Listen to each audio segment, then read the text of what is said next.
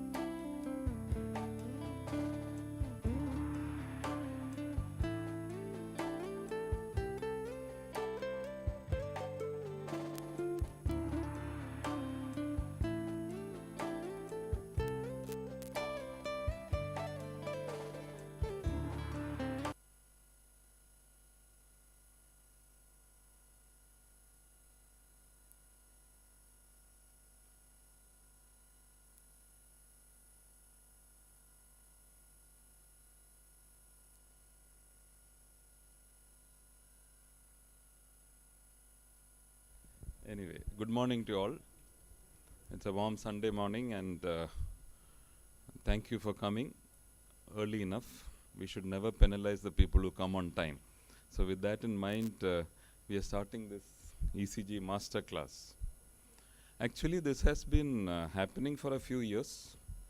Delayed by the next edition was delayed by COVID pandemic, so we could never have the ECG as workshops conducted. Initially, it was conducted in-house, and we had 4 years ago, then followed by 3 years ago, and it was well appreciated by the in-house doctors.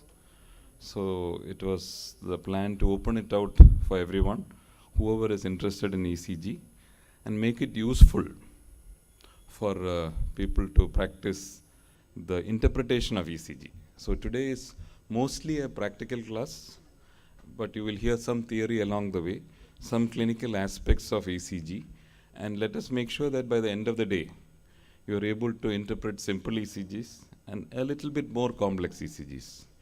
We'll definitely not go deep into electrophysiology, or we won't go into the indications for complex procedures. It will be simple. It will start simple, and I'll encourage you to be interactive also. The afternoon session is mainly interactive, and the morning session also, feel free to ask questions. It'll always be waiting for the first person to ask.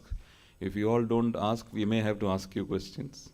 The good news is that there is no pre-test to start with. So you all can relax, sit and learn, and feel free to question us. It is a very informal session it is going to be.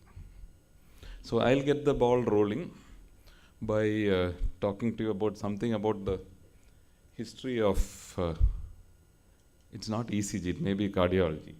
So if you can show me the next slide. This was a mummified body recovered from the Alps. The next. It was found in 1991 in the Italian Alps by a group of skiers. I think you'll have to go, because I don't have control here. So can you click? No, somebody has to sit for that. So even this 3,500-year-old mummy, a CT scan showed long-standing cholesterol deposits. So showing us that atherosclerosis was not a new phenomenon, it has been there always. The next slide. So a CT scan of the Egyptian mummy is found in BC also. This is a Horus study which showed that atherosclerosis was always there. And people have died even in BC with coronary artery disease. And CT scan is picking up the calcium, which showed that cholesterol had deposited long back, calcium had deposited on top of that. That is the premise with which we do calcium scoring for detecting coronary artery disease. Can we go to the next slide? So Hippocrates in BC itself had announced frequent cardialgia, that is pain from the chest, can be the announcement of death in the elderly. Those days atherosclerosis may have been only in the elderly. The next slide. And resting relieves this chest pain. So actually he was describing angina way back in 460, 370 BC. The next slide. Keep going forward. And it was in 1616 that William Harvey presented at the Royal College of Physicians the concept of circulation. Before that, there was no concept of the heart being the center of the circulation and all that. And this was the beginning of cardiac catheterization, I would say. A catheter a tube put into the artery of the horse, measured the blood pressure in the height to which it went. With this started the days of interventional cardiology, maybe it was the beginnings. And Edward Jenner, he's of the vaccination fame. So he was the one who described blocks in coronary arteries. And it was 1893 that the first ECG was taken by Einthoven. There is the Einthoven triangle, I'm sure Dr. Verma might talk to you about that. So Einthoven took an ECG like this. Imagine if in modern day, if you had to take an ECG like this, it would have been very challenging, but this was the first ECG machine. And if you have to record an ECG like this modern day, thankfully we have much smaller machines. To tell you that X-ray was also discovered much later after the ECG was made. And after that we have so many more investigations now for the heart. But still, after 140 years, ECG remains a good diagnostic technique. And even after 140 years, why are we struggling to interpret ECG? That's a good question. You have angiograms, you have CT angios, you have but still ECG remains a basic technique to detect coronary artery disease, to detect arrhythmias, to detect even electrolyte abnormalities. You will hear about all these things as the day progresses. So it is for us to get you through the basics of electrocardiography, take you through how to diagnose heart attacks, take you through how to diagnose arrhythmias. Even non-cardiac conditions can come up on the ECG. So even yesterday, I had to, even as late as 8 o'clock in the night yesterday, I had to correct an ECG where the right and left leads were interchanged. You will hear about all that. So there is enough to learn in ECG, but let me tell you one thing. Learning today and at the end of the day, if you go back and don't look at ECGs for the next 2 weeks, this is forgotten. So if after today's workshop, if you look at every ECG, try to see what you can interpret, discuss with your friends, discuss with knowledgeable people. That is the only way that you can keep learning ECG. Otherwise, this workshop is going to be waste. So let me insist on all of you looking into ECGs and making sure that you all interpret ECGs. Looking and signing off an ECG is not enough. You have to make sure that you interpret the ECG. Thank you, many of you who have joined online. We will make sure that the interactions are audible and clear to all of you, and we will take you through the topics as it proceeds. So now I call upon Dr. Rajshekhar Verma to take you through the basics of ECG. You can connect this. Dr. Verma happens to be one of the most senior cardiologists at Aster Medcity. The good thing is that we have been working together for 25-30 years, and he's an astute clinician a very good interpreter of ECGs, and a great interventional cardiologist. So I welcome Dr. Verma for the basics of ECG.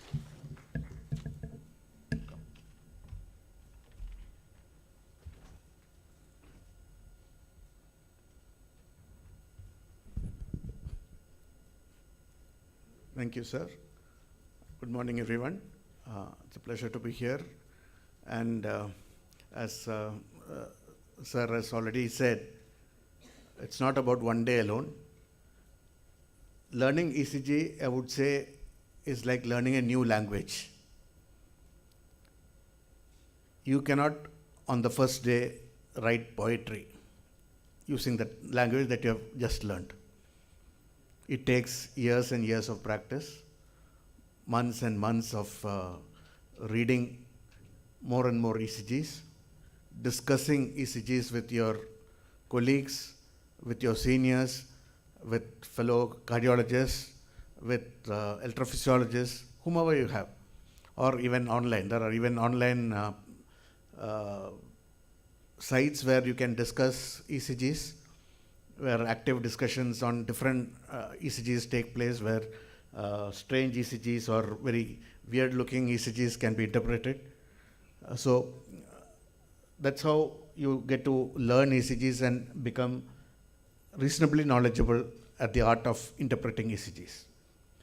But like with any other language, you need to learn the foundation, the basics.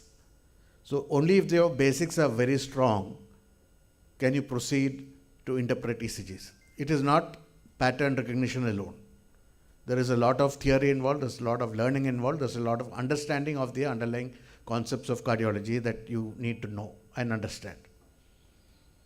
So with that, I'll take you to this slide where Augustus Waller was one of the very first persons who recorded the ECG. And you can see a huge galvanometer that is used on the left side. You can see his dog. Dog also had a name which I forgot, but the dog is most famous as the first dog or the first creature whose ECG was ever taken.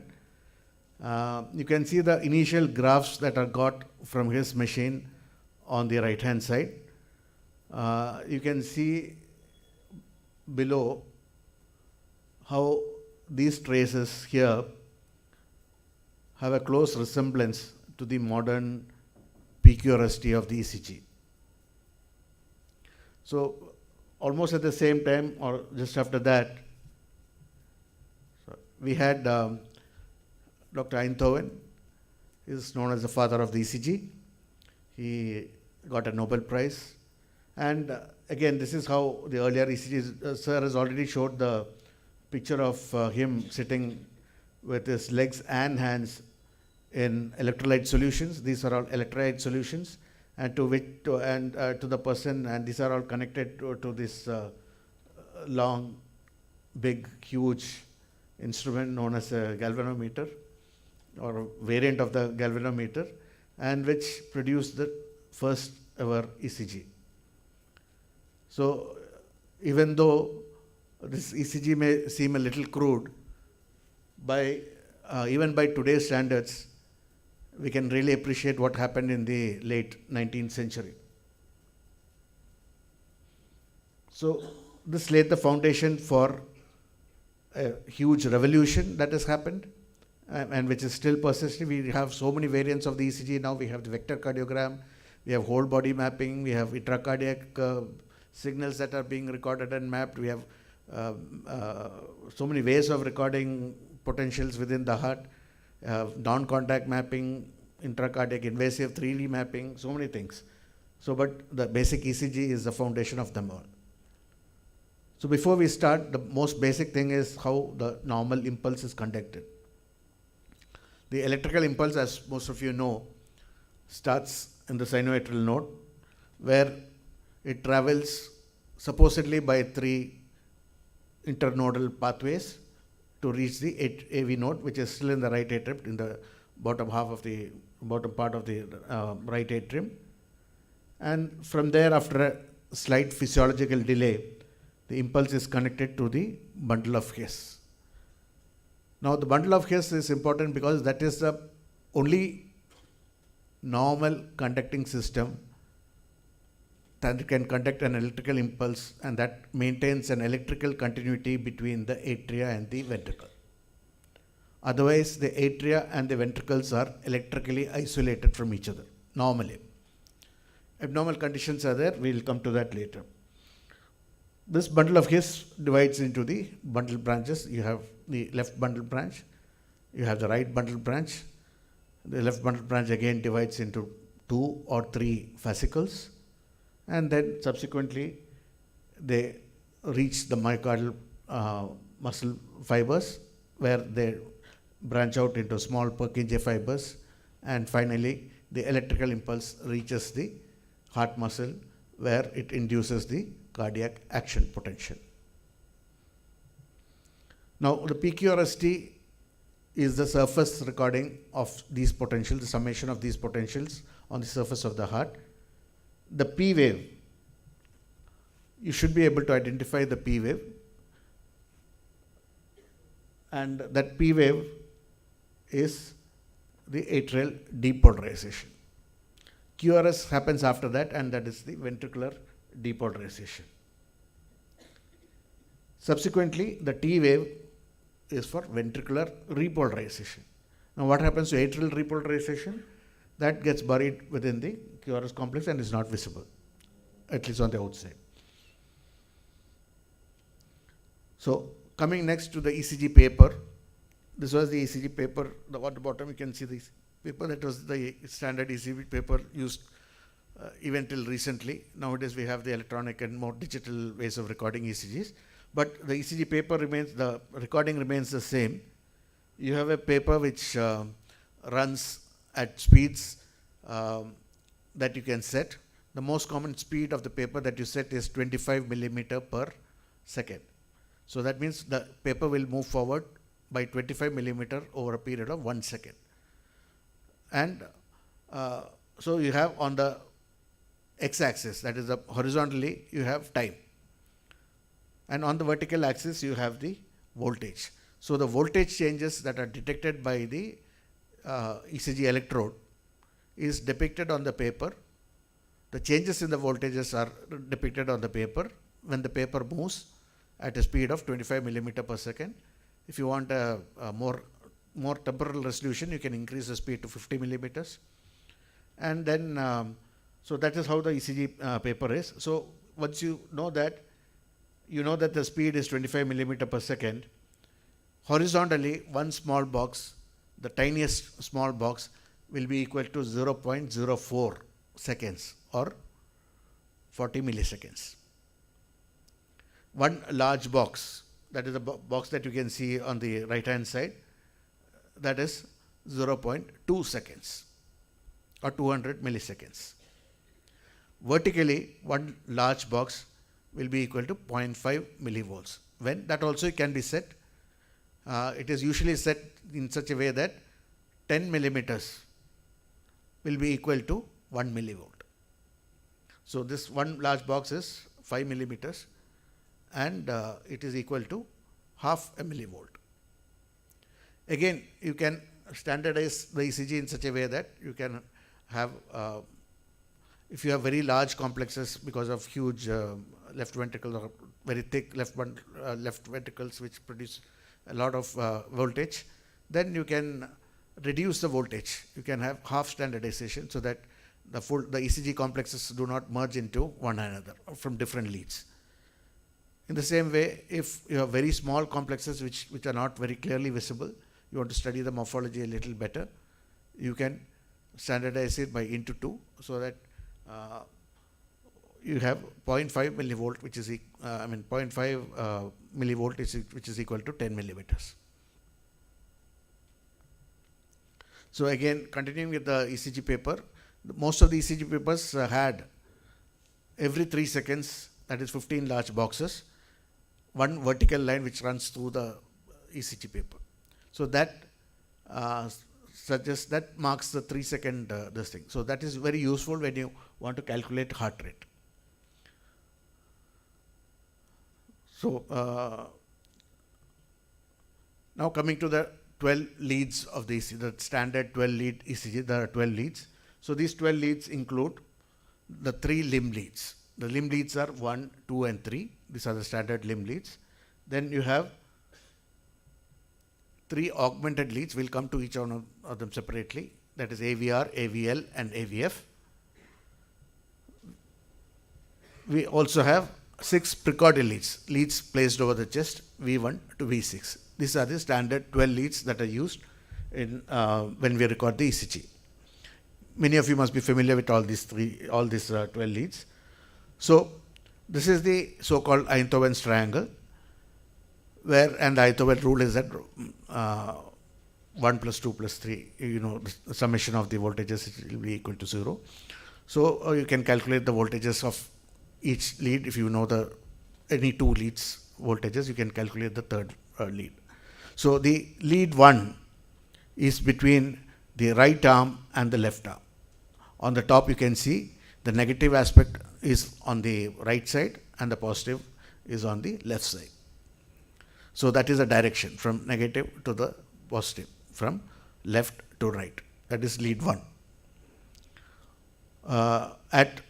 From right arm to left leg, you have lead 2, that is negative on the right arm and positive on the left leg.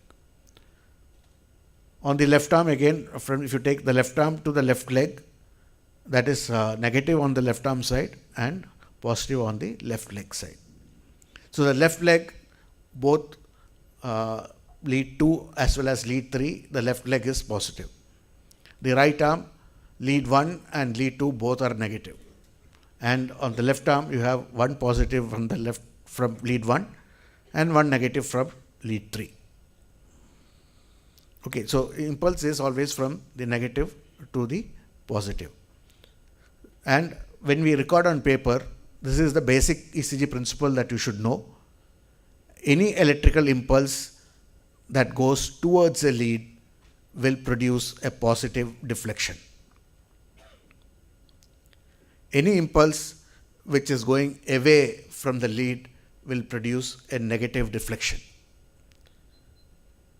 Any impulse that is perpendicular to the lead will either produce no deflection or produce equal positive and negative deflection.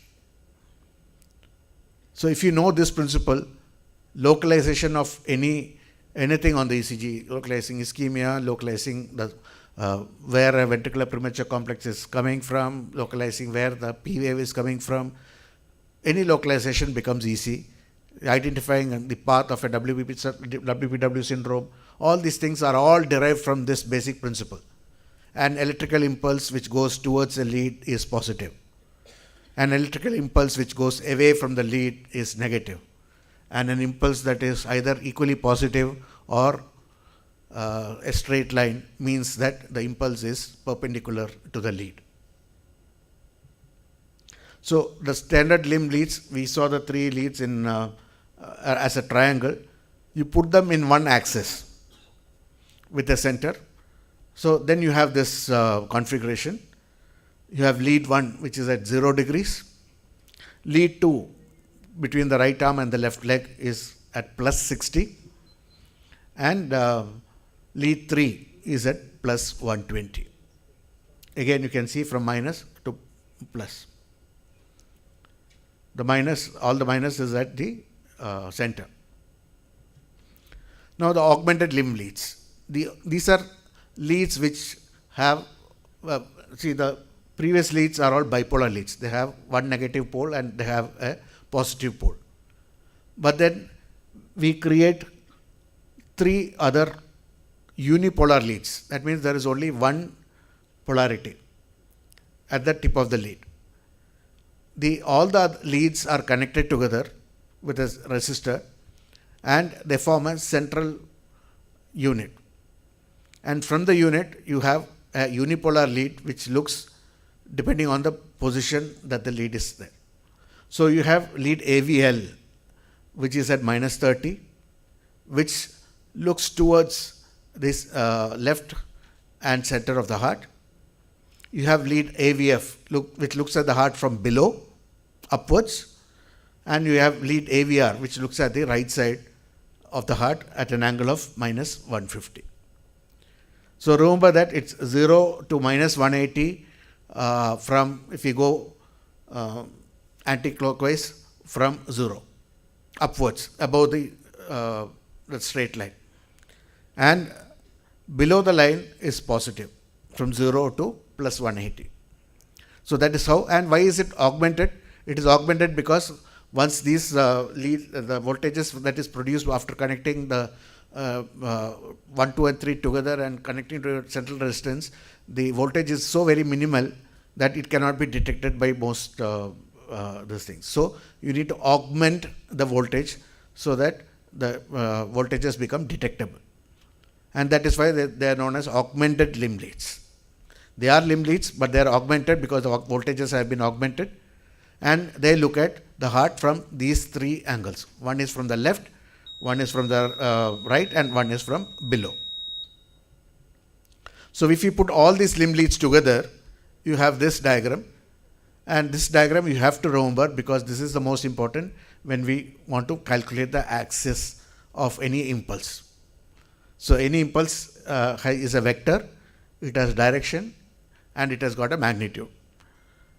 So the direction is determined by how the voltage or how the electrical impulse looks on all these leads.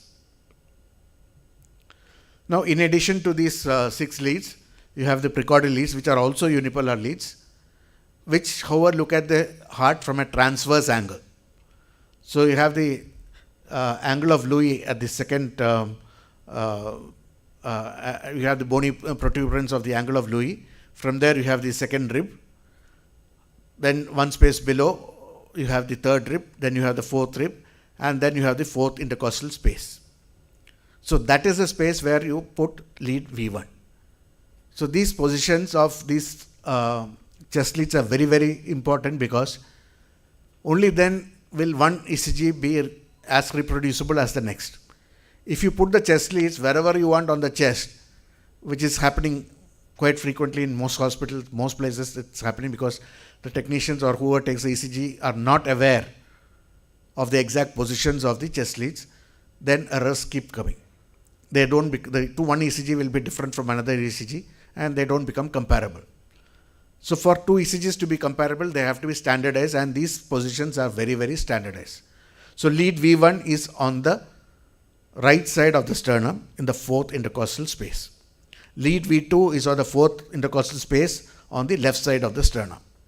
The lead after that is lead V4, which has been variably put as at either the apex or that is a standard definition. The lead V4 should be put at the apex, but apex will be very difficult to localize, especially for a non-medical physician, somebody who is not a physician.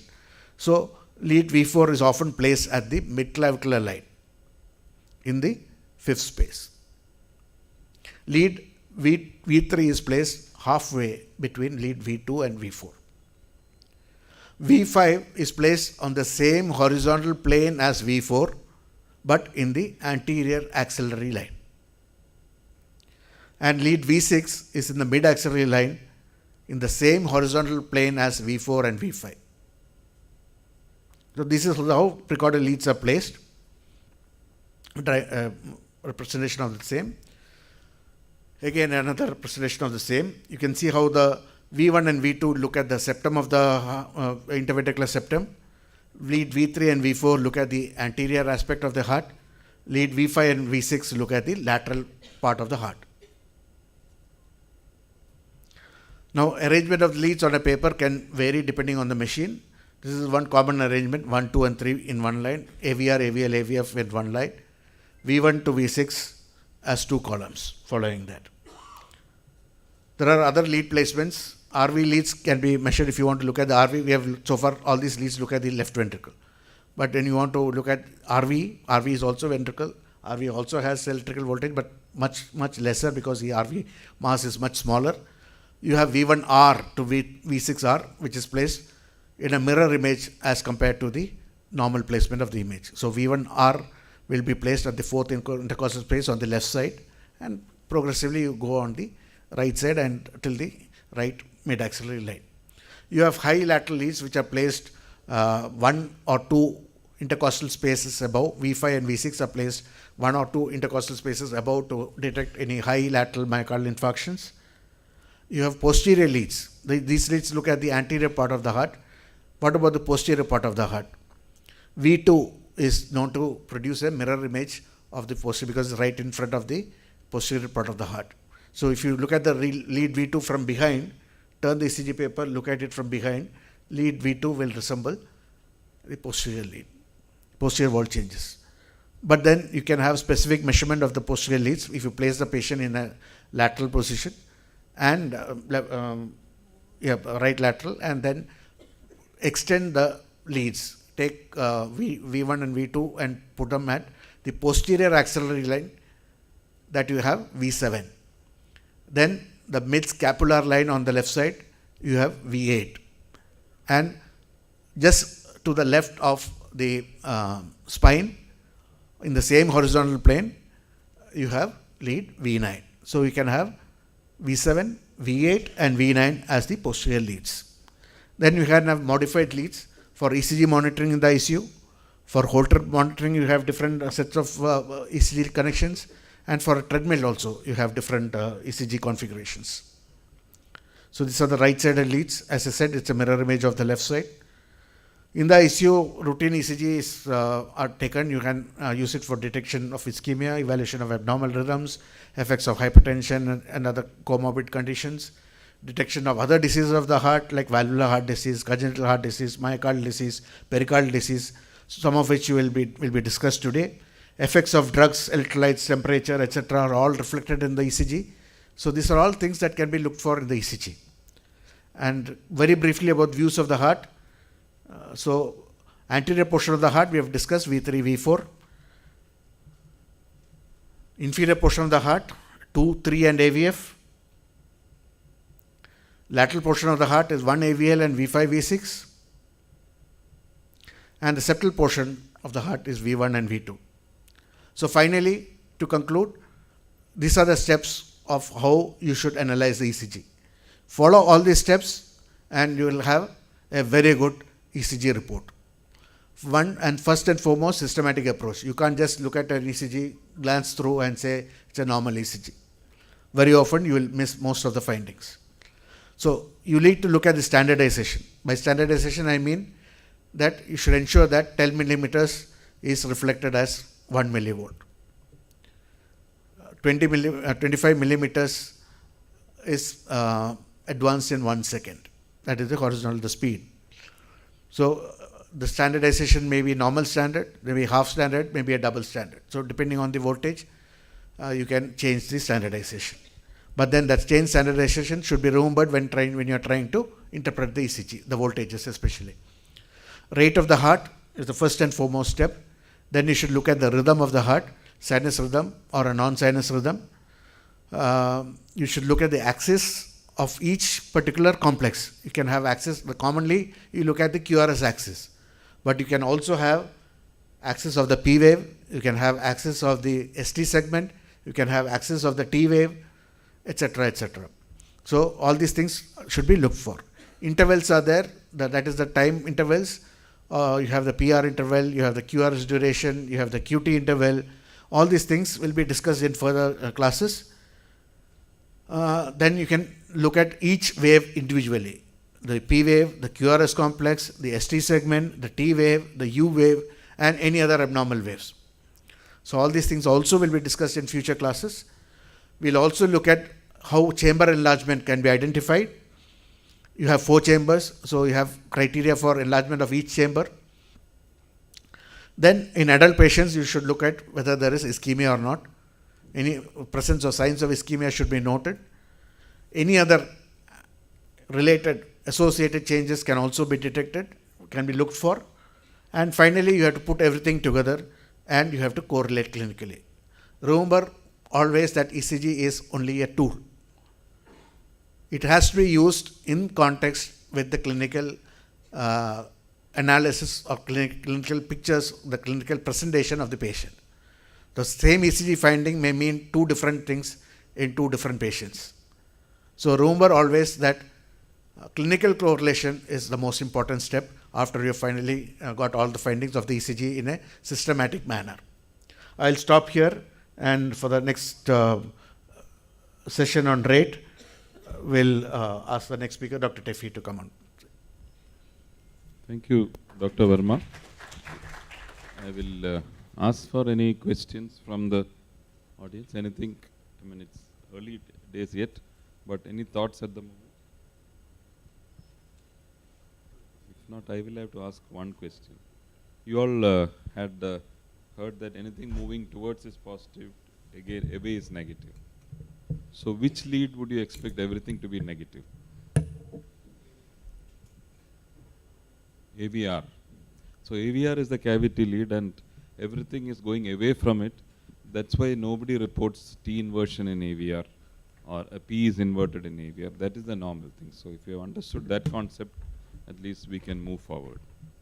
So now we have presentations from two lady cardiologists, Dr. Tefi and Dr. Ganga. Dr. Tefi has just launched the Women's Heart Center at Aster Medcity. Women cardiologists are coming up in a big way now. So the next two talks are on rate rhythm axis intervals by Dr. Tefi, and after that followed by Dr. Ganga on chamber enlargement. Both of them work at Aster Medcity as cardiologists.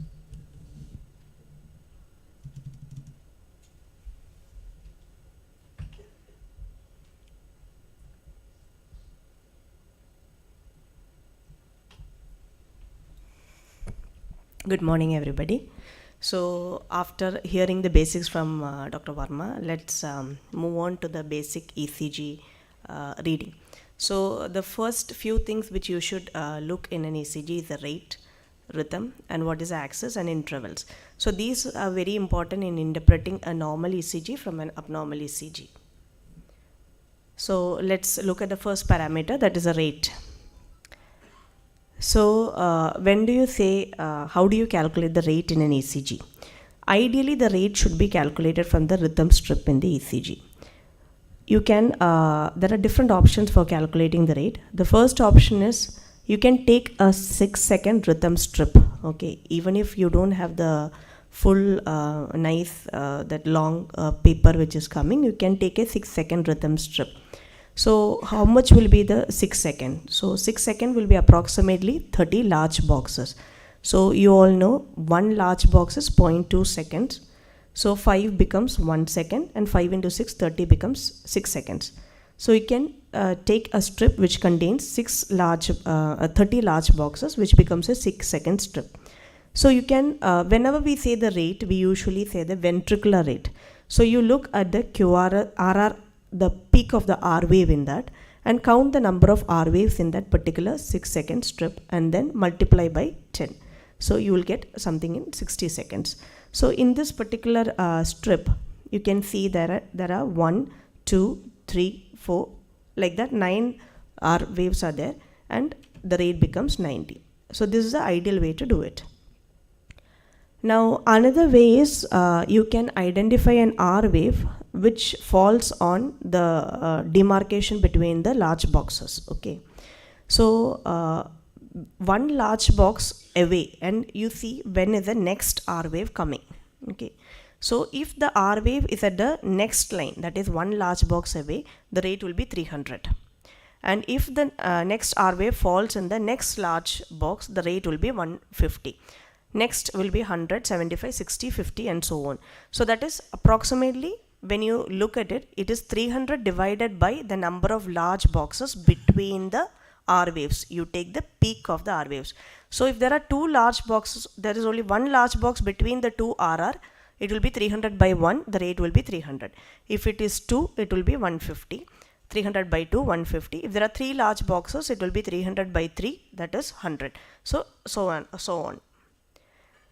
So another way is, see, sometimes you don't get exact, the large boxes will be in between. So it will be like 3.5 large boxes. So in such situations, what you can do is you can memorize the sequence also, this 300, 150, 100, 75, 60, 50. And you can see that in this there are already 3 large boxes, and the next RR has come just after that. So already the rate, when there is 3 large boxes, it is 100. So since the next RR has come, another 1 small box after that, another 5 should be reduced. So it will be approximately 95. Another easy way, just an easy way, is you can also take the number of small boxes between the peak of the RRs, subsequent RRs. So 1500 divided by the number of small boxes between the RR intervals will give you the rate. So this can be used if the R wave, the large boxes is exactly, it's not 3, 4. If it is 3.5 large boxes, you can use this technique also. 1500 divided by the number of small boxes between the corresponding RR. So usually nowadays in almost all the hospitals you will get this a strip of the ECG. So in this strip, the rhythm strip which comes below, it is 10 seconds long. So this makes things easy. So whenever there is an irregular RR interval, the 300 divided by the large box or 1500 divided by the number of small box, that will not hold good, because RRs are not regular. So in such situations, always rely on either a 6-second rhythm strip if this strip is not available, or in this ECG, the rhythm strip will be directly 10 seconds long. All you have to do is count the number of RRs in this, a number of R waves in this particular rhythm strip and multiply by 6. So that is about the rate. So this is very simple. A normal sinus rhythm will have a rate of between 60 to 100. Anything less than 60 is sinus bradycardia or bradycardia, and anything more than 100 is tachycardia. So that is about the rate. Now once the rate is done, let's have a look at the rhythm. So rhythm, always try to get a rhythm strip to analyze, okay? And rhythm strip usually we take lead 2 because the P waves are best seen in the lead 2. And in the normal ECGs which come with their rhythm strip, the rhythm strip is always lead 2. So the rhythm strip portion of the 12 lead ECG is the best place to look for determining the rhythm, because otherwise the 12 leads routinely only capture very few beats, usually 3 or 4 beats, not more than that. So in this particular ECG, you can see that it's an irregular RR interval you can see, and you cannot see significant P waves. So this is an irregular RR with an absent P wave. It's an atrial fibrillation is the rhythm in this particular. But before that, let's have a look at what is sinus rhythm. So whenever you assess rhythm, there are few steps you should take. One, of course, it is calculating the rate, which we have already seen. Second, you should determine the regularity of the RR intervals. And the third is you assess a P waves. Fourth, you determine what is a PR interval. And fifth, determine the QRS duration. And finally, you determine the relationship between the P and the QRS. So any takers for this? So this is the regularity. So whenever you assess the regularity, you look at the RR distance. Always take the peak of the R wave. So if you use either a caliper or you can use a paper with a pen and you mark the RR interval.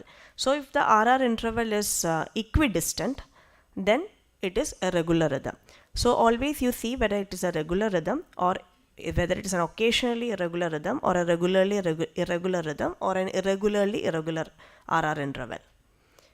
So in this particular, you can see that the RR intervals are equidistant, so it's a regular rhythm. Next, you assess the P waves.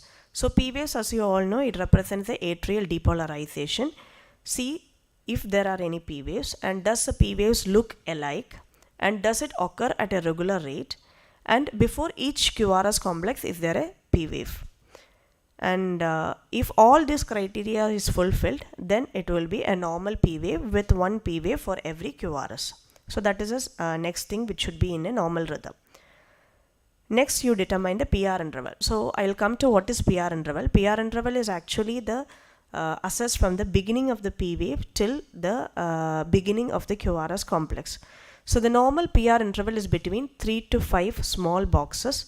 That is 0.12 to 0.2 seconds. That is a normal PR interval. So anything less than 0.12 becomes short, and anything more than 0.2 becomes long PR interval.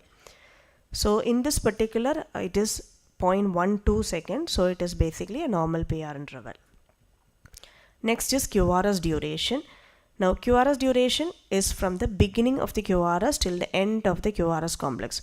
So sometimes the QRS complex can begin with a Q, sometimes it will straight away begin with an R without a small q. So whichever comes first you take. So from the beginning of the QRS complex till the end of the QRS complex is the QRS duration, and normal is 0.04 to 0.12 seconds, that is 1 to 3 small boxes.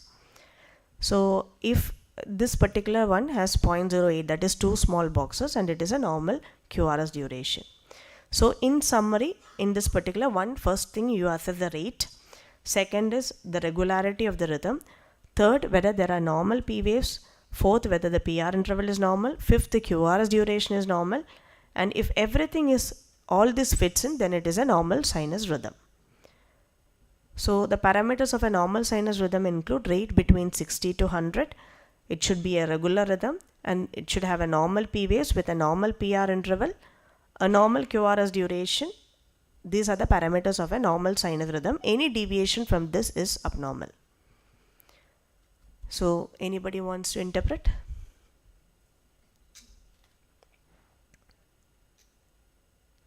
Is the rate normal? No. So is it less than 60 or more than 100? Less than 60. Yeah, first of all the rate is lower, so again from this itself you know it is not a normal sinus rhythm. Okay, so rate is 30 beats per minute. Is it regular? Does it look regular?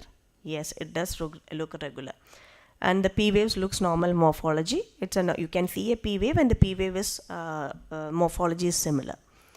And the PR interval in this particular one is also normal, 0.12 seconds, and the QRS duration is also normal. But since the rate is on the lower side, it is not a normal sinus rhythm, it is a sinus bradycardia. Now the second one, again, is it a normal sinus rhythm? No. What is abnormality? There is a tachycardia. So the rate is more than 100. You can see that there are no 3 large boxes between 2 RR intervals. Once that is not there, the rate is definitely above 100. So there is a tachycardia. And but it's a regular rhythm, and P waves are normal, and the QRS duration is also normal, and the PR interval is maintained and normal. Okay, so but the deviation is that it is a tachycardia, so it's a sinus tachycardia. So the third one,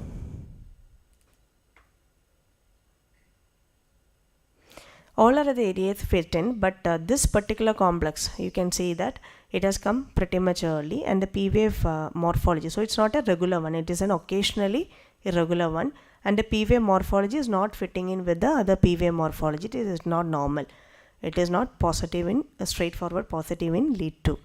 So it is a sinus rhythm only, but because it's there is an ectopic beat which has come in, so this P wave and this P wave, 2 P waves are abnormal.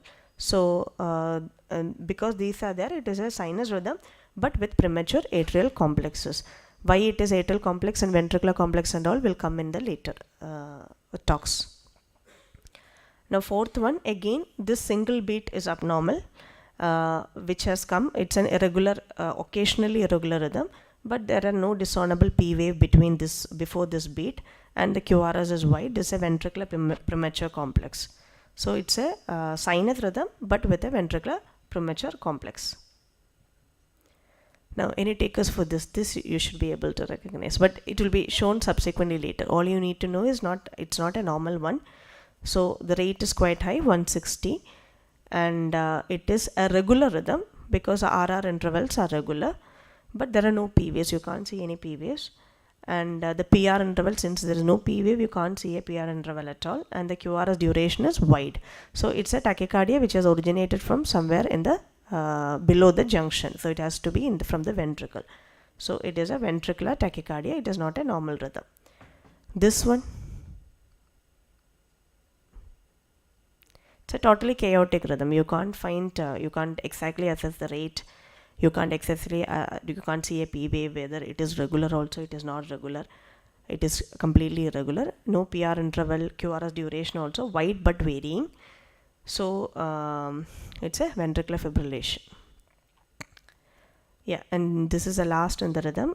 In this particular one, anybody can interpret, anyone? Anyone just wants to try?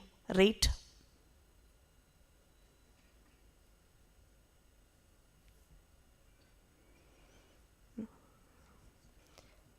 So it is 60. So it is in the lower limit of normal. Is there a P wave?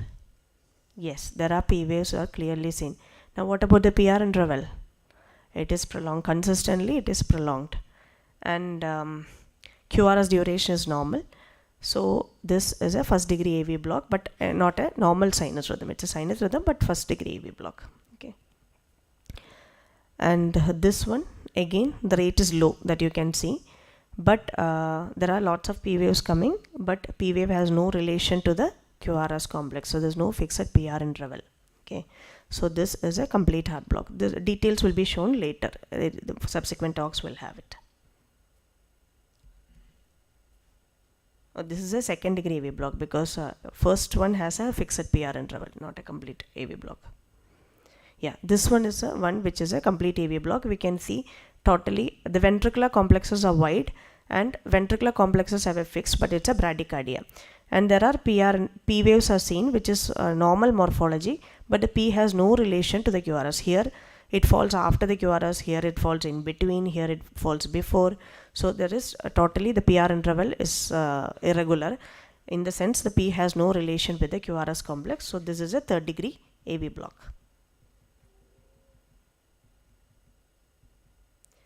So that is about the rhythm. So that is the parameters which you have to look at the rate, look whether it is regular, whether the P wave is normal, PR interval is normal, whether the QRS duration is normal. If everything is normal, then it fits into a normal sinus rhythm. Now moving on to the axis. Axis is a bit difficult thing for everybody.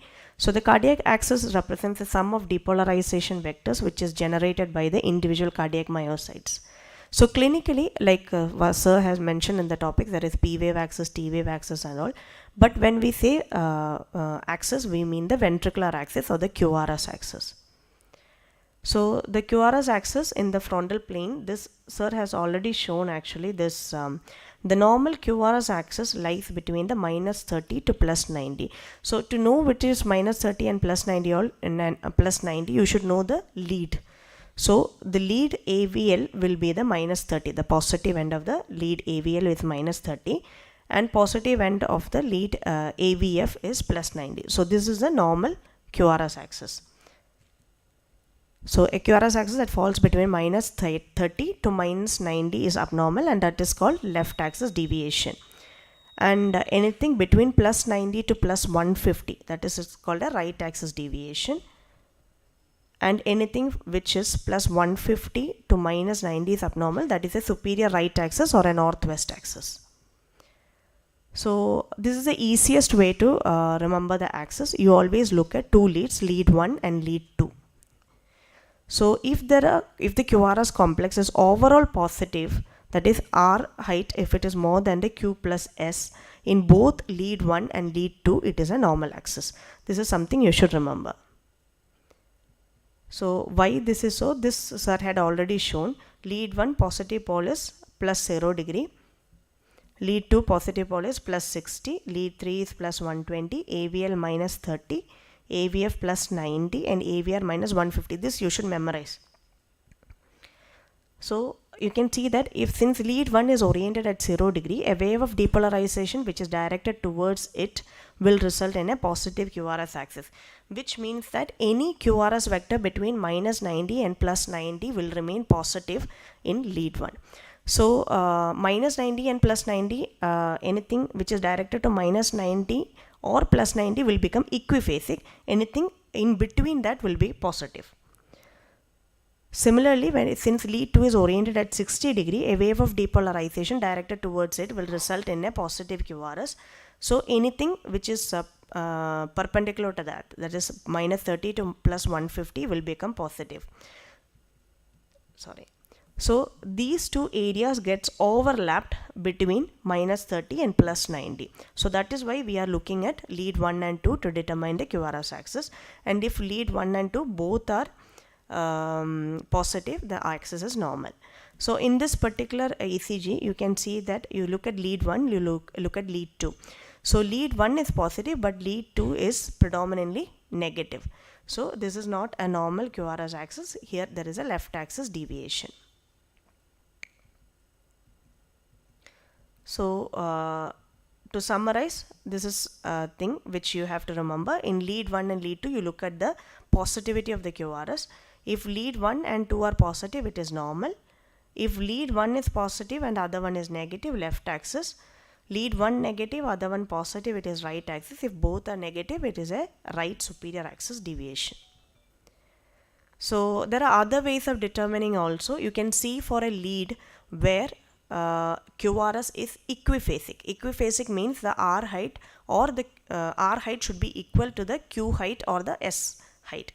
So if you find a lead where there is an equiphasic QRS, your job is easy, but sometimes it may not be there. So in this particular example, you can see that lead 1 is shown as an equiphasic. So sir had already told that anything perpendicular to this, okay, so we'll give perpendicular, a vector which is perpendicular to a particular lead will give an equiphasic QRS complex. So if you see that lead 1 is equiphasic, anything perpendicular which is either minus 90 or plus 90. So the axis has to be either at minus 90 or plus 90. So to determine whether it is minus 90 or plus 90, you can look at the AVF. So if the AVF is positive, then the vector will be directed towards the AVF. So it is plus 90. So on the other hand, if the AVF is negative, then vector is in the opposite direction. It is minus 90. So this is an example with an equiphasic complex in lead 1. So you can use this also to determine the QRS axis. Now another method to figure out the QRS axis is you can look at two perpendicular leads, that is lead 1 and AVF. Lead 1 is at 0 degree and AVF is at 90 degree. So and you can plot a chart like what is the positivity or the negativity of the QRS in that particular leads, that is lead 1 and AVF. So in this example, lead 1 is positive by 4 units or 4 mm and lead AVF is positive by 9 mm. So you chart in this plot and you can draw the vector where it meets, it becomes a QRS axis. So these are the 3 ways of calculating. Just remember the first one, that is good enough. Now moving on to the intervals. So the 3 important intervals which you should know in the ECG is the PR interval, the QRS duration and the QT interval. So this is how a normal ECG looks. So first there will be a P wave which represents the atrial depolarization, followed by the PR segment, then the QRS complex. So QRS complex, it can begin with a small q even in a normal situation, or it can begin with a straightaway R. So the first negative deflection of a QRS complex, if the first deflection is negative, it is called a Q wave. Now if the first deflection is positive, it is an R wave. And any negative deflection which comes after an R wave is termed as an S wave. And any deflection which is any positive deflection which comes after an R wave is called an R dash wave. These are the terminologies which you should know. Now because this I said because sometimes it starts with a small q even in normal ECG, and some in lead 1 and all it starts straight away with an R. Lead V1 it starts straight away with an R. Now the third interval which we are looking into is a QT interval. So QRS complex will represent the ventricular depolarization, and the QT interval, or rather the ST segment ST segment and the T wave will represent the ventricular repolarization. So the PR interval is assessed from the beginning of the P wave to the beginning of QRS complex. This is very important because ECG, it is all very small intervals. So it has to be exactly at the beginning of P wave to the beginning of QRS complex. It includes the time it takes for the sinus impulse to travel from the atria to the ventricles. So this gets prolonged when there is a delay in conduction of the sinus impulse to the ventricle, and shortened when there is an extra pathway which connects the atrium directly to the ventricle bypassing the AV node or within the AV node. So the normal PR interval, like I mentioned before, is 0.12 to 0.2 second or 3 to 5 small boxes. So anything less than 0.12 second is short PR interval, which commonly seen in a WPW syndrome, and anything more than 0.2 second indicates AV nodal blocks. So the PR interval involves the atrial depolarization plus the delay in the AV junction. So next is the QRS complex. So QRS complex is measured from the beginning of the first deflection. So in this particular ECG, you can see the first deflection is an R wave. So from the beginning of that till the end of the whether it starts with a Q or an R wave, you should start with that, and it extends to the end of the last deflection in the QRS complex. So normally it is 0.1 to 0.12 second. Less than 0.1 second, and anything which is slightly prolonged, 0.1 to 0.12 second, becomes an incomplete bundle branch block. It is usually seen in incomplete bundle branch block, and anything more than 0.12 second, we label it as proper white QRS, which is usually seen in bundle branch block or ventricular rhythms. So QT interval is a third one. QT interval, beginning of the QRS complex till the end of the T wave. So that is the ventricular depolarization with repolarization. Now, if there is a U wave which is seen, the presence of the U wave is not included in this measurement. So in assessing the duration of the QT interval, multiple leads should be selected, and the QT interval is the longest QT that can be measured in the whole 12 lead ECG recording. Now, one important thing to know is that the QT interval is dependent on the heart rate. So the faster the heart beats, the faster the ventricles repolarize, so the shorter the QT interval. So what is normal QT varies with the heart rate. So for this we have a corrected QT, or the QTC, which is a Bassett's formula. That is QT divided by square root of RR interval. Both should be taken in seconds. So normal QTC is less than 0.44 and long QT is more than 0.44 seconds. So prolonged QT can be very dangerous. That will come into, I think it will be discussed in the subsequent ones. Prolonged QT can produce a ventricular tachycardia, which is called Tosates. That is what you should keep in mind. So one important tip in calculating, instead of calculating the QTC, one important tip is you can look at the RR interval. Okay, if the RR, a QT which is more than half the RR interval is probably a long QT. So this is how you take the QT interval from the beginning of the QRS complex till the end of the T wave, and QT interval in seconds by root of RR interval. Both should be in second. This is important. And if you can see in this particular strip, the QT is more than the half of the subsequent RRs. So this is a prolonged QT. So this is how you interpret the intervals. You look at the PR interval, you look at the QRS width, and look at the QTC interval. So if there is a normal PR, normal QR, and normal long QT, along with all other parameters mentioned before, it is a normal rhythm. Thank you.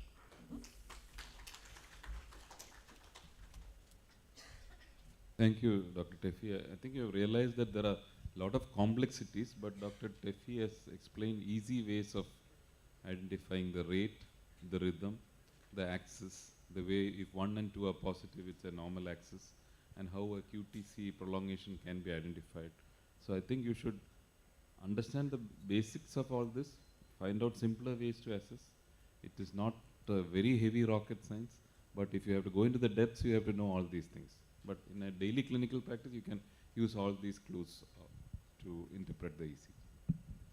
One small tip for calculating the axis. Left thumb.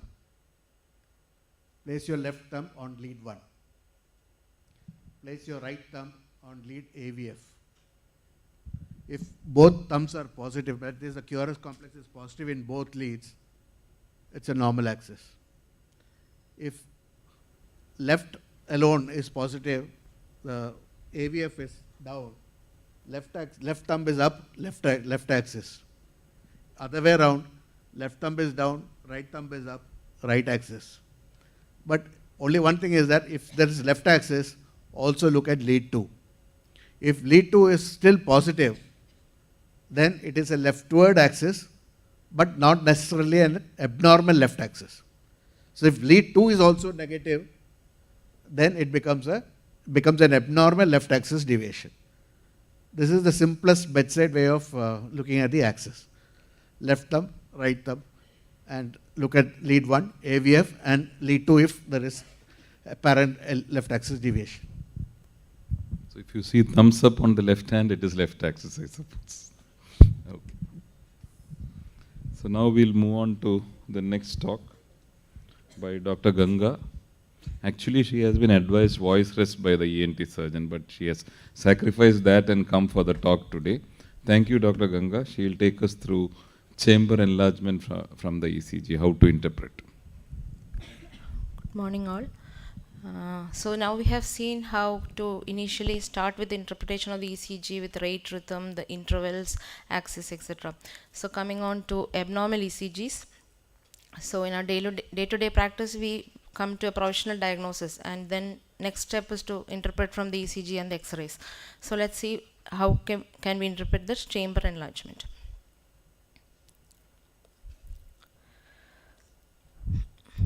So cardiac enlargement can be either of the atria or the ventricles. It could be a dilatation or a hypertrophy.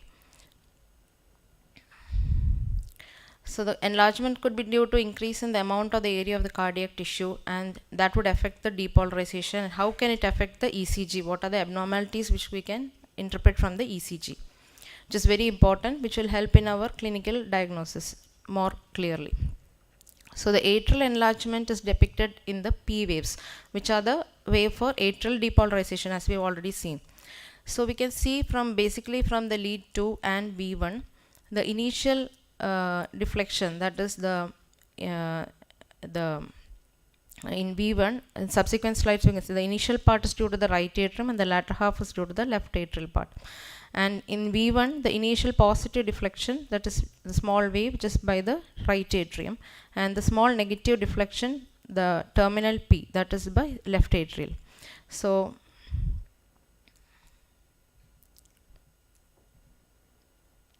this is a normal P in lead 2, and in V1 it can be a biphasic P. In right atrial enlargement, you see the amplitude of the P wave will be increased, which is also called the P pulmonale. Similarly, in the left atrium, it is P mitral, which is the width of the P wave which is widened. And if biatrial enlargement, both of the changes overlap. So this is the same thing. I will come in detail.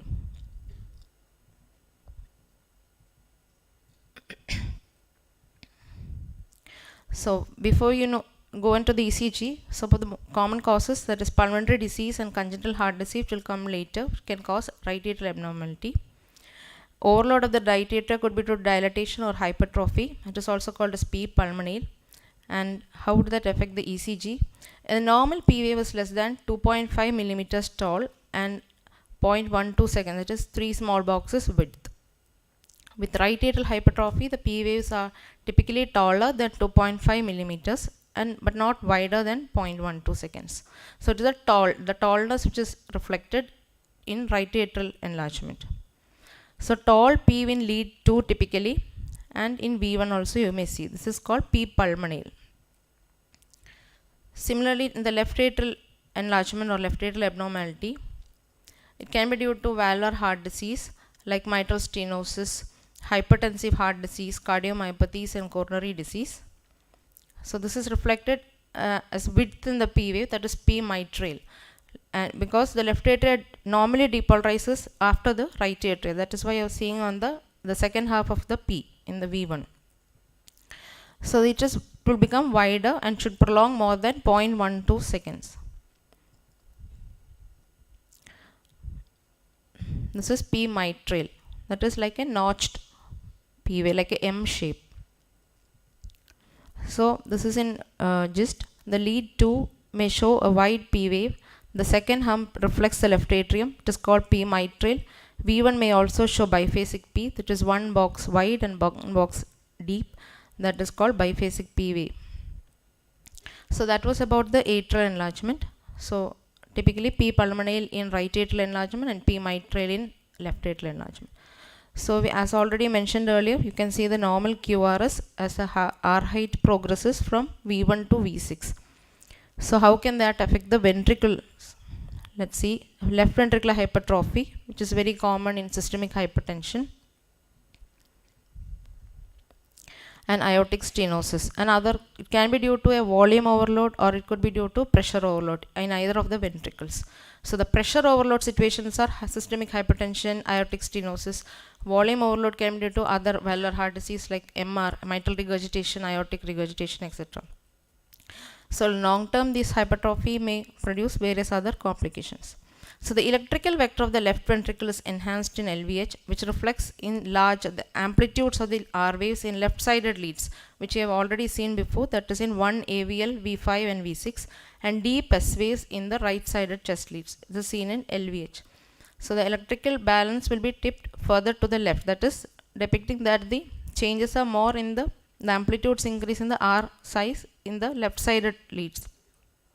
And in addition, there will be deep S waves in right-sided leads.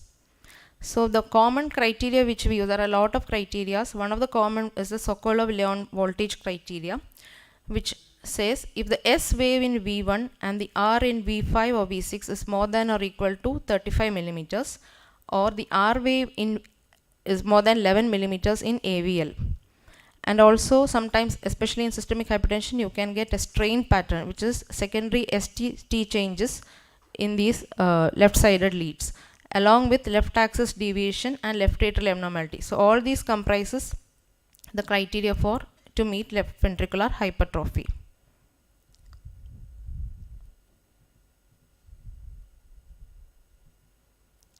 So this is the same thing that is which I have told now. Another criteria is the Romhilt and Aster scoring system, which is little complicated, we need not bother. And this is a strain pattern, which is the STT changes associated with ventricular hypertrophy. So the limb leads, which is R in AVL more than 11 millimeters, and the right-sided leads deep S waves along with tall R waves in V5 or V6. Addition of that producing more than or equal to 35 millimeters signifies LVH. So in pressure overload, we get this typical LVH tall amplitudes of the R waves with secondary STT change. That's a strain pattern. In volume overload, you can get tall QRS amplitudes with presence of Q waves. And there is another criteria, that is the coronal voltage criteria, which is S in V3 plus R in AVL, which is more than 28 millimeters in men and over 20 millimeters in females. This also can be used, which is easier to learn. That is S in lead V3 plus R in AVL more than 28 mm in males and more than 20 to 21 in females. Coming to right ventricular hypertrophy, which is the reverse, which will more affect the right-sided precordial leads. That is in V1, V2. And similarly, the causes are pulmonary diseases, congenital heart disease, and another thing is that emphysema like COPD may mask the signs of RVH, and in later slides you can see that posterior wall MI can also produce tall R waves in V1. So in RVH we should concentrate on the right-sided precordial leads. So here the R wave will be greater than the S wave in V1, or the R in V1 would be greater than 7 millimeters, along with right axis deviation, and T wave inversions may also be present, along with S waves in V5, V6.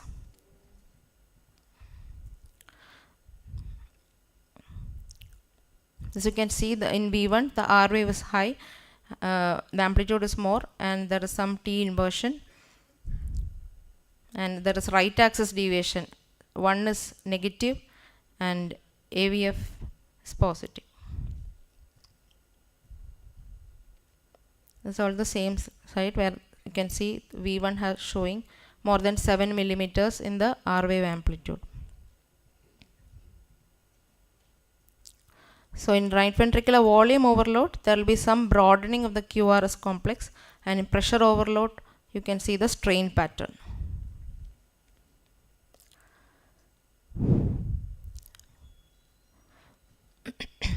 So something to solve. What do you think this? Concentrate on the P waves.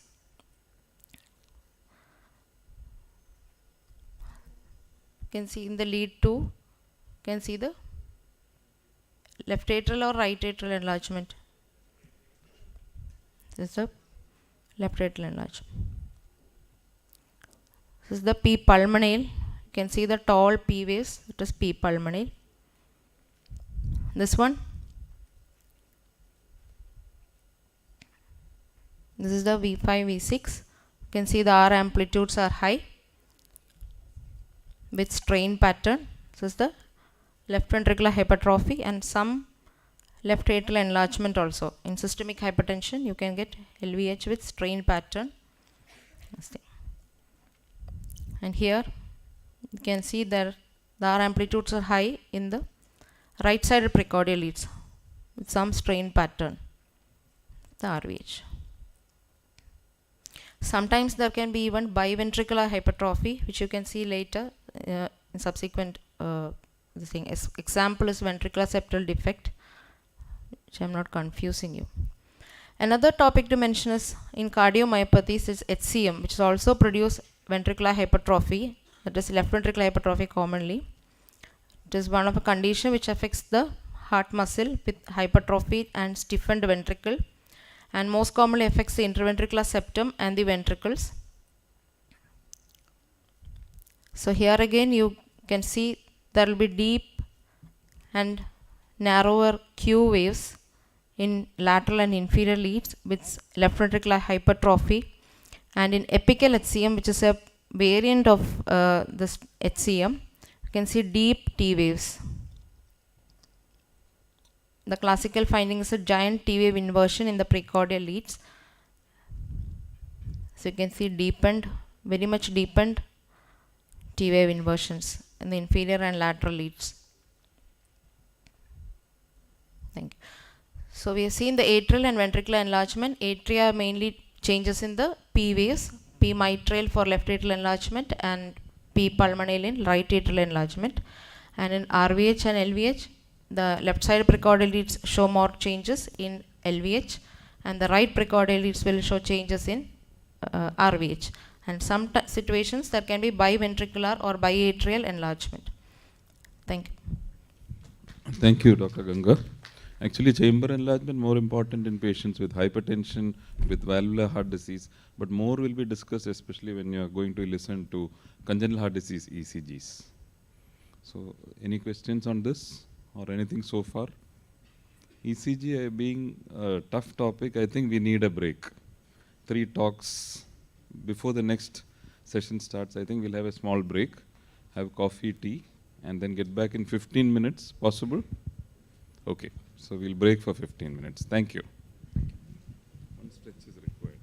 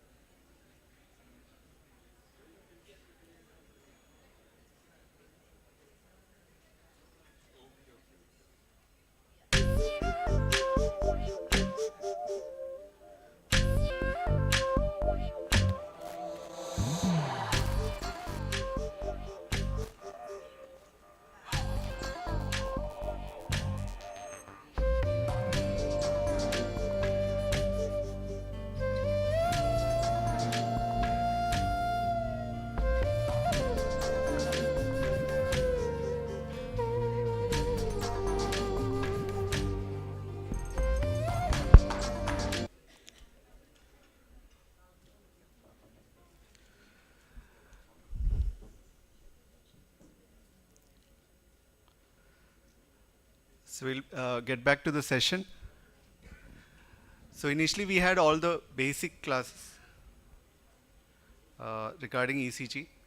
So now we are going into more of specification, the application of these basics, mainly in identification of myocardial infarction, acute coronary syndrome, arrhythmias, etc. So I think from this area onwards it will be more interesting than what it was initially. And also to make it more interactive, we have a lot of doctors from Aster Medcity whom I know personally. So you all will be getting one question each. So let's start the topic. The topic is ECG in acute coronary syndrome. So this is the most vital area where ECG plays. A patient comes to you, to your casualty, he says, I'm having chest pain. You take an ECG, suddenly your interpretation is very vital there. You interpret it right, you will save the patient's life. Okay, you identify it as STEMI, refer him to a good center where there is primary PCI, he can be saved. But if you do not recognize it at the right time, you may be the reason that he may be dying. So this is the most important part where ECG plays. So always you should know what is the role of ECG in acute coronary syndrome, what you will be seeing, how you should, what should be given importance to. So initially I'm just going back to the basics. This is just to recapitulate regarding the ECG leads. Now this is very important because the changes that you see depends upon based on this concept.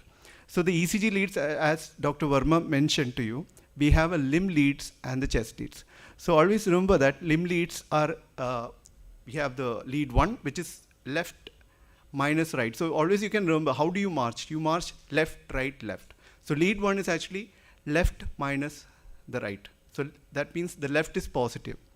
Okay. So it is equivalent to a camera that is staying on the left side. So always remember, if you have a camera here, your heart is here, which wall is being monitored? It is a lateral wall. Okay. So lead 1 actually monitors the lateral wall. Then we have lead 2. Now from lead 2, lead 3, always remember, foot is positive. It is always constant. So it is, foot is the positive lead. If right arm is the negative lead, then it is lead 2. Okay. So lead 2 is like, this is the foot, this is the right arm. So this angle from foot to the right arm is the lead 2. And lead 3, again foot is positive, and you have an angle between left foot and left arm, lead 3. So where is the camera? The camera is in the lower side. Okay, so it is somewhere here and somewhere here. So always remember, what does lead 2 record? It is recording the inferior part of the heart. So your heart is like this camera is in the lower side, it is recording the inferior part. Similarly, lead 3, that is also recording the inferior part. So you don't have to by heart here. Lead 1 is actually for the lateral wall. Lead 2 and 3 are in the lower side, so it is capturing the heart from the lower part. So you're getting the inferior. Now you come to the chest leads. So chest leads are the horizontal ones, that is capturing heart in the anterior-posterior direction. So we have V1, V2, V3, V4, V5, V6, which captures the heart in the anterior surface. So naturally, as you see in this image, V1, V2 captures either the right ventricle or the septum. V3, V4 captures the anterior wall, and once you reach V5, V6, we are actually capturing the lateral wall. So again, the application, an inferior wall MI, you see changes in the inferior leads, which is lead 2, lead 3, and lead AVF. AVF is again the foot lead. So foot is also in the lower part. So if you have a lateral wall MI, you get changes in lead 1, lead AVL, V5, V6. If you have an anterior wall MI, which are the anterior leads, V1, V2, V3, V4, you get ST changes in V1 to V4 or V1 to V6. So instead of by hearting, just think that these leads are cameras. They are capturing the heart from which angle. And if you are able to correlate, then it's very easy. So same concept I'm showing. So again, just a basic about the waves. P wave, then we have the Q wave. Always remember, Q wave is the first negative wave. So once you come into the QRS, the first negative wave is a Q wave. Then if you get a positive wave, then that is called an R wave. After R wave, if you get one more positive wave, it's called an R dash or R prime. And then if you have a negative wave, it is called as S wave. And then you get a T wave. Now this is very important because the nomenclature of the changes that you're going to see in an ACS depends upon your idea about what is the name of the lead. Okay, so if you have only negative, then it is just a Q wave. If you have if you take this is a QRS because there's first negative, then there's an R wave, there's an S wave, which is a negative wave. If you take a situation, if that S is not there or that second negative is not there, it becomes a QR. If there's no Q and S, only R wave, then it's just a pure R wave. And you call it a capital R or a small r. That depends upon the height of the R wave. If the R wave is more than 5 millimeter or 1 big square, it's a capital R. And if it's less than that, you keep it as a small r. So that's how you name it. So if R prime is there, and if it is taller than one big square, it is capital R prime. So that's how you name it. So it can be a QR, QS, depending upon what you see. So this basic nomenclature also should be known because that's how you diagnose in ACS. And also know the extra leads that may help you in ACS. It's mainly the right-sided leads and also the posterior leads. So the right-sided lead, as former sir told you, it's the contralateral, the opposite mirror image of the left-sided lead. So you keep it V4, V5, V6, and it captures the RV side of it. Similarly, there are posterior leads which we start from posterior axillary line, mid-scapular line, etc. That captures posterior wall MI. So always remember that in a 12-lead ECG, the only wall which cannot be diagnosed directly is the posterior wall. So if you want to see an ST elevation in the posterior wall, you have to take a posterior leads. Otherwise, there are certain indirect markers which has to be identified. So again, just a mention about how to nomenclate. The first wave is a Q, R, S, because we have a negative, positive, and a negative. The second wave is a RS. Now, because the wave is very tall or more than one big square, it is a capital R. The S wave, because it's less than a small big square, it is small s. Then we have R, S, R dash, where R is small because less than big square, and then S, which is small, and then we have a large R. So it's an R prime is a capital prime. Then we have a situation where you see complex like this, where it is a small r and a big S. So again, S has become big, more than one big square, so it's become capital letter S. We have certain situation where there's no positive wave, only negative. Then it's called a Q and an S. It's a combination of two negative waves. So we call it a QS complex. Then we have a large Q and a R. So it's a capital Q R, a small q and R, which is small q R. Then you have two small waves, then it is an RS complex. If you have only a small wave, it can call it as a Q wave also. So this is how you name the complexes. And once you name the complex, you can say QS in V1 to V3, such as you have an old anterior wall MI. Q in QR in 2-3 AVF mean there's an old inferior wall MI. So that is the importance. So now what is a physiological Q wave? Physiological Q wave is normally you can see Q waves in a normal 12-lead ECG. So this is mainly because of the septal depolarization. So when you have, if you see the depolarization actuation front, once after the AV node, once it enters the ventricle, it actually activates the left part of the septum first. And then from the left, it goes to the right. Now, if it is going from the left to the right, what happens to V5, V6? So think about V5 is capturing this activity. The first current that will record will be the away vector, okay, which will be seen as a negative wave, which is a Q wave. And then the LV gets activated. So V5, V6 will record QR in V5, V6. Lead 1 and AVL also will record QR in those leads. So these Q waves are not because of an infarction, it's a normal thing because of the septal depolarization. So these are known as the physiological Q waves. So you normally can see small Q waves in one AVL, V5, V6, which is due to the septal depolarization. And also, sometimes you always see a Q in AVR, as sir had mentioned before. AVR is always a negative lead. It is because its position is here, it's around the right shoulder. And as you know, the activation front goes in the lower direction. So all the waves are going away from AVR. So AVR will have a negative P, a negative QR, a QS, and a T wave, which also will be inverted. So then when do we call it a pathological Q wave? So that mainly depends upon the duration of the Q wave. If the Q wave is broader than 0.04 milliseconds, that's one small square, it has to be considered as a pathological Q wave. Second thing, if the depth of the Q wave is more than 1/3 of the R wave, that is, as the Q becomes deep, the R wave goes down, meaning that area has been infarcted. So the infarct area is more than the surviving myocardium. So in these two situations, we call the Q as to be significant. And you need a Q in at least 2 consecutive leads. That is, a lead 3 Q can be physiological. But if you get a Q in 2 and lead 3, you have to think there's something abnormal. Or a Q in 1 and AVL, which is broader than one small square and deeper than around 2.5 millimeters or 2.5 small squares, then it is called as a pathological Q. So the importance of Q is that it shows that already infarction has occurred. So if you have a patient who has no STT change but only Q waves, means he had an old infarction. It's an evidence that he had an old MI. So there are certain Q wave equivalents also. That is, certain things that should be taken as an indirect evidence that this patient had an infarction. It's called a poor R wave progression. So if you see the initial ECG, you can see that from V1 to V6, the R wave becomes bigger, bigger, bigger.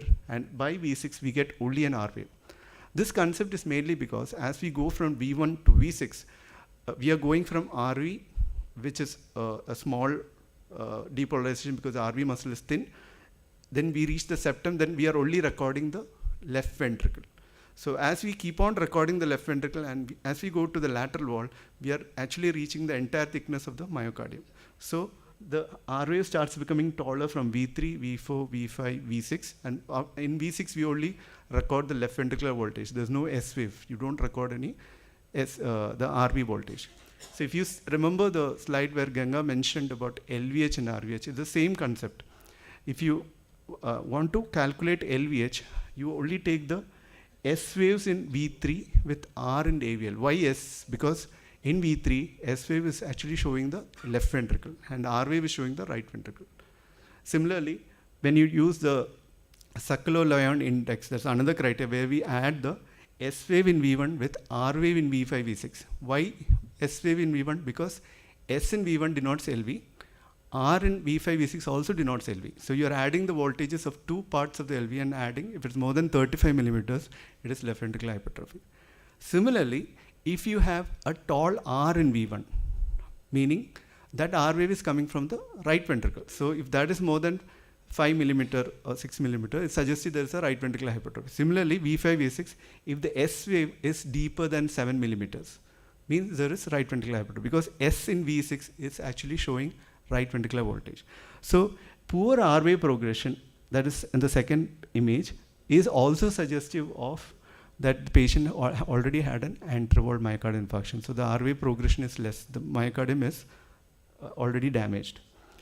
Similarly, notched Q, if you get a fragmented QRS, that is a notch in the S wave, notch in the R wave, can also be an evidence of scar.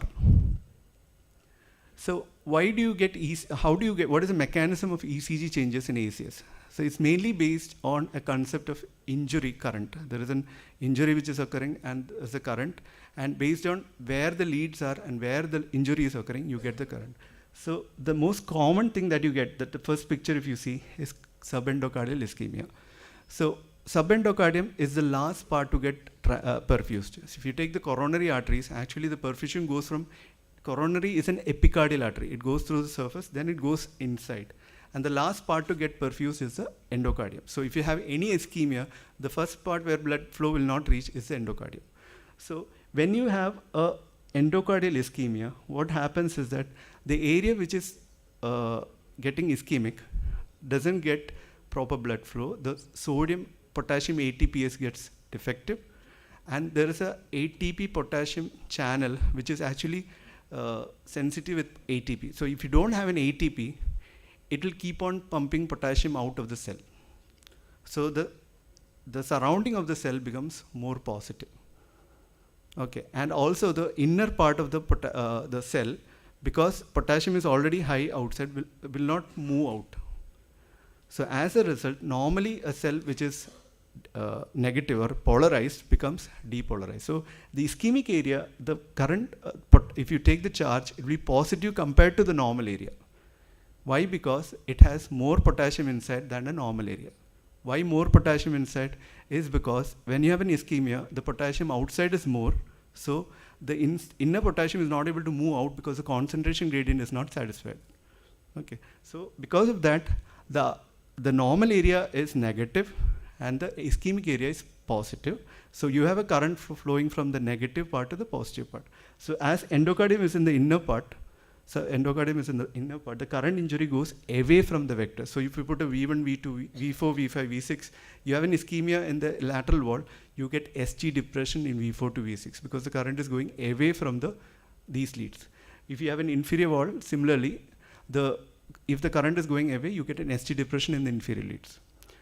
But if you have a acute ST elevation MI where there's a complete occlusion of the vessel, no flow going, the majority of the injury occurs in the epicardial area because the thickness is more there. So there the principle becomes opposite. The majority of the injury occurs or the ischemic tissue is in the epicardial area, which is considered to be positive compared to the normal tissue which is in the endocardium area, and you have an injury vector going in the outward direction or towards the lead. So if you have an infarction in the anterior wall, the vector is coming towards V1, V2, V3, V4, V5, we get an ST elevation in these leads. If you have an inferior wall infarction, if the injury vector is going towards 2, 3 and AVF, you get an ST elevation there. Okay. So how do you identify an ST elevation? For identifying an ST elevation, always remember what is a normal. The normal is either the TP segment or the PR segment. It's considered as a isoelectric baseline. So when if you take the PR segment as an isoelectric baseline, this point is actually called the E point. And the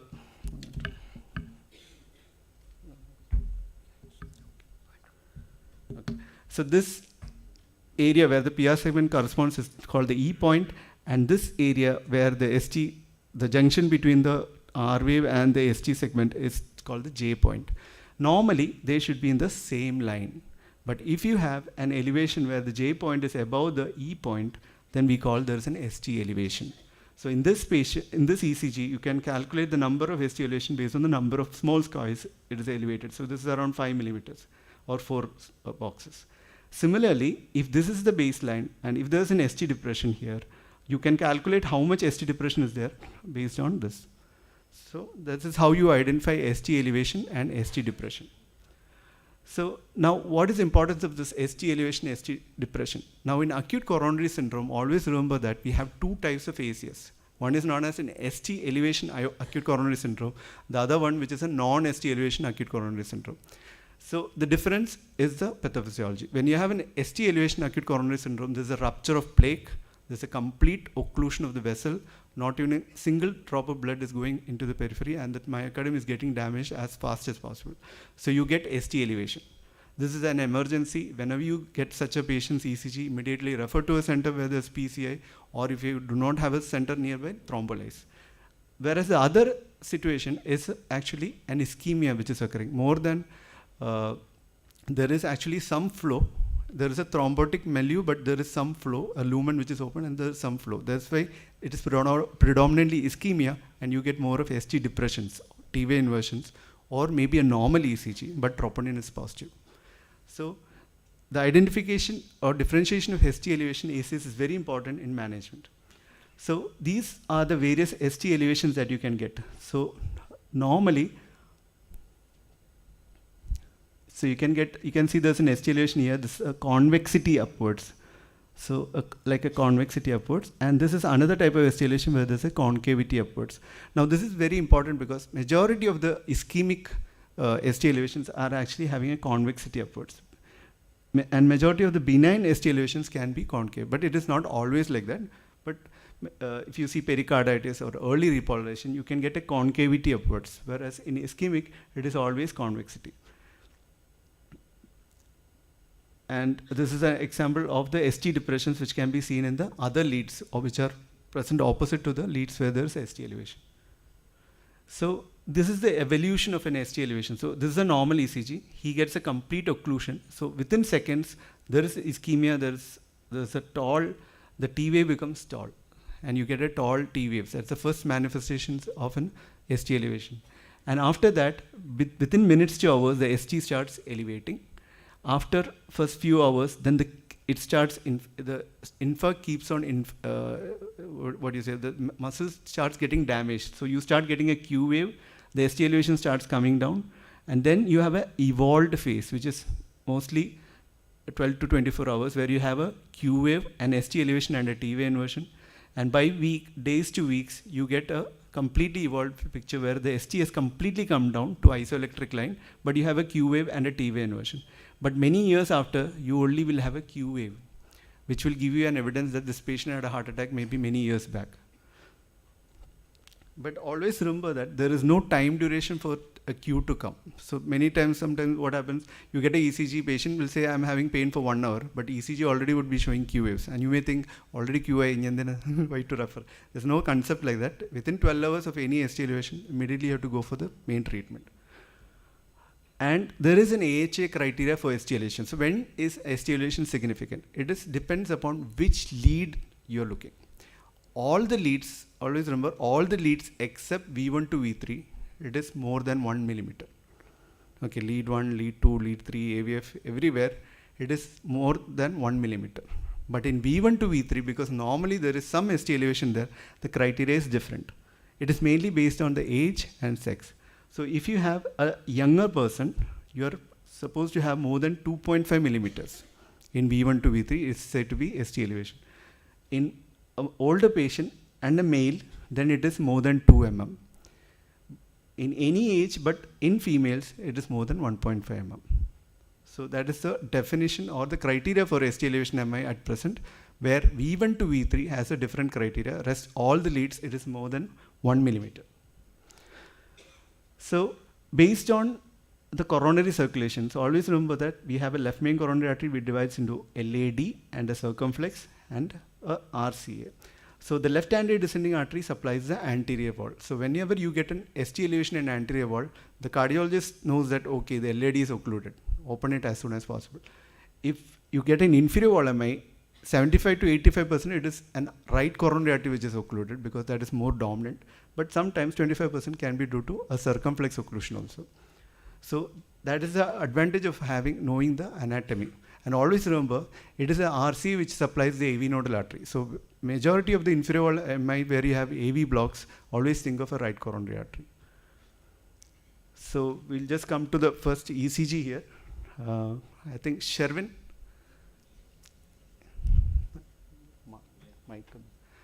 Sherwin, can you just stand up so that people know? Okay.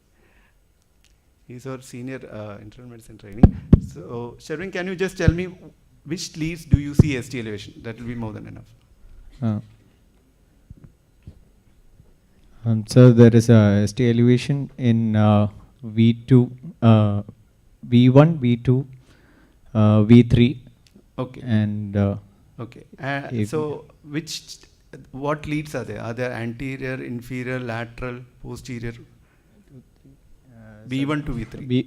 V1 to V3 is anterior. Yeah. So what is your diagnosis now? Sir, anterior wall myocardial. So this is an anterior wall ST elevation. Thank you, Shavin. You can say. So this is an anterior wall ST elevation where you're having ST elevation V1, V2, V3, and also in one AVL. So that is wherever ST elevation is there, that is the area which is getting infarcted. Now the opposite leads, if you see the leads which are on the other side, you will start getting ST depression, which is known as a reciprocal change. The importance is that whenever you have a reciprocal change, always remember that this is a pathological ST elevation. Because in pericarditis, etc., early repolarization, you don't get reciprocal changes. You only get ST elevation everywhere. So one of the methods which help you in identifying, okay, is this ST elevation significant, is to look for the reciprocal change. So this is an anterior wall ST elevation MI, as Shavin told. And now we'll have one more volunteer. Elvis. Yes, he's ready to answer. So Elvis, in this ECG, what is your interpretation? What is the abnormality seen? So ST elevation V2, V3, V4. Okay. So patient is having anterior wall MI. Okay, that's a good diagnosis. So it's an anterior wall ST elevation again with an ST elevation in V1, V2, V3, V4, V5, which are the anterior leads. Remember that it is kept in the horizontal plane. Next we'll have Dr. Niti.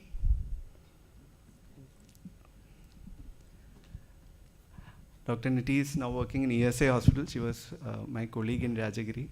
Okay, what is your impression? V4, Yes. V5, Yes. V6, Yes. Anywhere and else? V3, Yes. Good. lead 1. B1 it is not there. No, lead 1. Yeah, lead one, correct. So which wall is it showing? Lateral wall. Yeah, it is more of an anterolateral, which is an old concept. Now we call it an anterior wall itself. So it's again an anterior wall MI with ST elevation in lead 1, lead AVL, V2, V3, V4, V5, V6. And there is a reciprocal ST depression in lead 3 and AVF. So again an anterior wall MI. I think here the artery is given. So who else? Deepthi.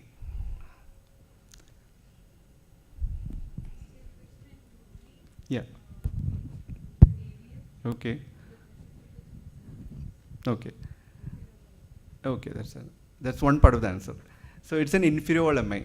Okay. Now there is something else which is seen here, which anybody can tell me. There is an inferior wall, that I agree, but along with the inferior wall there is some more. Who is that? Yeah, that's the right answer. It is a posterior wall MI because there is ST depression in V1, V2, V3. Okay.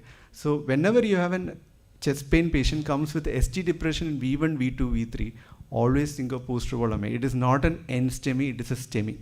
So these patients are the ones who actually lose attention in the casualty because you see ST depression V1 to V3, slight ST changes in inferior leads, you may not give it much importance. These patients are the one who comes with VT, VF because circumflex is very common to present with arrhythmia. So always remember any ST depression V1 to V3, it is a STEMI. Okay. So this is an infero-posterior wall MI.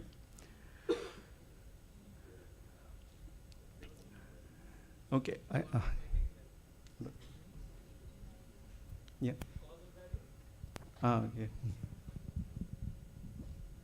Any, as Dr. Anigram mentioned, there is bradycardia also. Yeah, there is an AV block. You can see P waves roaming around. So there's a complete heart block also, which is again suggestive of a proximal right coronary artery because AV nodal artery is supplied by RCA.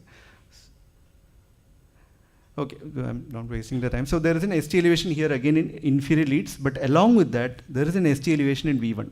Okay, so now, before when I used to do my MD, one of my junior used to ask me, sir, what will you call an ECG where there's an ST elevation in anterior and inferior? And I used to tell him it's a global MI. Okay, so this is actually an inferior wall MI with an RV MI. Okay, always remember V1 actually also records voltage from the right ventricle. So another wall which is normally not seen in 12-lead ECG is the right ventricular infarction. So you have ST elevation in V1, V2, V3 with maximum voltage in V1. That is how you differentiate an anterior wall MI from an RV MI. And majority of the time, RV MI is associated with inferior wall MI. So if you have an ST elevation in V1, V2, V3, V1 more than V2 more than V3 is suggestive of an associated right ventricular infarction. So this is again an inferior RV MI. Now, this is just to show you the importance of V4R. If you take a right-sided lead in an inferior wall MI, it can help you in localizing which artery. This is only for cardiologists, otherwise it may not be much beneficial. So if you have an ST elevation in V4R in a patient with inferior wall MI, it means it is proximal right coronary artery which is occluded. If you have just upright T wave in a RV4 in an inferior wall MI, means it's a distal RC which is occluded. But if you have an ST depression in the RV4, means it is the circumflex which has got occluded. So the cardiologist can already make a decision. The importance is that sometimes when you do an angio, you get an occluded RCA and a circumflex. Then we go into a dilemma which to open. Then it's this type of ECG markers which help us to identify which is a culprit. Okay. Now, this ECG is very important. If you see such an ECG, remember that this patient may die in any time. Okay, because this is known as, this ECG pattern is said to come from proximal LAD, which is also known as a widowmaker artery. The maximum mortality occurs, around 30% mortality occurs in patients who come with this type of ECG. So here, the ST elevation is there, which you might miss because the R is very tall. So there's an ST elevation in V1, V2, V3, and why the R is tall is because of associated right bundle branch block. Now, why do you get a right bundle branch block? Because the occlusion is proximal to the septal branches of LAD. Patient's conduction system gets affected. So you get ST elevation with bundle branch block. So you can see in RBBB, and if you see the axis, it is actually somewhat in a left axis type, which is suggestive that it's actually in a bifascicular block. There's a left anterior hemiblock and an RBBB with ST elevation. So this patient can go even into complete heart block, and anterior complete heart block may not recover.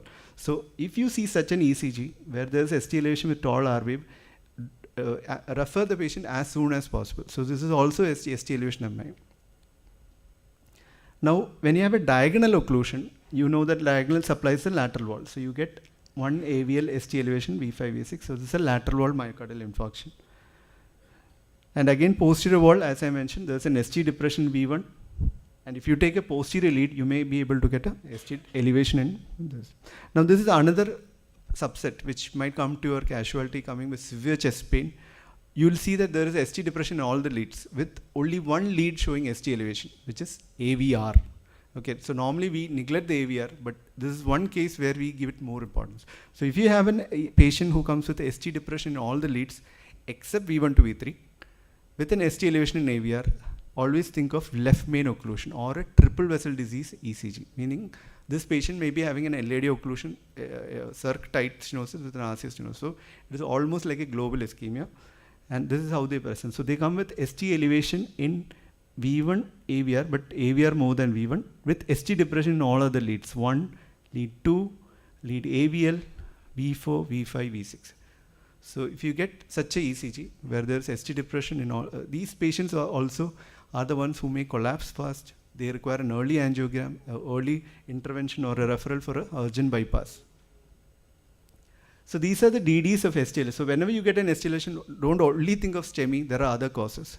Princemetal angina, which is due to a vasospasm. A vasospasm can produce again ST elevation. Brugada syndrome, majority of the patients, if you're in a casualty, patient comes with fever. You take a ECG, will show ST elevation V1 to V3. We get referral from many other hospitals telling STEMI. When the patient comes here, already paracetamol infusion would have gone, his ECG will be normal. So in Brugada, when temperature, hypothermia or the temperature goes up, it can cause ST elevation in the leads where there's a right bundle branch block. So, and once the temperature comes down, the ST elevation comes down. So that is one of the causes. Then left ventricular hypertrophy, myocarditis, pericarditis, which will be discussed in the coming. Now also you can get ST elevation transiently after cardioversion. And this is the Brugada ECG which I mentioned. So you can see there is a slight, there's an ST elevation with an RBBP. It's not a typical RBP. There's with a code ST segment, V1 to V3. In Brugada type 2, there is only 2 mm ST elevation with upright T wave. Here the ST elevation is less than 2 mm with upright T wave. So if you see such a ECG in a patient who comes with no chest pain, only fever, just treat the fever and then repeat the ECG. Another area where you may get dramatic ECG changes in a post-op ICU, etc., is a stress cardiomyopathy. They can present with ST elevation, T-wave inversion, all changes of ACS can be seen in these patients. And they are actually diagnosed mainly either by monitoring or when you do an angio, it'll be having a normal coronaries. And echo will show a typical pattern. Hyperkalemia, again, I think will be covered. So this is ST depression where we have horizontal and a downsloping. And whenever you see downsloping means there is significant ischemia. Similarly, T wave changes also shows ischemia where you can get biphasic T waves, tall T waves, etc. You can get normal T wave changes whenever patient has a depolarization abnormality. So because of this change there's a bundle branch block, the equivalent change can occur in the repolarization area. So you get LBBB patient may have an associated ST depression in leads where there is RSR-. Similarly, RBBB patient can have a T-wave inversion in the lead where there is RSR. This is normal. LVH, when the patient has a tall RV, he may get a strain pattern. So two more ECGs. So this is a pattern, again, you should be well aware of. Any patient comes with you with typical chest pain. You do the ECG, you see T wave inversions or biphasic T waves in V1 to V3. You do a troponin, it will be negative, echo, normal. Okay. Normally, emergency physicians will say troponin is negative, echo is normal, so this is not an ACS. ACS is actually diagnosed based on history and many a times with the EC. So some patients may have everything normal, but if the history is typical, it still can be an unstable angina, which is a precursor of STEMI. And if you're able to identify them, admit them, and treat them early, you can prevent ST elevation myocardial infarction. So if you see such a patient with an T wave inversion V1 to V3, or a deep T wave inversion V1 to V3 with a negative tropi and a normal echo, is called a Wellens syndrome or a Wellens sign. This ECG pattern is called a Wellens sign. It is equivalent to having a tight 99% lesion in the LAD. This patient can go into STEMI anytime. So these patients also requires urgent referral to an interventional center. Now another equivalent sign is called the D-Winder T sign. So it is seen in 2% of the acute LAD occlusion, where you get an, in V2, V3, you get an ST depression and a tall T wave. So this is also considered as a STEMI equivalent. So this is not posterior wall MI. So in V3, ST depression with a tall T wave. So this is the ECG, you can see here. There is a slight ST depression with a tall T wave in V2, V3. And within no time, it becomes into a STEMI. Thank you.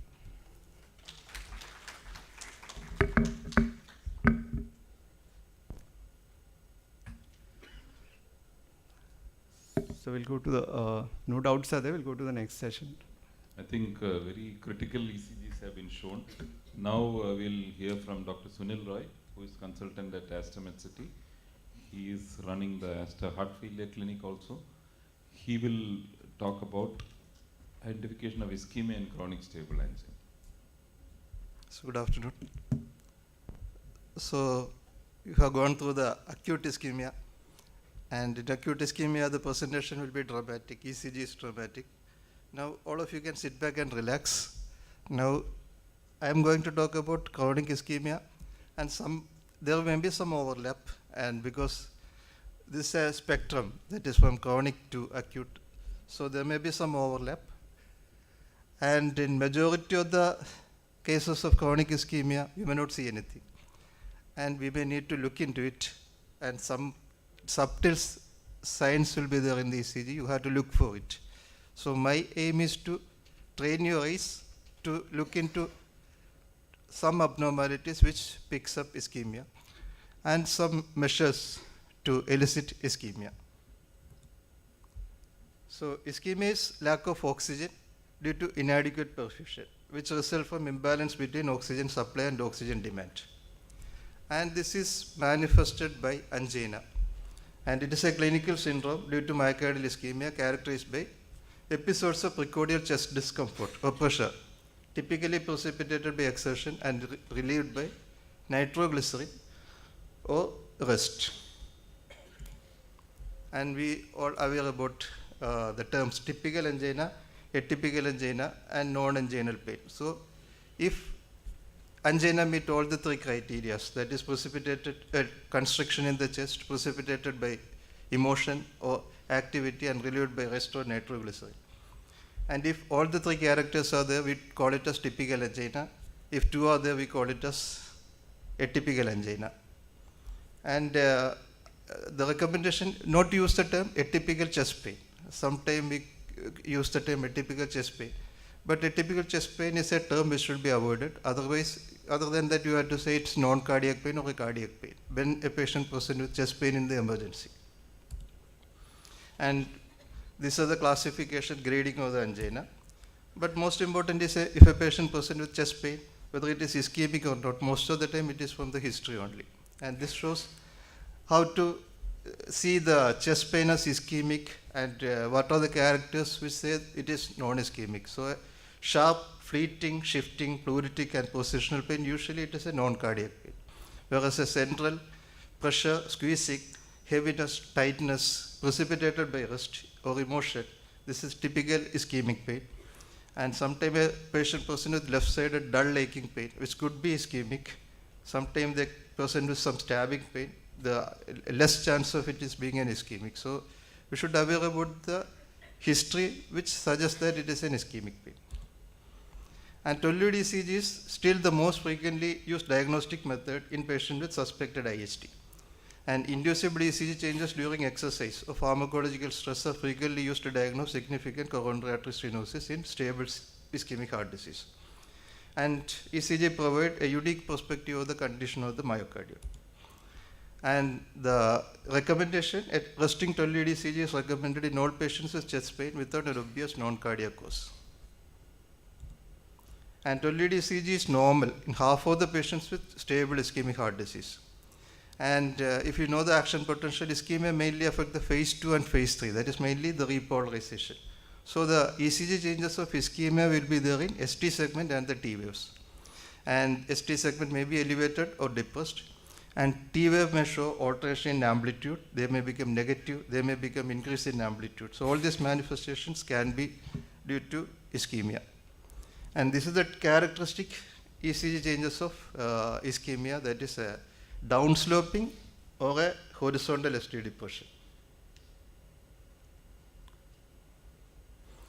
So the ST segment depression can be either upsloping, downsloping and horizontal. And horizontal or a downsloping ST depression or most of the time indicated ischemic changes. And another ECG changes which you should look for is an abrupt transition from an ST segment to a T wave. That is also early manifestation of ischemia. So unless you look for it, you may miss it. And this has already been told partly. And in the chronic ischemia, it is most of the time it is a subendocardial ischemia, unless acute, where it's a transmural ischemia. So the subendocardial ischemia, the changes are mainly an ST segment depression because it is the injury current is towards the endocardium. Unless acute ischemia, where the injury current is towards the epicardium, and that produces ST segment elevation in leads facing it, and ST segment depression leads away from it. So these are the different ECG manifestations of ischemia. It could be either a horizontal ST depression, it could be a downsloping ST segment depression, then it could be a horizontal ST depression with a distinct ST segment, or a downsloping with a positive T waves, or a downsloping ST segment with a inverted T wave, or a horizontal depression with a short ST segment. These all are the manifestations of ischemia in the ECG, and you should look specifically look into these changes, look into the ST segment, look into the T wave, and you can identify the changes early. And this shows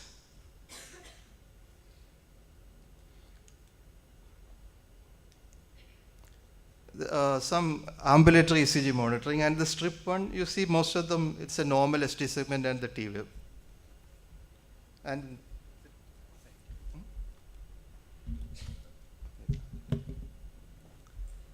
so ST segment and the T wave is mostly normal, but in the strip 2 you can see that there's a horizontal ST depression. Maybe the patient will be exercising or something, and later this become more of a downsloping ST segment depression. So this is a classical manifestation of an ischemic changes in the ECG.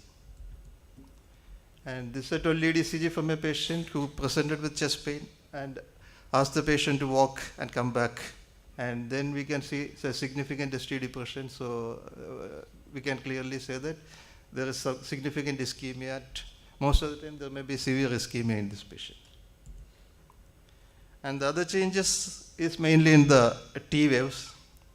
And the concept is usually there is a concordance between the QRS and the T wave. But that is, if the QRS is positive, T wave will be mostly positive. And if there is a discordance, that is, if it is a negative QRS and if it is a T wave is upright, there is a discordance between ST segment and the T wave. So this is a manifestation of ischemia. So not always T wave inversion, because most of the time we say T wave inversion is a manifestation of ischemia, but that is because most of the leads, the QRS is upright. So it is a discordance between the ST segment and the T wave, which is a manifestation of ischemia. And these are the different manifestations of ischemia in the ECG. This is a normal ECG. And earlier it was shown that stalled T wave, that is an early manifestation of an ischemia. And biphasic T waves. So the T wave is biphasic, and an inverted T wave. And sometimes there may be a flat T wave. So all these are different manifestations of ischemia in the ECG. So this is again a patient with chest pain. ECG shows a T wave, deep T wave inversion. This is biphasic T waves and T wave inversion. And these are all. So horizontal ST depression, ST depression. So all these are different manifestations of ischemia in the ECG. And sometimes there may be a T wave inversion, but which become upright during a chest pain. So this is also a manifestation of ischemia in the ECG. And so in short, these are the classical manifestations of ischemia, chronic ischemia in the ECG. One is an ST segment depression and the other one is a T wave inversion. But remember, different manifestations of T wave changes and the ST segment.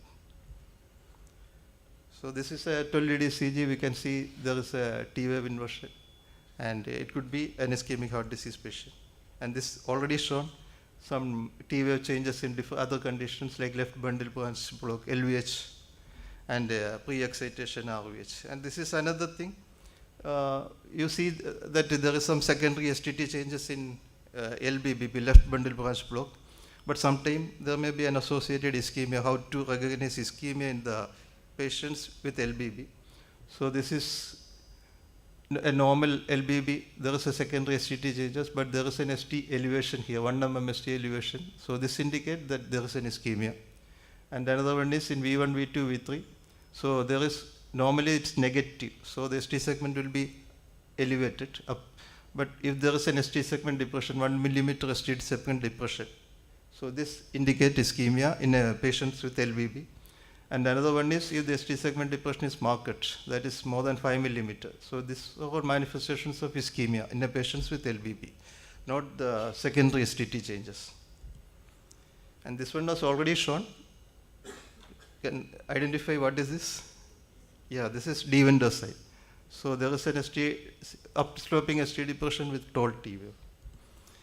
And this already discussed. And this again already discussed. So patient with chest pain and Valencine. So most of the time ECG will be normal. So what we do is, and commonly we do is an exercise test. So I will be talking something about the exercise test to demonstrate ischemia in patients with chronic stable angina. And if you look at the recommendation, in 2013 it was a class 1 recommendation. But in 2019, it's only a class 2B indication, an exercise ECG in a patient with stable ischemic heart disease. And the only purpose of doing an exercise test right now, it's not for diagnosis, but for exercise tolerance and the BP response, heart rate response. So it's not recommended as a diagnostic test, but still we use exercise ECG. So I'm showing some exercise ECG. And this patient is a 48-year-old woman who presented with atypical angina. And she was asked to exercise on a treadmill. And after 2-3 minutes, third minutes itself, she developed chest pain. So she has not achieved the target heart rate, but there was some ST segment depression. So the exercise was stopped. And she was subjected to coronary angiography. So coronary angiography shows a tight ostial stenosis of the right coronary artery and a tight ostial stenosis of the left main coronary artery. So patients with early angina and ECG changes, so significant coronary artery disease. And this is another 58-year-old male who had an old anterior wall infarction, who presented with shortness of breath on exertion, and he was subjected to a treadmill exercise test. And we can see there is loss of progression of the R wave in precordial leads, so they indicate old anterior wall MI. And after exercise, we can see there is a significant ST depression in inferior leads. And this patient was taken for a coronary angiography that showed total occlusion of the left anterior descending artery and a tight stenosis of the left PDA. And this is another patient who was presented with chest pain and subjected to the treadmill exercise test.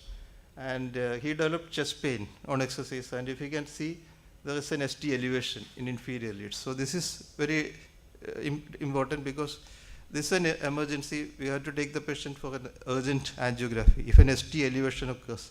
Because ST elevation occurs when there is a transmural ischemia. So the ischemia is transmural.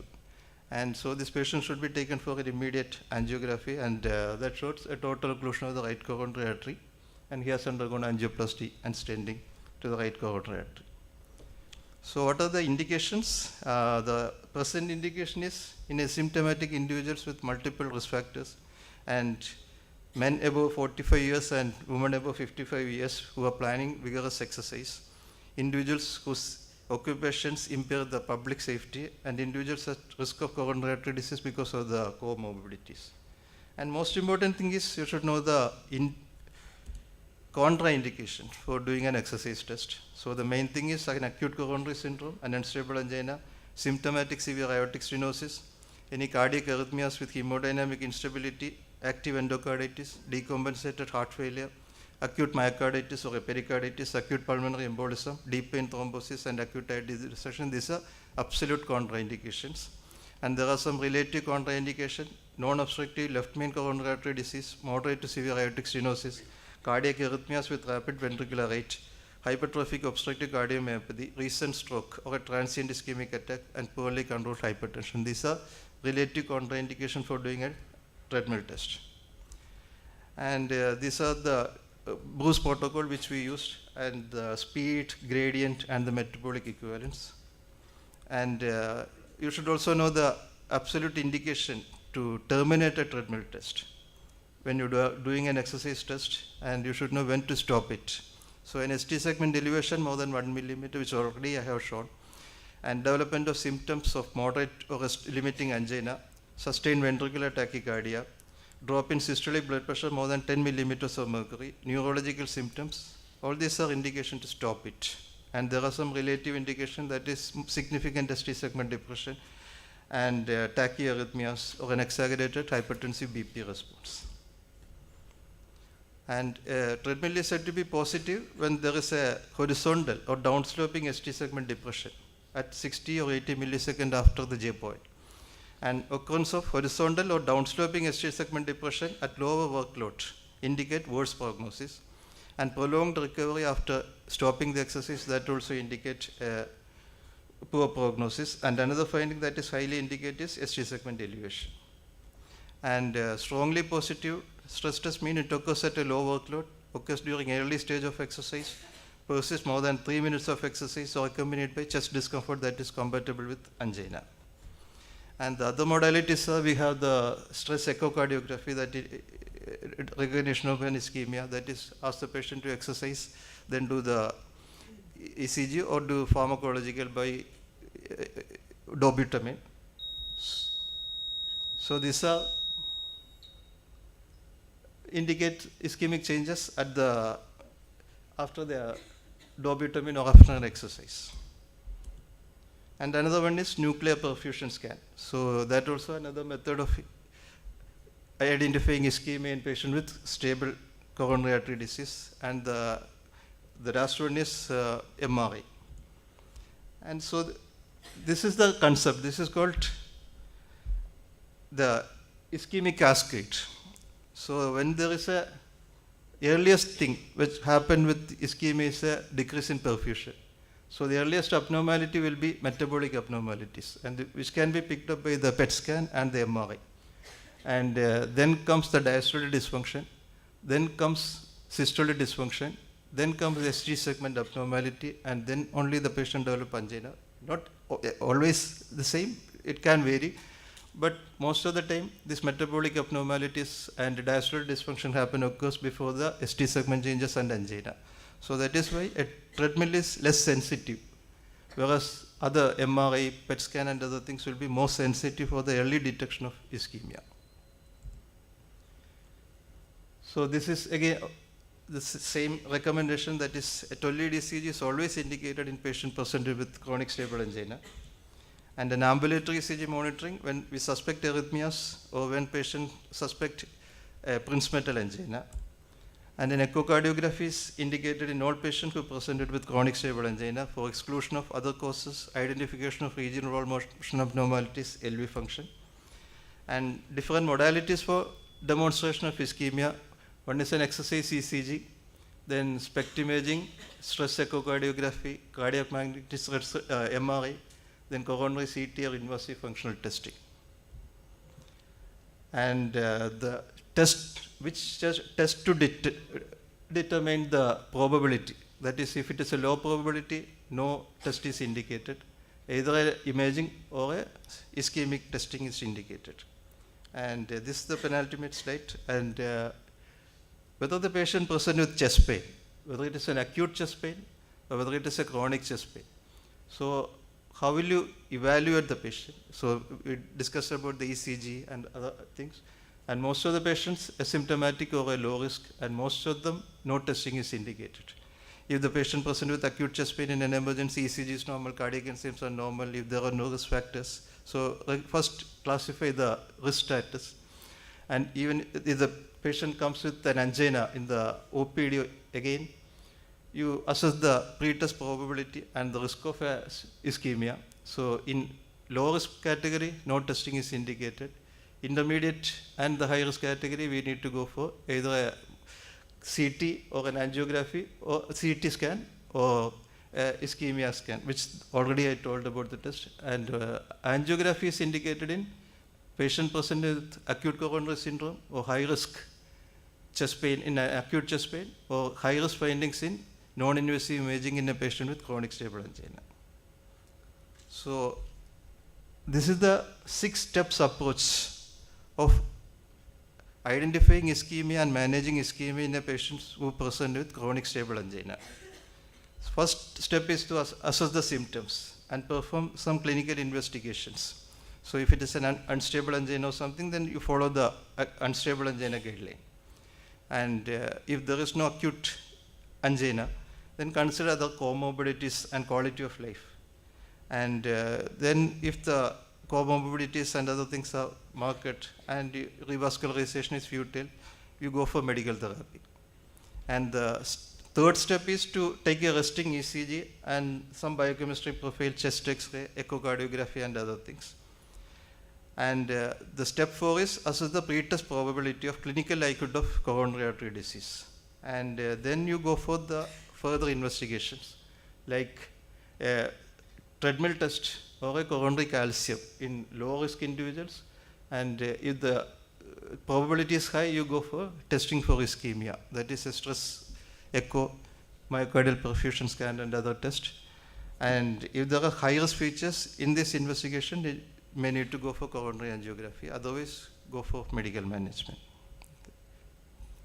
Thank you. So these guidelines are from the ACC-AHA. This is the last 2021 chest pain guideline and the chronic stable angina from ACC-AHA. That's right. Still we end up using quite a bit of TMT, and TMT interpretation of ECG is also important as to when to say not falsely positive. Positive should be turned positive and negative should be turned negative. Now, in the interest of having lunch at the right time, around at least 1:45, we are turning the program a little around. Now we'll have a discussion of ECG in congenital heart disease, and by an expert in the field, Dr. Edwin Francis is a pediatric interventional cardiologist and grown-up congenital heart disease expert. So he's been leading the congenital heart disease services in Aster. I request Dr. Edwin to share his knowledge regarding ECG in congenital heart disease. Good afternoon, everyone. I think it's a bit different from what's been heard in the previous few talks.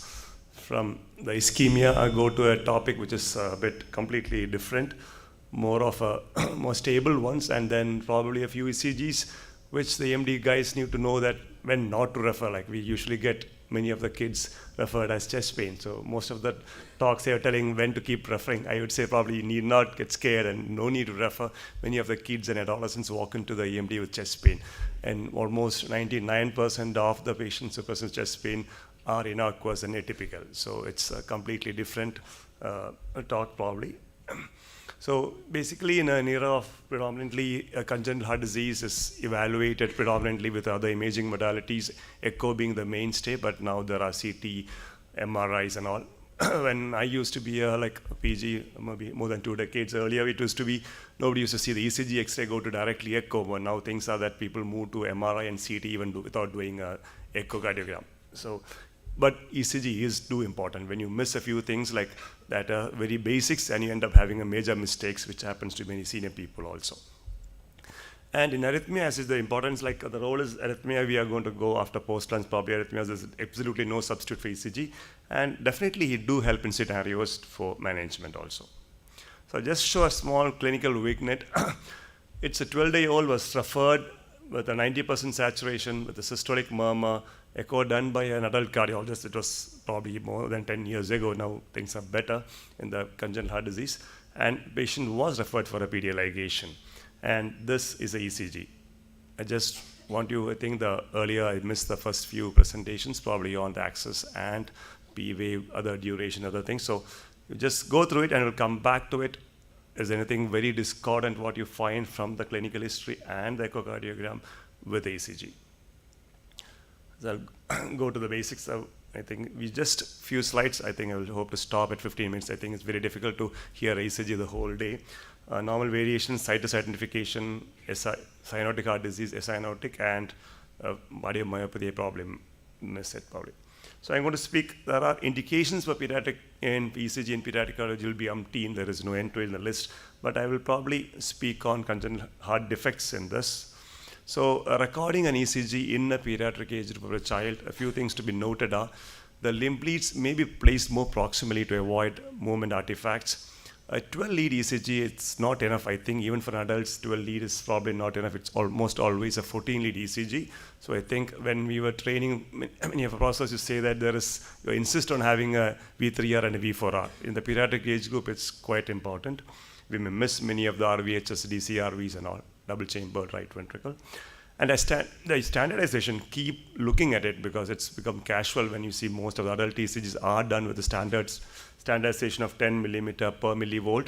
But in the pediatric ECG, it will be the amplitudes will be quite high. So many times the ECG technician might change it. So almost always look at the standardization, make sure it is normal. And what are the normal variations which you have often seen? This is the standard thing, many times referred basically more by the pediatrician probably, because like when we were like a pediatrician, we are less versed with ECG, unlike the adult internal medicine fellows. So this is a standard common cause of referral. It's a common sinus arrhythmia in which there is a heart rate slows during inspiration and speeds up expiration. So nothing to completely worry about it. About the basic variations which happens in the PR interval and QRS duration.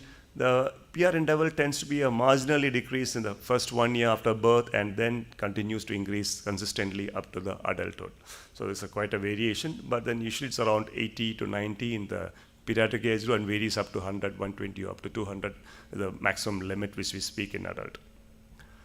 A QRS duration, again, as we age, all durations tend to increase. So again, it is less than 75 to 80 milliseconds and goes up.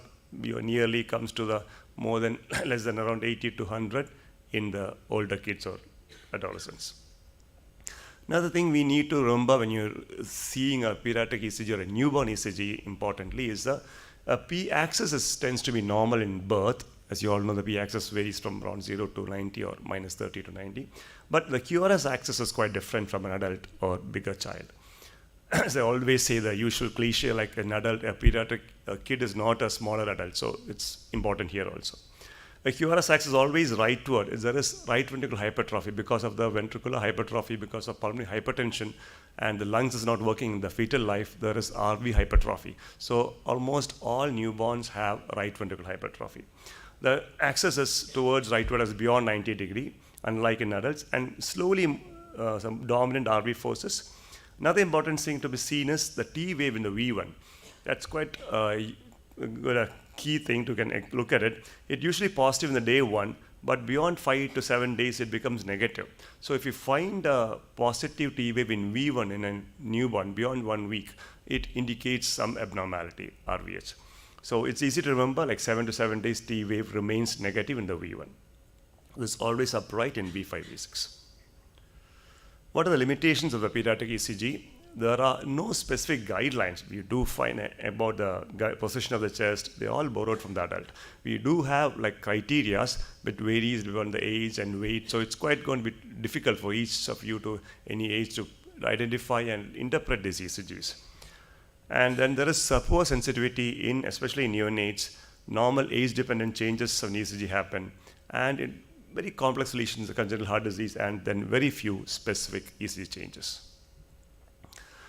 ECG in a preterm you need to know, unlike we just told that in there will be more of RV force in newborn. If it's a preterm, it's again back to the adult. It is more of LV forces. So T wave in V1 are invariably negative, whereas there's usually positive in the immediate newborn period, and more leftward QRS axis and higher incidence of deep Q waves are seen in V6 in a preterm babies. These are a few normal variations. These are very, like again, I've told you about the ECG changes, ST changes, which have been spoken earlier. But when we find in adolescence and early childhood, they are all almost normal. They're all early repulsion changes, which are quite common in this age group. They up to a 1 to 4 millimeter ST elevations. T waves are generally tall. ST is concave upwards. At times, there can be a notching at the J point. Just give you a few examples of these early repulsion changes, which is quite often seen and that many times referred for a suspected ischemic changes in the pediatric age group. And it's, as I said, it's very, very rare to find a pediatric ischemia in the pediatric age group unless the patient had a Kawasaki disease and aortic aneurysms, which later on can present with sudden ischemia or myocardial infarction. XT segment elevation with the terminal T inversions and a combination of early repolarization and persistent juvenile T inversion patterns. QT is short usually than normal. So these are the patterns which are quite normal in the adolescent age group. In the next one, we'll speak on the situs identification, which is another important point. We should not miss out on this. We have a situs solitus, you have a normal P axis, the P is positive 1 and AVF, and the normal axis. When you have situs inversus, right axis deviation of the P wave happens. There's a negative in lead 1 and a positive in AVF. In the levocardia, you have a normal progression. With the situs inversus levocardia, you have a normal progression, while in dextrocardia, you have a non-progression of QRS. I'll give an example here. There's a normal P wave here, the normal axis, which you would have probably seen earlier discussed, and the normal progression of the P wave and the QRS. So here's a 4-month-old asymptomatic. What's the abnormality here? You have a negative P in lead 1 and a positive in AVF. So it indicates the rightward axis. The exact axis will be something even there's almost equiphasis, goes almost to 180 or beyond that. And there is non-progression of R waves. And probably adult guys will see it's an ischemia. Obviously, that's how I spoke about 4-month-old asymptomatic. So obviously, it is a situs inversus dextrocardia. Here's another ECG. Again, there is positive here, and here it is also positive. So the P-axis is normal, and there is non-progression. So there is a situs solitus dextrocardia. The previous one was a situs inversus dextrocardia and a situs solitus dextrocardia. And then usually you have a levocardia, you have a normal progression. Here you have a negative P in lead 1 and a positive here is a situs inversus. And again, there is actually no progression here. It's a bit of complex patient, actually, a 4-day-old situs inversus dextrocardia with a large inlet VSD and DORV. So only just a deviation from here. If you have a patient with a situs inversus dextrocardia versus situs inversus levocardia, which is more pathological? Which is more associated with congenital heart disease? Any clue? A patient with a situs inversus dextrocardia versus situs inversus levocardia. This in situs inversus with dextrocardia, everything is situs inversus totalis most likely. It can be associated with 5 to 10% or 10 to 15% of congenital heart disease. But if somebody has a situs inversus with levocardia, almost 85-90%, they tend to have associated congenital heart disease. Just remember that. So this is another ECG. You can see here it is P-axis is negative here, and there is almost equiphasic. This is a patient which is having a ectopic atrial rhythm, so it's not a situs related thing. Just we'll go to that later in other arrhythmia sessions. So we'll go to next topic would be on cyanotic heart disease. The most common cyanotic heart diseases in the pediatric or in older kids will be an ASD or a VSD. So what do you see in an ASD? The ASD, the most common ECG changes are, as you all know, the right atrial enlargement and RV, volume overload. RV is dilated in ASD, while in a VSD is the left atrium and left ventricle are dilated. So when you have right atrial enlargement, we see in ECG with RV volume overload. While in primum ASD, it may be there will be a left axis deviation in the frontal QRS axis. So you need to remember that. So this is a older kid, older lady, an older adult, 32-year-old. They tend to have a more classical ECGs. So you have a normal P axis, you have a normal rightward QRS axis, RV, right axis deviation. You can see the right atrial enlargement and RBBB. So this is the classical features of an ASD, right atrial enlargement and RV volume overload indicated by the RBBB. Here is a sinus venous ASD, may not always have an atypical pattern. It could be just like a similar secondary ASD. Sometimes there may be a QRS, P axis might change. So it is not that specific, so you can ignore it.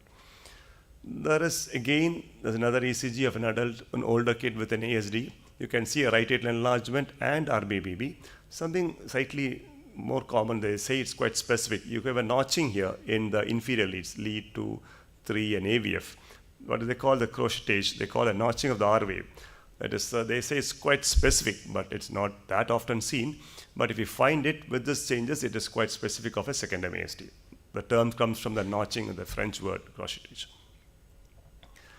And another disease is congenital heart disease, AV canal defects, which has left axis deviation. The QRS vector could be a clockwise, counterclockwise loop mechanism due to the deviation of the conduction tissue. You need to go into that. A PR prolongation also may be seen. What about this ECG? Any quick takers? Shortage of time, I will move on. You can see this axis is same. There is no clear, probably a right atrial enlargement here, left atrial. There are quite high amplitude R waves here and S waves. So this is a 4-month-old with a VSD.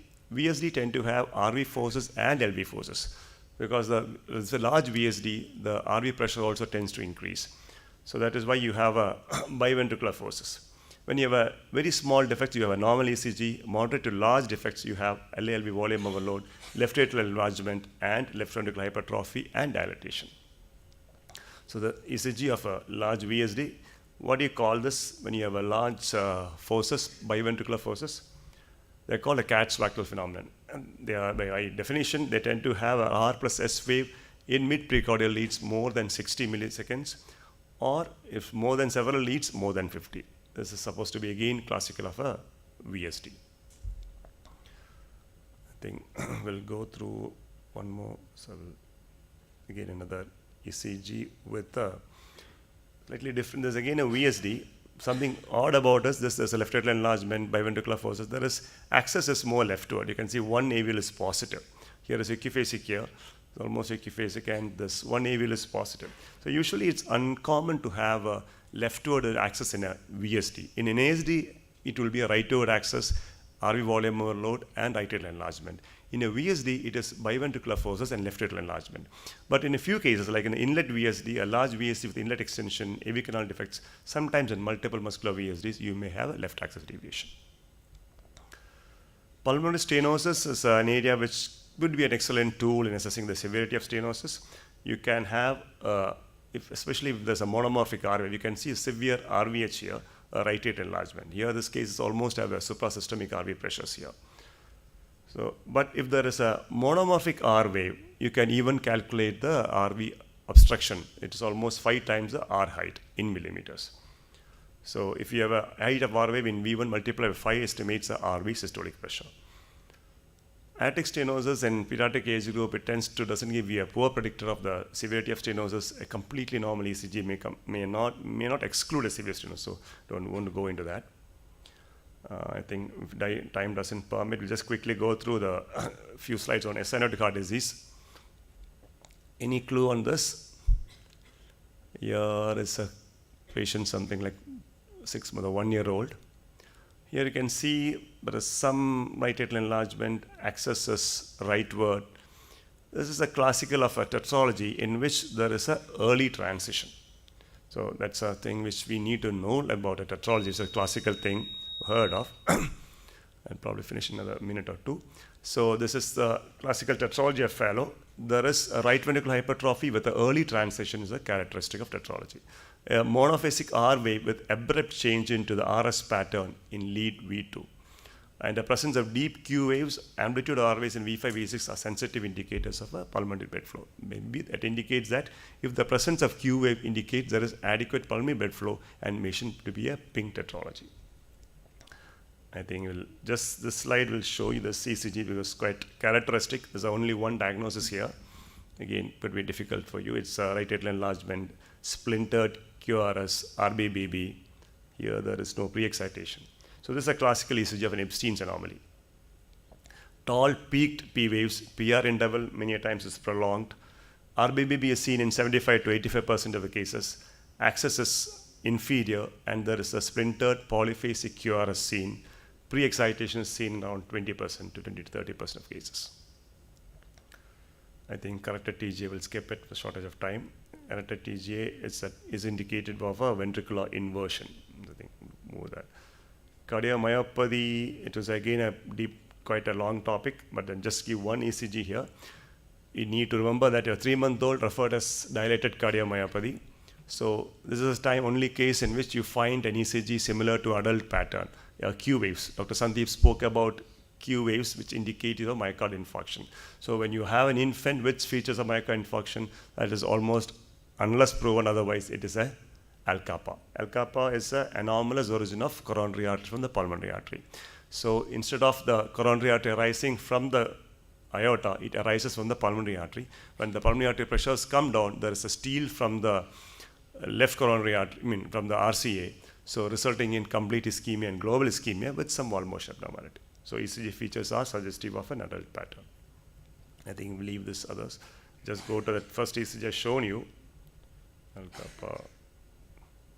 The other ECG, I just want here to know that it was a 12-day-old, 90% saturation, and echo showed a VSD and a PDA. What is abnormal here? You can see the axis. You can see a right atrial enlargement and a left axis deviation, which is almost uncommon in a patient in a VSD PDA. This was actually it was an actual patient. It was a patient of tricuspid atresia, in which this right atrial enlargement, left axis deviation, malpose great arteries. If there is that, we forget about that pattern, it can have normal axis. Even normal axis is abnormal in a newborn. So this was a completely misdiagnosed after an echocardiogram. So ECG needs to be significant. Loops around. Thank you. Thank you. That is a bird's eye view of congenital heart I disease. should not It's a big be on. topic, but at least look into what can be evaluated by ECG in congenital heart disease. Any questions? Anything specific? It would be difficult to. It's a bit probably, too much, but at least they've got an let them overview go. I of didn't it. want to go to the more details, probably just to the basics. If somebody's interested, our session will go into a more We'll details. have an advanced ECG session maybe Later. a little later. Thank you very much. Thank you. Thank you. So now on either side of lunch, we will have the arrhythmia. So before pre-lunch, we'll have the tachyarrhythmias, which may be a little more interesting. Post-lunch, a little sedate bradyarrhythmia will follow. So I ask Dr. Verma to introduce you to APCs and BPCs, following which our own electrophysiologist will take you through tachyarrhythmias.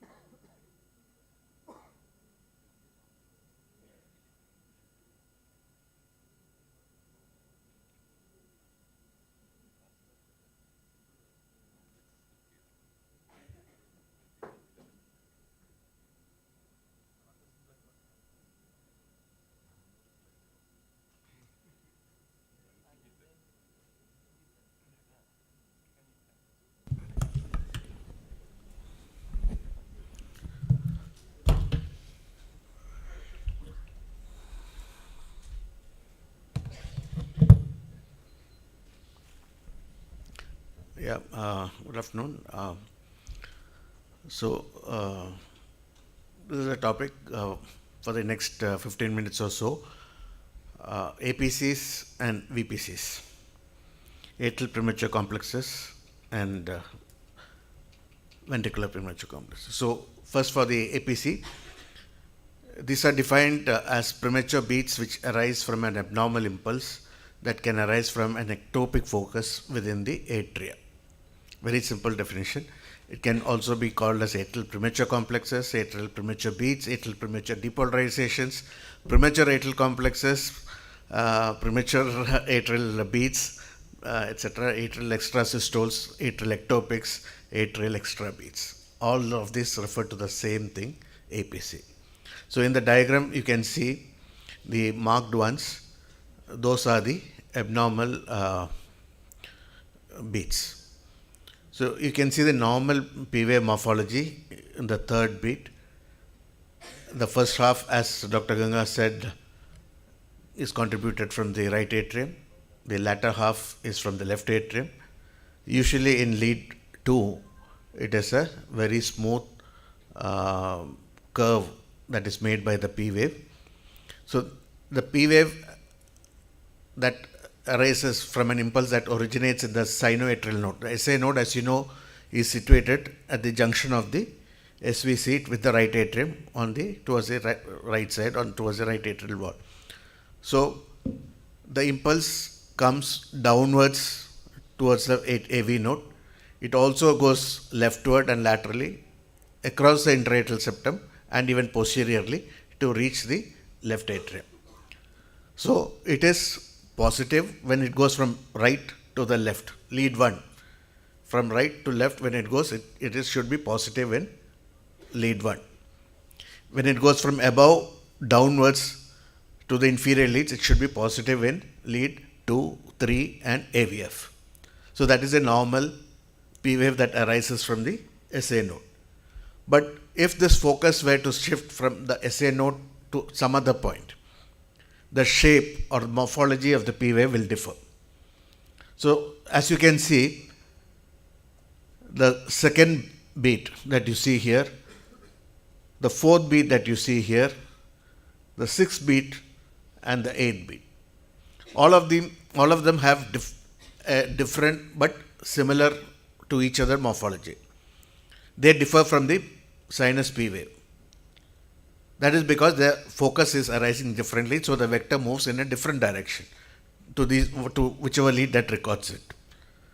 So there's a differential shape that helps you to identify that as an abnormal focus that has come. Also, the time that it takes to reach the AV node and the bundle of hairs and activate the normal pathway of activation will be different. So that means the PR interval, the time from the beginning of the P wave till the beginning of the QRS complex will also become different. It may remain same if the focus is somewhere close to the SA node, but it can also be early. If it is much more lower down, it can be much earlier. If it is somewhere far away from the left atrium, it can actually have a longer PR interval. So the PR interval essentially becomes different from the normal P wave, the normal PR interval. So these are the two clear markers that can help you to identify what an APC is all about. It is basically a disorder of impulse formation. There are different types. Depending on the origin, you can classify it as a LA ectopic, an RA ectopic. Depending on the focus of origin, it may be unifocal. That it means all the APCs arise from one focus. That means it will have the same morphology.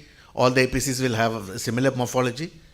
It can have multifocal origin. That means different foci from different parts of the atria, from both atria, can give rise to ectopic beats. In which case the shape of each extra beat will be different.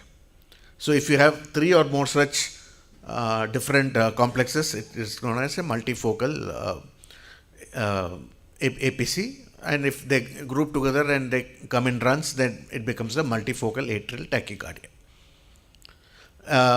pattern also, again, depending on the relationship of the APC with the QRS complex. A bigeminy pattern is when every alternate beat is an APC. A trigeminy is when every third beat is an APC. A quadrigeminy happens when every fourth beat is an APC. Couplets, atrial couplets can happen when two APCs come together. An atrial triplet can happen when three APCs come together. So these are the different patterns that APCs can have. How do you identify an APC? As I said, by the timing of the P wave. It usually occurs earlier than the expected P wave. That is why it's called as a premature atrial complex. It's premature, it comes earlier. There's a change in the morphology of the P wave, as I said, depending on the size, the position, the site of origin, the P wave morphology will be different. The PR interval is altered, as I said again before. And then there's something known as the partially compensated pause. So that is to say, if you take the atrial rhythm, I will come to that. Okay, so now look at this strip. You have the sinus beat here, you have the sinus beat here, then you have a premature atrial beat. And again, you have two more sinus beats. Now, suppose you take the interval from this point to this point. That is one particular interval. The next beat should come exactly or almost exactly after the same interval. Correct. But this one is happening early. And what about the next beat? Does it come at exactly 2 times the interval? It does not. It comes a little more earlier than that. So that means the beat after that is only a partially compensated pause. That means the pause is a partially compensated one. It's not a fully compensated pause. A fully compensated pause would be an exact multiple of the previous gap between the two normal beats. I'll come to that in a little detail. Now here, if you have an RR interval. Okay, this is the RR interval. Now this is the two RR intervals put together. Okay. So now if this is the atrial premature complex and this would have been the normal sinus beat if it had happened if the APC was not there. Okay, so if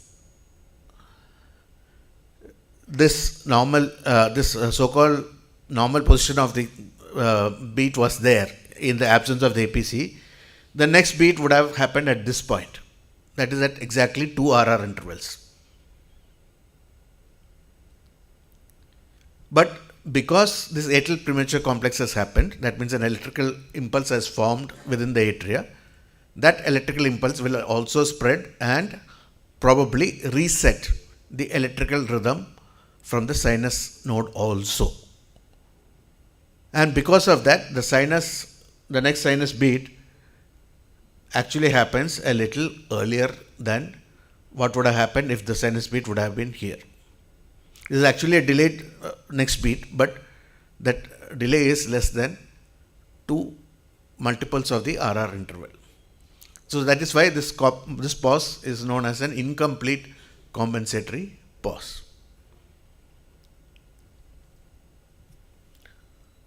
So suppose the origin of the P wave is somewhere low down in the atria. So then it would go upwards and depolarize the whole of the atria, the right atrium as well as the left atrium. So that means that the P wave will actually be inverted in 2, 3 and AVF because it is going away from the inferior leads. 2, 3 and AVF look at the inferior leads. And as I said before in the first talk, an impulse that goes away from a lead produces a negative deflection. So a beat that is coming from low down in the atria and going upwards and spreading all over the atria in an upward direction, away from 2, 3 and AVF, will produce a negative complex, and that is known as a negative P. It is also known as a retrograde P because sometimes if the complex is arisen from the junction, that is the AV node area, then also the retrograde activation of that impulse will be away from the inferior leads, and that again will produce a negative P wave. So that pattern also gives an idea about the site of origin of the P wave.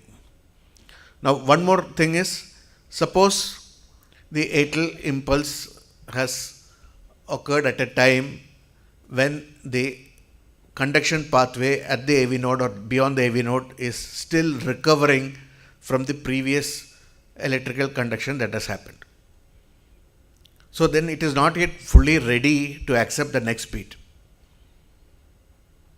So once the next electrical impulse comes a little earlier than before, and you find the conducting system which is not ready to receive it, what happens? There is a slowing of conduction. Imagine MG road which is full of traffic. If you want to go through it, you will have to go through slowly only. So, but early in the morning or very late at night when there is no traffic, your car can go very smoothly. In the same way, because an impulse has happened, because there is slowing of conduction, you have to take much more time.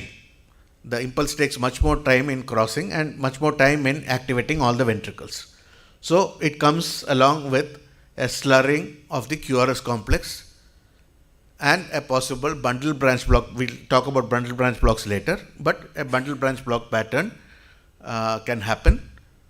So that is how, but that complex, even though it's a broad QRS complex, it is not a VPC, when it's not a ventricular premature complex, because you can identify a P wave prior to that. And this P wave, because it has occurred very early, has traversed the electrical system, the conducting system in such a manner that there is some delay of conduction, and because of the delay in conduction and delay in unequal spread all over the ventricular myocardium, there is a prolonged QRS complex because different areas have got the electrical impulse at different times. And thus you have an atrial premature complex which is conducting with an aberrant QRS complex or an aberrant morphology of the QRS complex. So that is another pattern that can be there.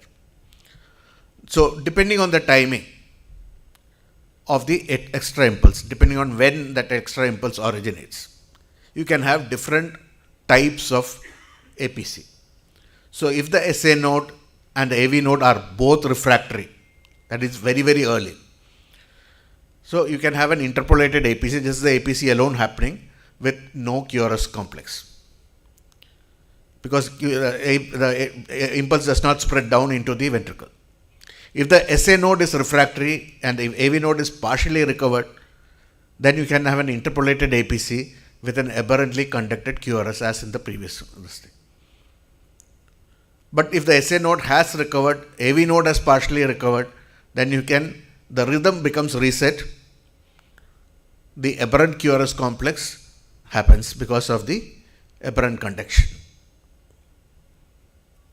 If the SA node has recovered and the AV node has also recovered, you can have an APC along with the usual QRS complex with a varying PR interval and a reset rhythm leading to a partial compensatory pause. But here, wherever the SA node is not reset, when the SA node has been refractory or the SA node is completely refractory, in the top two situations, you have, these are uncommon situations, but you can have a fully compensatory pause as well. So that is seen in the top this thing that you see. You have normal P wave, normal QRS, normal P wave, normal QRS, normal P wave, normal QRS, and then you have a T wave which is of a different morphology from the previous T wave. Can you see the shape is different? That is because here there is an APC that has landed there, a P wave of a different morphology has landed on the T wave, leading to an alteration in the shape of the T wave. So that is very important to recognize, because Otherwise, this will be classified as a sinus pause, and the patient can be referred for a pacemaker if the pause is very long, which has happened also. But here the treatment that is needed is for the atrial premature complex. Here the pause is because of the atrial premature complex that is not conducted to the ventricles, because the his bundle and the bundle branches are refractory. So this is something that has to be identified. It's an APC which is blocked and not an abnormal sinus pause. In the second beat, if you see, the red line shows 2 times the compensatory pause. The next beat, if you see, you have an APC, but the next beat again starts at the appropriate time. So that is an APC which has happened with a fully compensated pause because of the timing of the APC.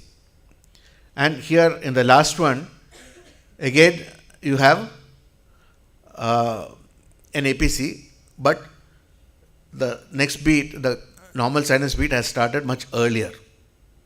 So this is a partially compensated APC. So this is one more example. Sir, here you can see an abnormal T wave, because see the previous T wave, the T wave morphology is different here, and the QRS has conducted with aberrancy.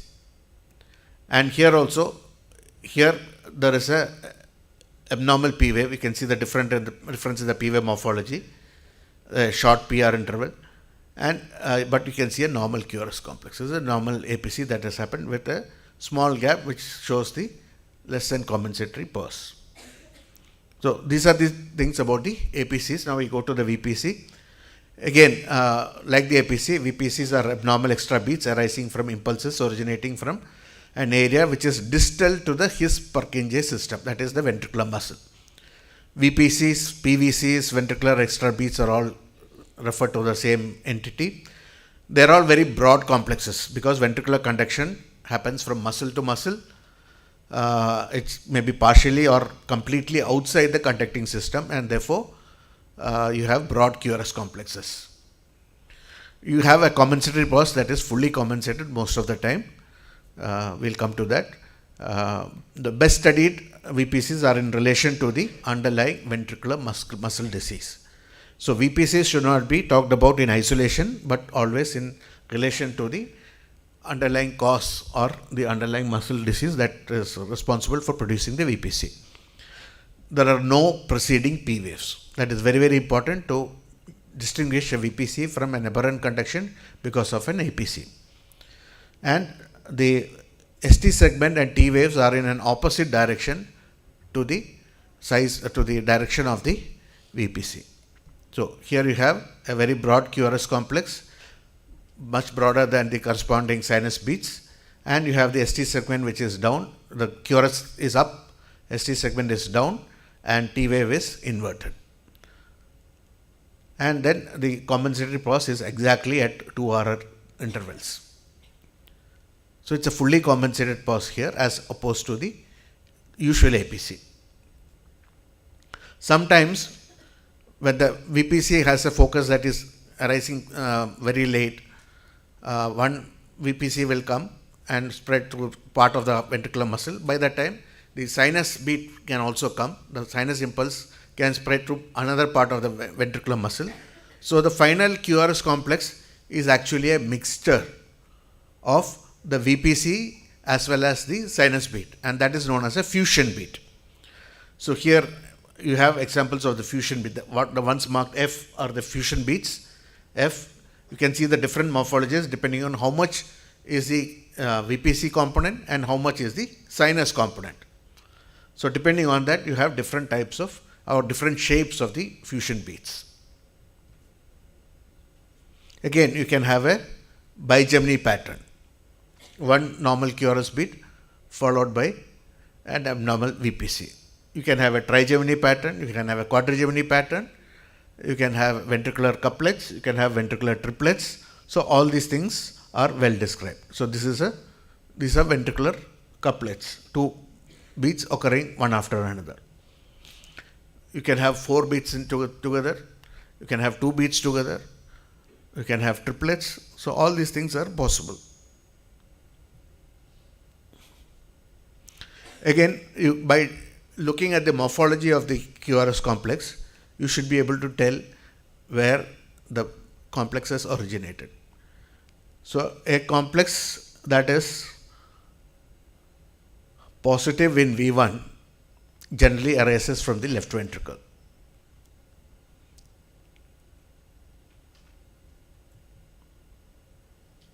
And one that is negative at V1 is generally from the right ventricle.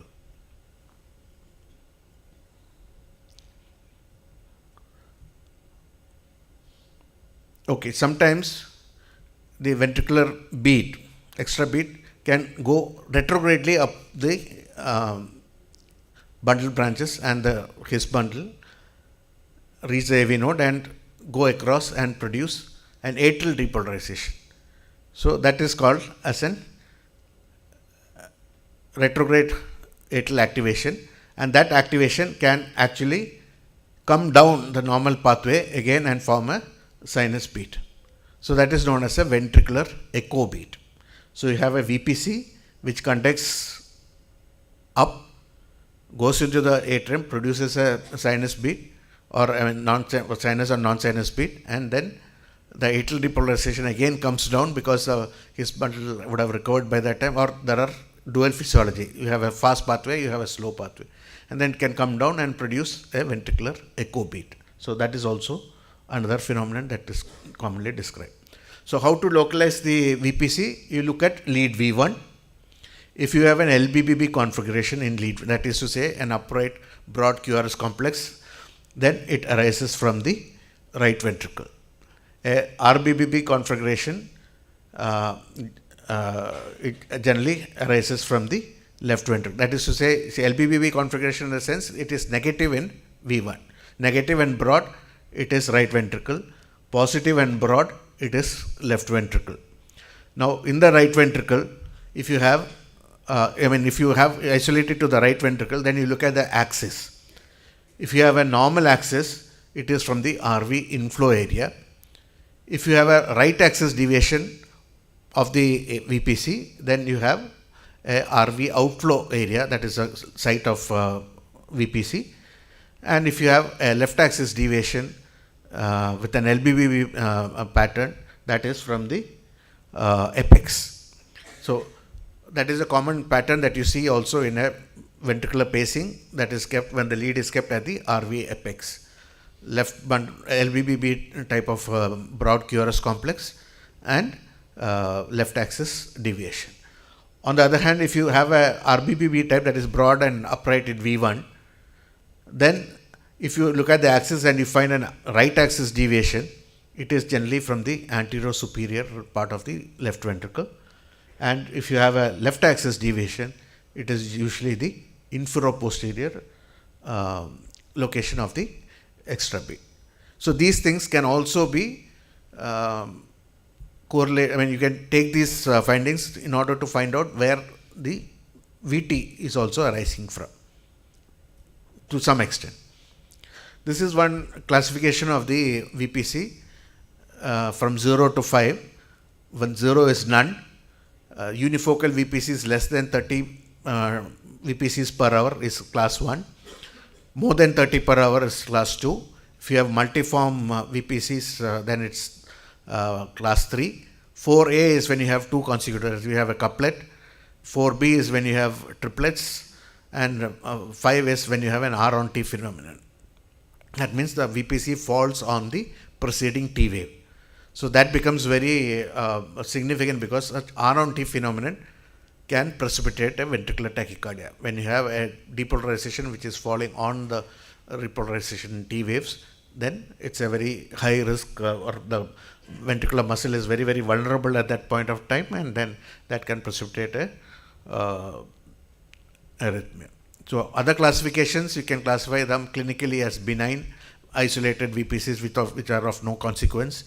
Potentially malignant when there is some underlying cardiac issue, malignant when there are multiple or abnormal R on T phenomenon, etc. in a acutely ischemic myocardium. Classification according to frequency, depending on the frequency, 10 or more VPCs per hour by Holter monitoring, or 6 or more per minute on in an ICU setting. All these are supposed to be more significant. Very occasional is when you have fewer than 10 VPCs per hour or fewer than 6 per minute. According to relationship to normal beats, you can have bigeminy, trigeminy, quadrigeminy couplets, and 3 or more consecutive VPCs happening within less than 30 seconds is a non-sustained VT. According to the origin, by the number of foci, you can be unifocal or unimorphic. Beats originate from one focus with the same morphology, or multifocal or multimorphic. VPCs having more than one morphology and may originate from more than one site. So morphology may also not just depend on the site of origin, may also depend on where there is entry and where there is exit, but that we can talk about that later. Site of origin, whether it's a left ventricular VPC or a right ventricular VPC. Associated heart disease, when there is none, it becomes an idiopathic VPC. When there is underlying structural heart disease, VPCs become much more significant.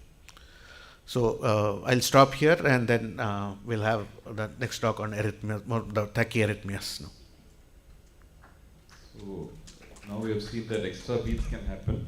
The next thing is a continuous extra beats. You saw non-sustained VT. So now we can see how to differentiate VT versus supraventricular tachyarrhythmia. And Dr. Praveen is the one who deals in and out of electrical solutions to heart diseases like ablation and all. So he's the best one to take you through arrhythmias. And with that super fast session, we will end and we'll move on for lunch. For those who are hungry, just hold on for this last talk.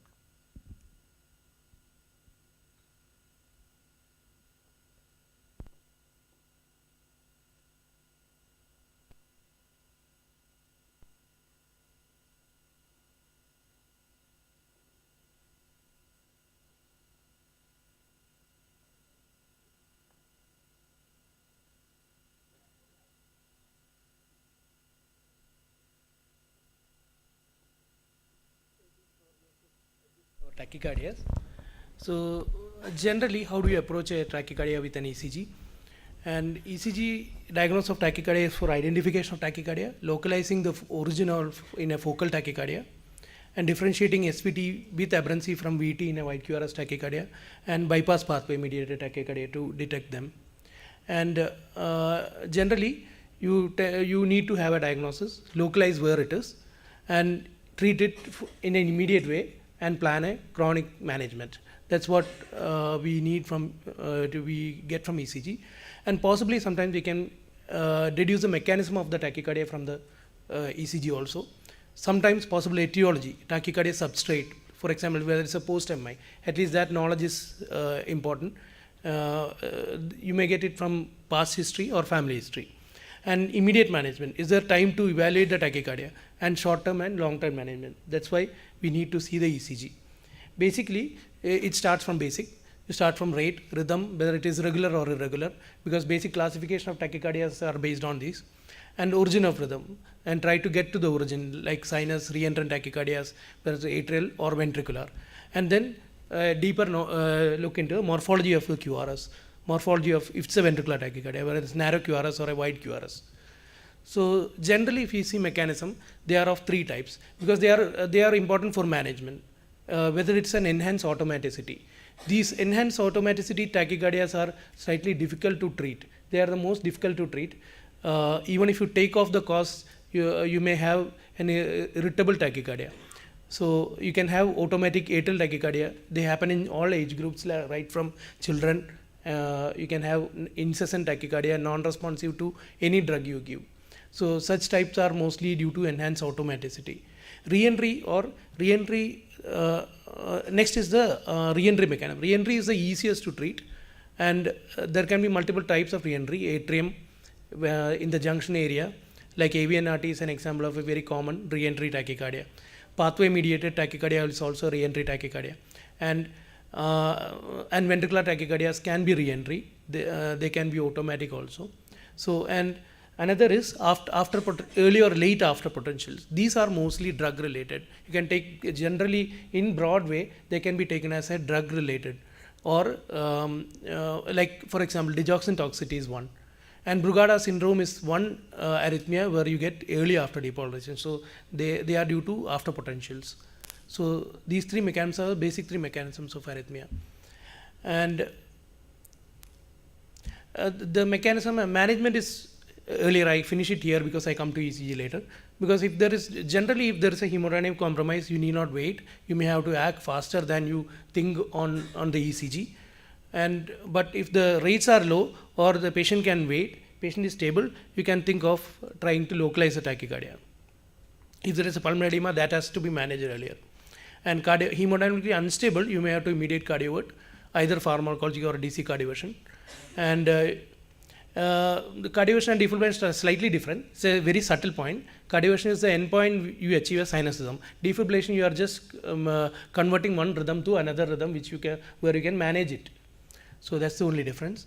And one thing we need to know is AV node blockade as a bedside diagnostic manner, which is very useful to diagnose tachycardia, whether it's a ventricular or a supraventricular tachycardia. It is both diagnostic and therapeutic. Most of the arrhythmias stop. Supraventricular stable arrhythmias will stop. But the only place where you don't give adenosine, suppose an unstable VT, you don't tend to give adenosine.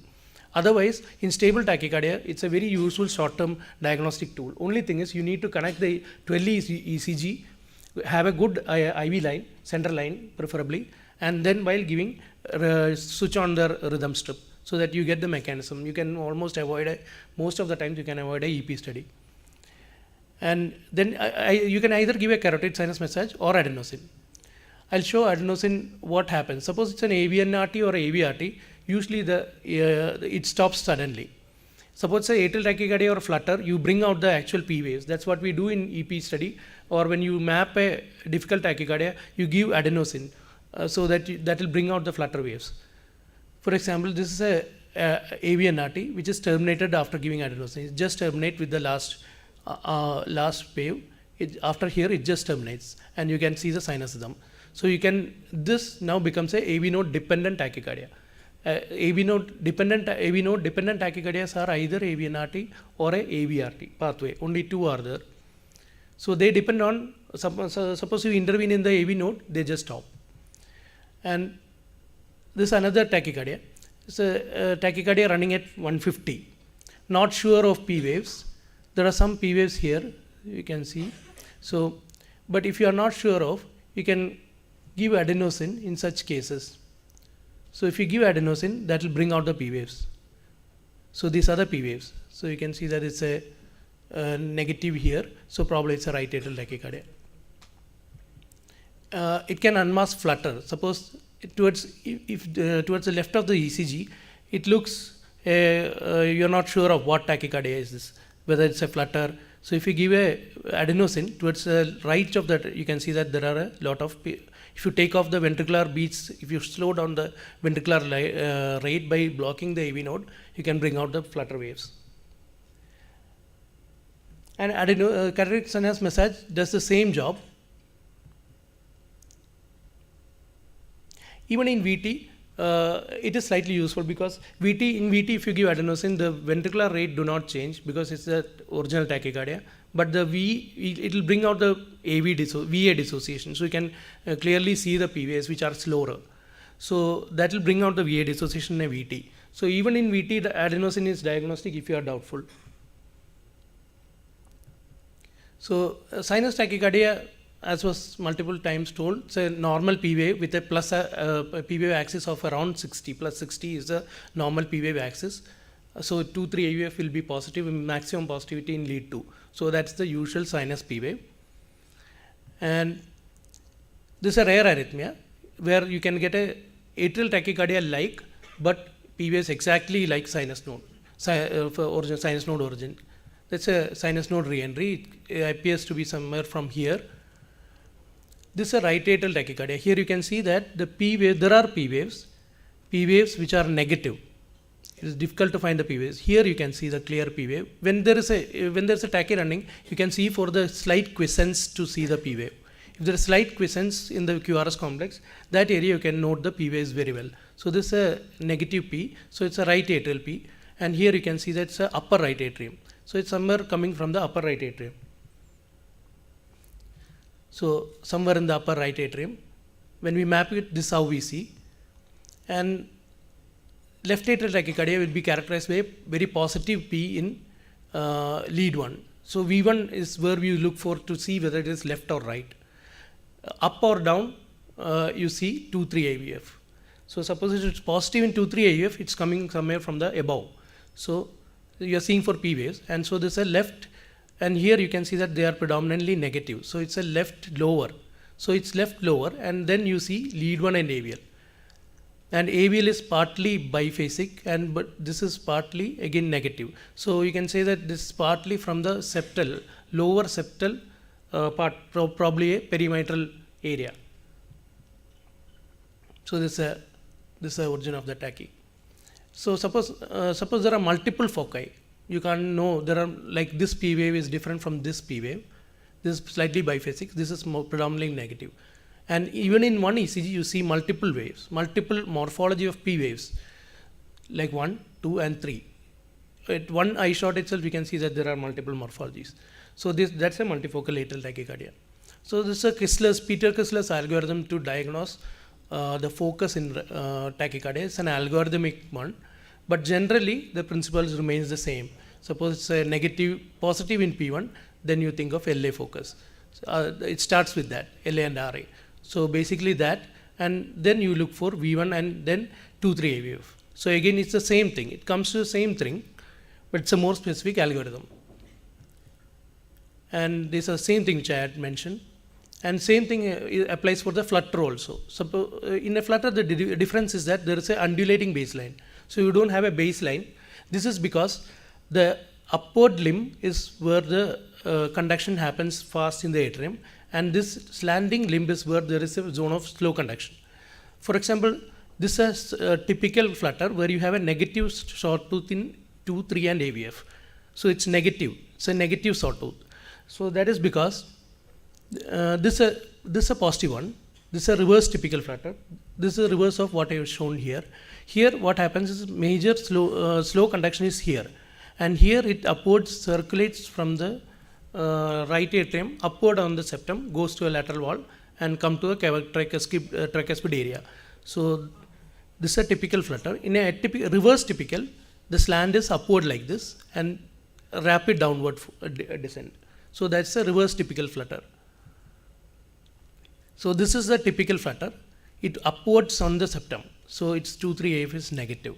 Here it's downward on the septum. That is reverse typical. So anything other than this is atypical flutter. So this is a flutter. On an EP study, you can see it. If you put a catheter inside, you can see that these are the waves, and you can know the pattern of activation inside the atrium. And once you ablate it, it goes into sinus rhythm. And in atrial fibrillation, generally there are no P waves and irregular RR interval. And here there are multiple wavelets throughout the atrium which you ablate. And basically the ECG shows a narrow QRS with a irregular QRS interval. And if there is no P waves and the QRS is regular, then you have to be more careful, especially when the rhythm is slower. Then there will be AF with complete heart block, underlying complete heart block. So a patient with no atrial rhythm or no atrial beats, no P waves, but regular QRS, you have to be more careful than a irregular QRS. So then junction tachycardias, narrow QRS tachycardias, as I told, can be regular or irregular. Regular tachycardias are re-entry circuits, either in the node or throughout, involving a pathway. So in such cases, you look for a P wave. If there is a P wave, like in a tachycardia, you can see a very sharp P wave. You can differentiate a P wave from a QRS by the nature of the wave. P wave is rounded while QRS tip is spike. So this is a round off area, and that is a P wave. And you can see that it's the end, there is a pseudo S wave. And in V1, just after the QRS, you can see that there is a small P wave, and those are the pseudo R wave. If that is there, the diagnosis AVNRT. Sometimes you may not be able to pick up the PVS because of the size of PVF and the axis. And the shortest VA interval are that of AVNRT or junctional ectopic tachycardias. Long RP tachycardias where you have a PVA much away from the QRS, and differential diagnosis would be atrial tachycardia. It can happen in sinus tachycardia, PGRT, or an atypical AVN. In such conditions, you can see a definite P wave much away from the QRS interval during tachy. Now, this is a pathway mediated tachycardia. Orthodromic AVRT, if you write AVRT, it's a pathway mediated tachycardia. So here you get a narrow QRS tachycardia. You can see some P waves. You can see here P waves are regularly present after the QRS. And sometimes after cardioversion only you can note the delta wave. Delta waves you can't see when the patient is having a narrow QRS tachycardia, even if it's a pathway. So that is because at the time when this is running, tachycardia is running, it is serially running antegradely down to the through the normal AV node, comes back through the pathway back into the atrium. And so it's a reciprocating tachycardia. You can never see the delta wave during tachy, during an orthodromic tachy. But when you convert to sinus rhythm, you can clearly see a delta wave. Here you can see a delta wave. And there are multiple types of delta wave depending on the, this type D is where you mistake it for a inferior, it's a differential diagnosis of an inferior MI. And this is another tachycardia which runs in young people. It looks narrow. It looks like a SVT rather than a VT. But if you closely see, you can see that the P waves are there, but not very regular. It's not following every QRS. Sometimes you can see a fusion beat also. If that is so, this is a fascicular ventricular tachycardia. For example, this is a wide QRS. This is a typical wide QRS tachycardia where you can diagnose as a VT. It's monomorphic. Monomorphic means it's of the same QRS morphology throughout. If you see the rhythm strip, it is the same, and throughout there is no change. So it's a monomorphic VT. It's fairly broad. QRS is broad, so it's a wide QRS VT, and it's RBBB morphology VT. If it's RBB morphology in V1, usually it's a left ventricular origin VT. And you know that 2-3 AVF points negative. So again, with the same principles, it's somewhere coming from below. So it's from inferior part of the ventricle, inferior part of the left ventricle, because it's RBB morphology. So it's inferior part of left ventricle. So now you look for other, like lead 1 and AVL. That's a lateral lead. It's predominantly positive. So if it's predominantly positive, it is coming towards the lateral wall. So it's coming from the left septum to lateral wall. So it's a septal VT. So inferior apical septum is the probable origin of this VT from this ECG. And this another tachycardia. It's an LBBB mediated tachycardia. It's always a wide QRS tachycardia. And it's actually an SPT. It's actually a pathway mediated tachycardia, which always produces a left bundle branch block morphology. I'll tell the mechanism. And this another arrhythmia which you should be careful, because if you see this, it is better that you cardioverse the patient. Otherwise, you may find them in AF or you may find them in cardiac arrest, because they will go into VF very fast. Whenever you see a fast, broad, irregular, it's otherwise called FBI, fast, broad and irregular. Fast means more than 300, broad means more, QRS more than 140, and irregular. So irregularity you can find, you can note the irregularity here in the rhythm strip. So it's a fast, broad, irregular tachycardia. In such cases, if patient is not stable, better to cardiovert fast. You may try amiodarone, but it's not very safe to try amiodarone in such a situation. It's one situation where you don't wait much. It's a pathway mediated pre-excited tachycardia. So this is another, this is a post-cardioversion ECG of the same tachy that I have shown. It shows a delta wave. So this is a RVO TVT. This is another arrhythmia which is more common in females.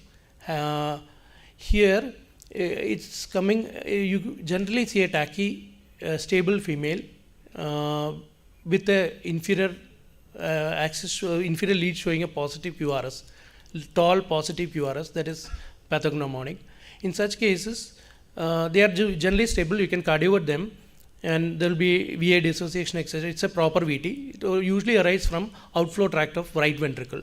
You can note that V1 is negative, so it's from somewhere from the right, and 2-3 IVF is positive, means it is coming from above below, activation from above below, superior to inferior. It's an inferior axis, and it's an inferior, and AVL is negative, so it's an inferior leftward axis. So left inferior axis tachycardia, and it's from the right ventricular outflow approximately. Suppose you have a positive QRS, RS R dash, big R dash, then it could be from LVOT. Otherwise, it's usually RVOT. Such tachycardias are usually from RVOT. And VT with narrow QRS, I discussed earlier, the same ECG, and all VTs may not be broad. This is one example where it's a fascicular VT, happens in young people. It's otherwise called as a Bilharzon's VT, where you can give an IV verapamil. So you mistake it for an SVT because it will be treated with IV verapamil. So because it may be, usually they are sensitive to calcium channel blockers, but it's actually a VT. If you see carefully, you can see fusion beats. I have an ECG with a fusion beat in tachy. And this is an algorithm to differentiate between SVT and a VT. Most common, suppose you get a tachycardia like this, you can apply something called as a Brugada criteria. That is most commonly used. There are other single lead algorithms, like Verkey's algorithm is a single lead algorithm. Griffith's algorithm is another AVR specific algorithm, and there is a Wellens morphology criteria is included inside the Brugada criteria. So Brugada algorithm, what you see is, first you see whether the tachycardia has a monophasic R, means whether they are all pointing towards one side. That is the first thing. So especially if they are negative, they are very specific for VT. The thing in, when you apply Brugada algorithm, you can keep it as a note in the casualty also, but when you apply it, what you should do is, once you try to include it as a VT, you ask the first question. Suppose there is monomorphic RS complex in all precordial leads. If it is yes, it is a VT. Then you treat it as a VT. Then you don't see the next question. Only if that is not there, you go to the next question. Then you see the RS interval. Suppose it's a broad RS, small r, then again it's a VT. If it's not a broad small r, look for AV dissociation. And if there is AV dissociation, again you put it as a VT. If all these are not there only, then you go to morphology criteria. Morphology criteria maybe for RBBB and LBBB. For example, if you try to apply it in this ECG, the upper ECG, you can see that there is RS complex. Is there an RS complex in precordial leads? In the second ECG, there is definite, because RS is there in lead 3, V3 and V4, there is RS complex. So here, there is RS complex, so you have to go to the next criteria. In the upper ECG is very clear.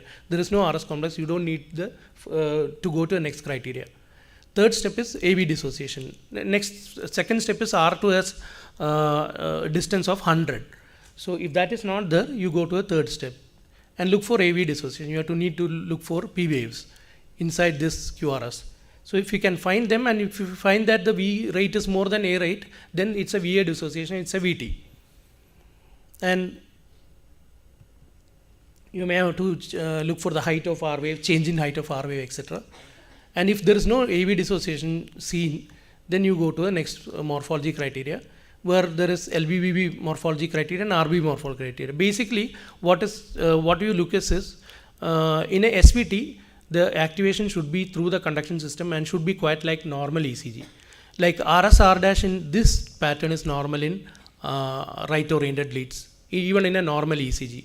So what is against normal, you take it as a VT. This first year of rabbit, if it is longer, that is unphysiological, that is indicates a VT. That is called as Josephson sign. And if second one is normal, RR with a second R is upward, that can be normal. Like this one, this is normal, but this is not normal. You see a deep Q in the V1. This is not very normal. Instead, actually you see a positive R in RSR dash, etc. in V1 lead. So you don't see a Q wave in lead 1 lead. You see a Q in lead V6, etc., but you don't see this in V1. So if you see something unphysiological, then that is more suggestive of a VT. So the criteria is based on that. And for example, this is an RBB morphology. Again, the first year is slightly larger than the second year in this. So by morphology criteria, you can put it as a VT, the second one. Veracre algorithm is slightly different. Here again they look for a AV dissociation initial R in AVR, but they look at only one lead, that is AVR. It's an AVR algorithm. And QRS morphology, it's a more complicated algorithm.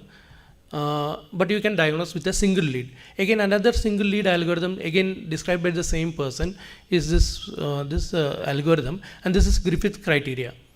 And again, it is based on right bundle band block, RSR dash in V1, etc. But these are all less used, and sensitivity is much lesser.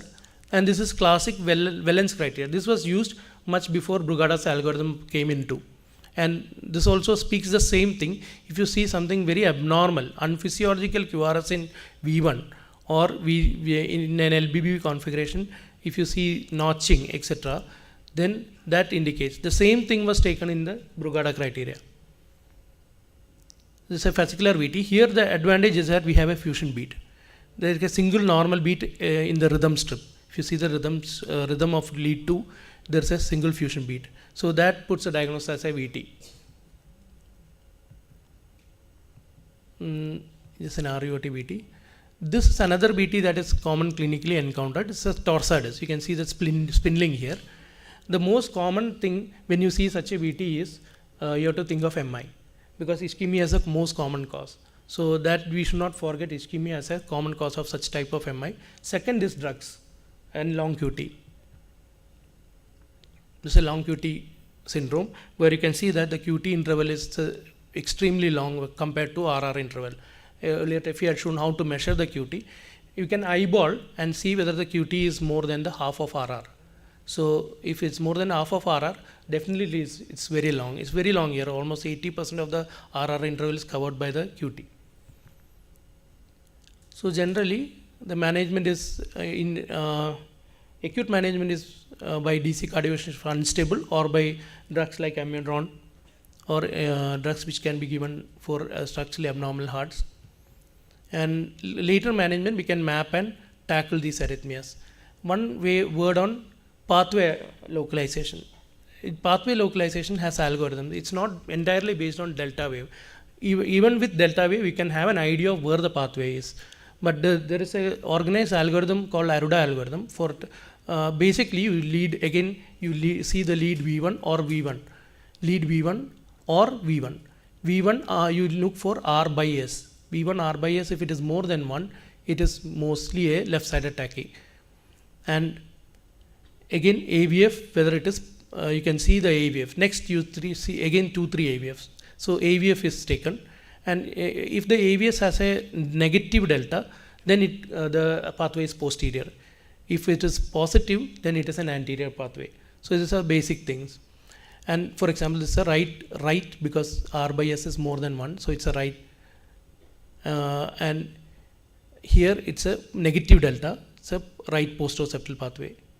Here it's a mid-septal. Here it's a dubious. It is R by S is less, very deep negative, usually indicates a septal pathway. But here it is positive. So it's an anterior septal, or mid-septal. So it's a mid-septal pathway.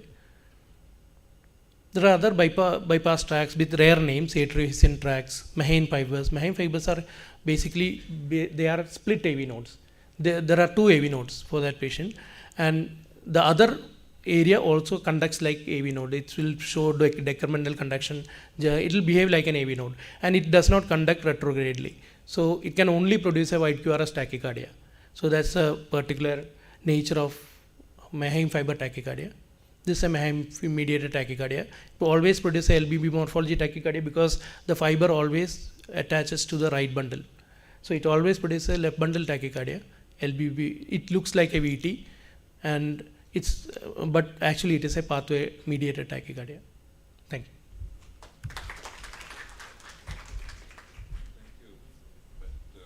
Tachycardias are always difficult, especially broad versus narrow.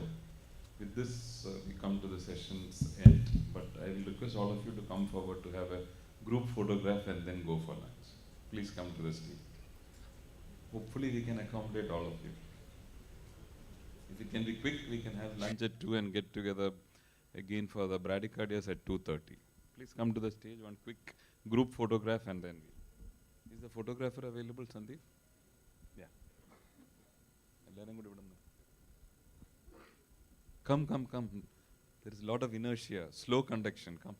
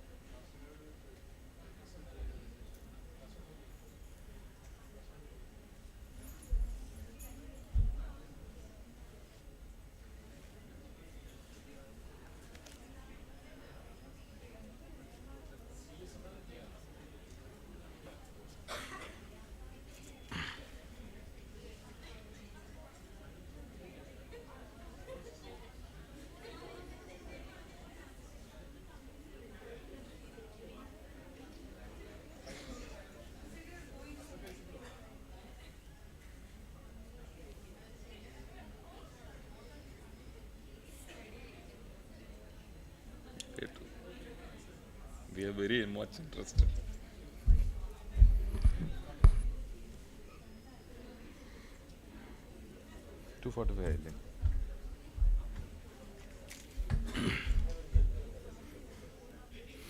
So, welcome back after the lunch break. I hope that mild somnolence will not affect our discussions. We'll try to make it simpler than tachycardias.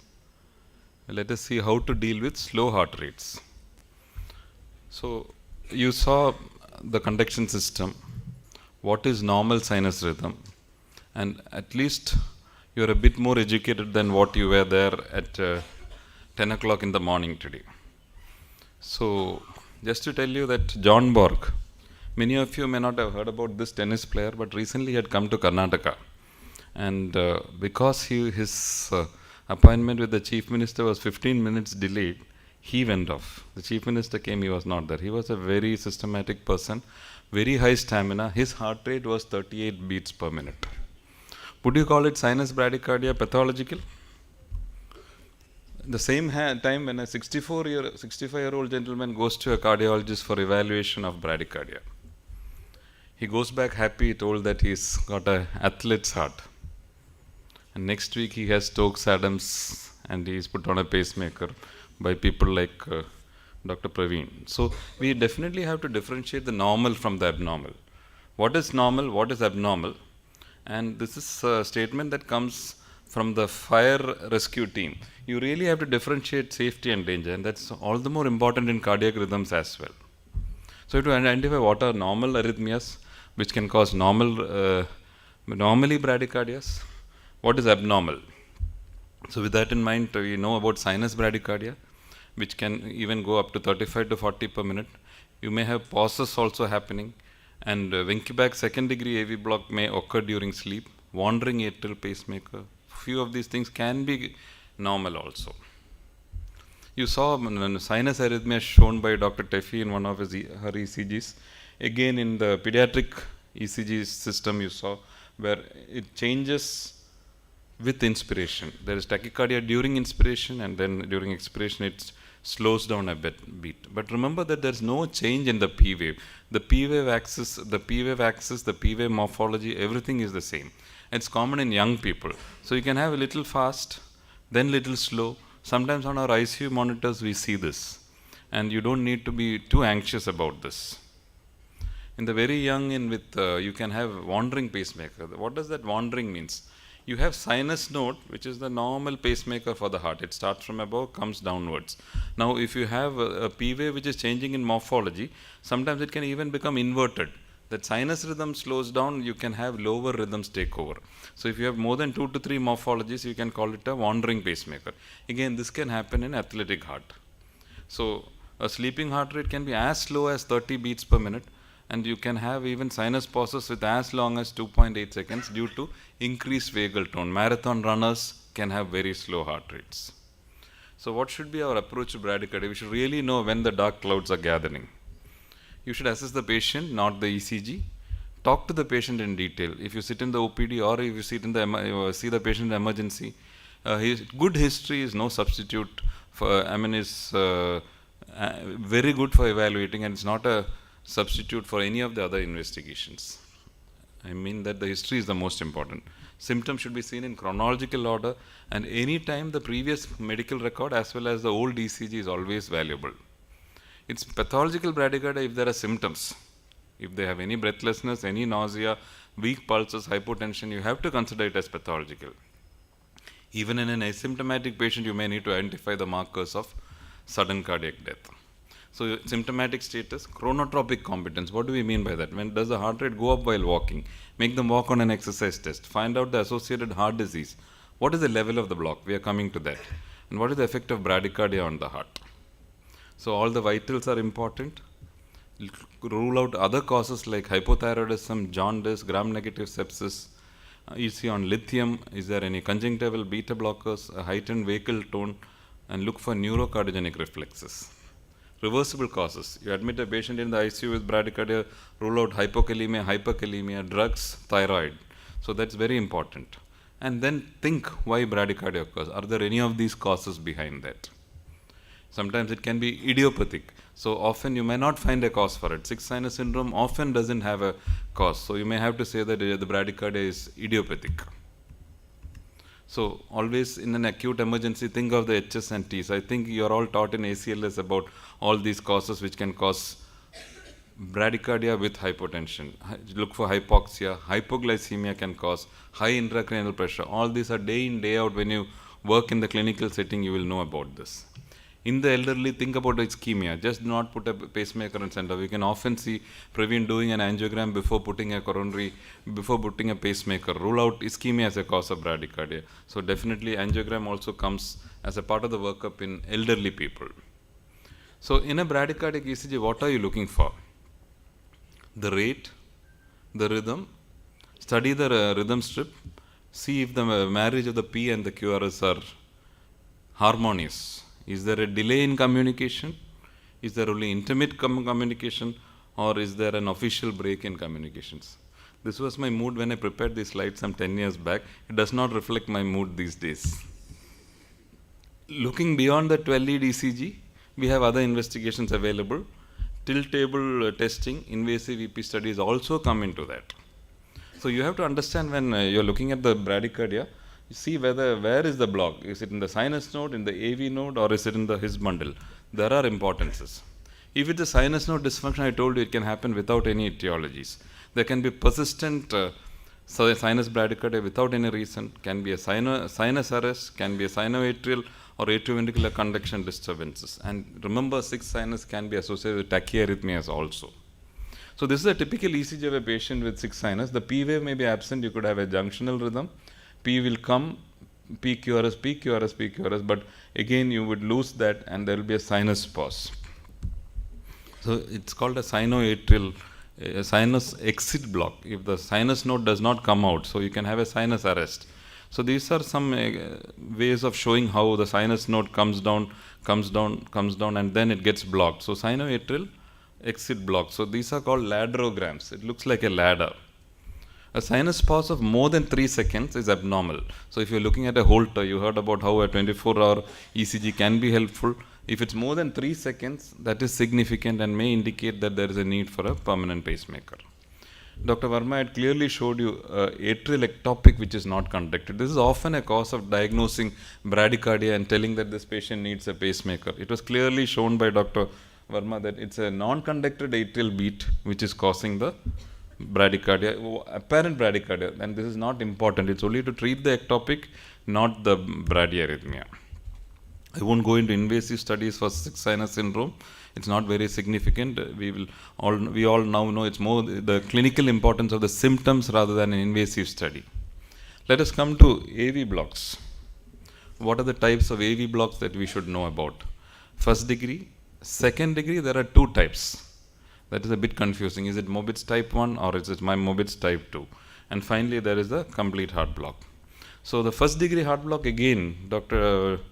Teffy had shown you where the P to the QRS is the PR interval. If it's more than 5 small squares, that is first degree heart block. Now, first degree heart block doesn't mean any emergency action. Only remember that look for anything causing further bradycardia should be avoided. So this is a delay in communication from the atrium to the ventricle, and that is where the A to H from the atrium to the His bundle is delayed. So there's a delay in communication between the atrium and the ventricle. So if you see on a ladderogram, you can see that the AH is prolonged. A is atrial activation till the His bundle. So that is 170 milliseconds. The PR interval is coming as 0.26. So 0.26 means what? 5 small squares make it 0.2. And 6th small square also. So if you see on an ECG and you see it's more than 1 big square is 0.2. So if the PR is more than that, it's a first degree heart block. Especially patients on beta blockers, you can see that you need to see whether they're going into further bradycardia. Otherwise, generally no action is required. So PR prolongation, normally QRS, the 90% delay is in the AV node. It is not infranodal. Again, you will be told again and again, anything below the node is more dangerous. Now comes second degree. So first degree is only PR prolongation. What is Mobitz type 1? Mobitz type 1 is when the PR slowly prolongs, and 1P does not have a QRS. So if you can see the ECG, PR becomes longer, PR, and then only P. So that is what I'm showing you in this ECG. So this is not as dangerous as when a PR is constant and suddenly dropped. So Mobitz type 2 is the infranodal block. So this is intermittent lack of communication. So again, I'm showing you that Venkipack where the A to H, atrium to His, if you remember that conduction diagram, A to H is gradually prolonged, 100, 140, 225, 300 and then drop. So this ladderogram again will clearly show. In fact, those days we were asked to draw these ladderograms and see what is the conduction. So it's whereas type 2 is a sudden PR, constant PR and a P suddenly drops an R. So 2:1 AV block can be either in the AV node or in the His Purkinje. So if you have an ECG which has got a narrow QRS, it's not as sinister or as dangerous as when you have a wide QRS. If a wide QRS is present, it's an unstable rhythm, and after the PR prolongs and drops, you can suddenly have complete heart block. And this is what is called high-grade AV block. If you are in the ICU, you see an ECG, you see 2 P waves are not conducted together. You have to call it high-grade AV block, and you have to call the electrophysiologist or the cardiologist and immediately put a temporary pacemaker for high-grade AV block. Commonest indication for a temporary would be a high-grade AV block. And atria ventricles are depolarizing independently. There is no communication between atria and this thing. It's completely broken. That is when it's complete heart block. Again, complete can be temporary as an inferior MI. We talked about it. We saw an ECG. Whereas permanent complete heart block can be sclerodegenerative in the elderly, can be associated with aortic stenosis. So P and QRS have nothing to do with each other. This P will have a P somewhere between P, P will be constant. Can you see this ECG? There is a P, there's another P, again a P coming on top of the T, P, and the RR is constant. If you measure the RR, we all used to carry calipers, like our compass calipers. So if you measure the RR will be constant, the PP will be constant. So again, the ladderogram will show us that there is no connection between the A and the V. This is a small child whom we diagnosed way back in JIPMA in 2001, PPP going on neonatal complete heart block. Differentiate, so it's important to differentiate AV nodal blocks from infranodal blocks. A type 1 block with a narrow QRS is safe, whereas a wide QRS, always look for it. So if you have AV blocks, look for the QRS width. Mobitz type 2 is more dangerous. So you can differentiate. I don't want to go into too much of this electrophysiological maneuvers, but let me show you, these are 2:1 blocks happening, and you have to differentiate between AV dissociation and AV block. AV dissociation is something which can happen in junctional rhythm also, whereas AV block is something where the P and the QRS are not connected to each other. So when you say AV block, you're meaning that the A doesn't go to the V. Whereas AV dissociation can occur with ventricular rhythms also. You have a ventricular rhythm which happens, the commonest rhythm that happens after thrombolysis, junctional rhythm can have AV dissociation. A ventricular rhythm can have junctional dissociation, AV dissociation. So always talk about AV block as AV block, and AV dissociation is different. So important thing is the syncope due to bradycardia? If it is sinus rate is less than 40, if the sinoatrial pause is more than 3 seconds, or if you have a second degree AV block, or you have an alternating bundle branch block. These are the reasons to find out, and if that is true, then the syncope is due to bradycardia. Invasive EP can help, I don't want to tell you, but how to deal with the unstable patient who has bradycardia. So this also, again, most of you would have gone through ACLS. I won't go through all that, but it's important to know that bradycardia has to be taken into importance and treated immediately, either in the emergency, the cardiac ICU, or even in the outpatient department. Asymptomatic type 1 and type 1 second degree do not need treatment, that's important, and asymptomatic type 2 needs treatment. And you should also know who should get a pacemaker, more importantly, who does not need a permanent pacemaker. So there are guidelines. So if you look at who needs a pacemaker in sinus node dysfunction, people who have symptomatic bradycardia. Again, symptoms, patient is more important than the ECG alone. How symptomatic is he? And if it's only asymptomatic, not to treat, because symptoms are clearly not associated with the slow heart rate, and people who are due to some drugs which cause symptomatic bradycardia, you can avoid that if you can avoid the drugs. For AV block, 3rd degree and advanced 2nd degree AV block requires permanent pacemakers. 1st degree AV block, never talk about a pacemaker. Asymptomatic type 1 Mobitz 2nd degree AV block does not require. And for intermittent 3rd degree AV block or alternating bundle branch block requires. In acute MI, you have seen so many inferior MIs have complete heart block, but they resolve in 48 to 72 hours.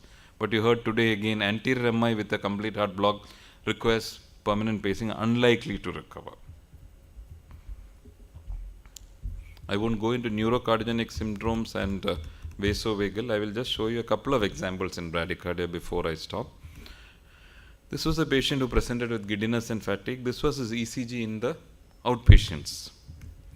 After that, he comes into the ICU. This is what what does this show? Any talk? Ria seems to be the favorite. Anybody is here? No. Sherwin? Anyone ready to give a talk on this ECG? No one? I think the men have been asked. Only any ladies around? Other than specialists, IMTs? Anybody sleeping? What does this show? Anyone can now. It's open to the crowd. Mobitz type 1, but it's 2:1, no? It's difficult to say. It is 2:1, you cannot really say. This is more like PR is constant and P. So this is a 2:1 AV block, you can say. That's what I told you. Mobitz type 1 versus type 2 in this arrhythmia, you cannot say. what is seen here? Post CABG on treatment for palpitations, asymptomatic. What do you say? There's hardly anything on the monitor. What is there?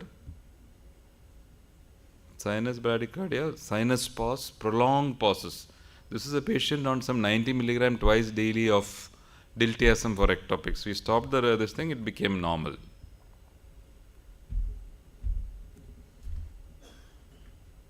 Can anyone take this? This I can proceed only after I have an answer.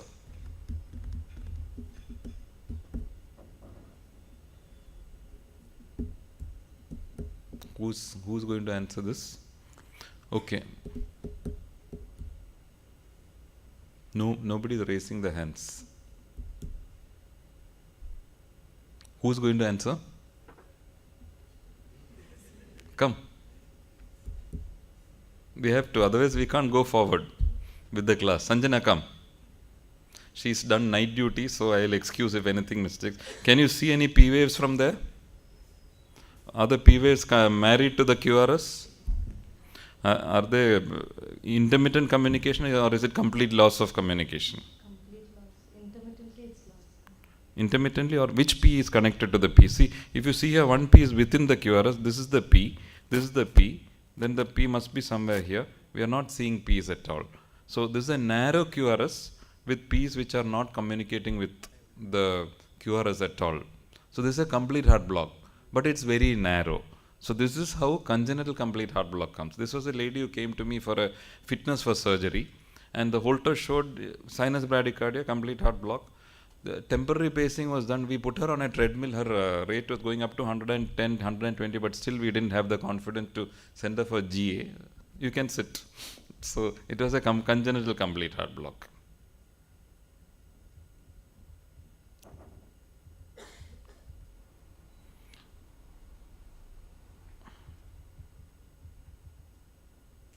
Anyone to talk about this? This also we had discussed in the morning.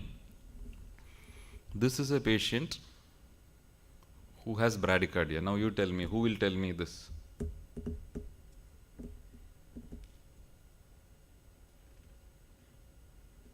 On the stage I am forgetting names. So somebody has to stand up and tell. What are you saying? We have to answer this before we go forward. Mic kodunga.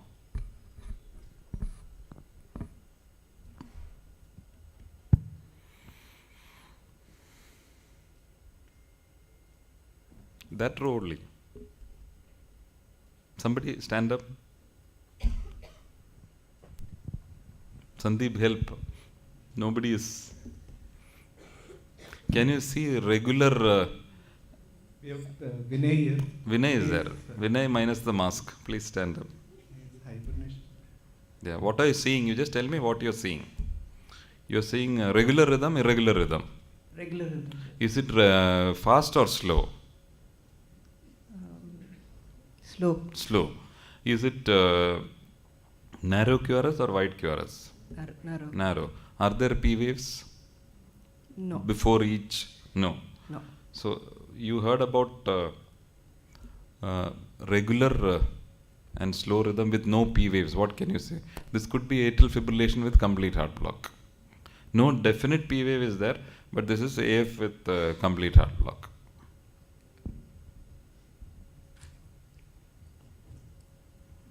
So I think I'll stop here, and in the interest of time we'll go forward. Again the same thing. You have to identify what is dangerous, what is safe.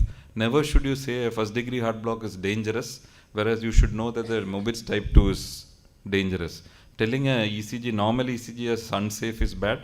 Telling a dangerous ECG as safe is also bad. Okay. So I'll stop with bradycardia here. We'll proceed with. This was the view from my OPD in Dubai when I was practicing there. Dr. Sunil also enjoyed the view. Thank you. Can we proceed to the next talk? We'll evaluate left bundle branch block and right bundle branch block. Dr. Varun has been imported from the north. He is going to be our structural heart specialist. He has settled in pretty well, and you will hear him talk about bundle branch blocks. Dr. Vera.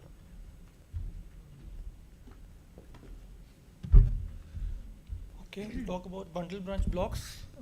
Quite a few slides will be repeating since morning. This is normal electrical conduction system of the heart.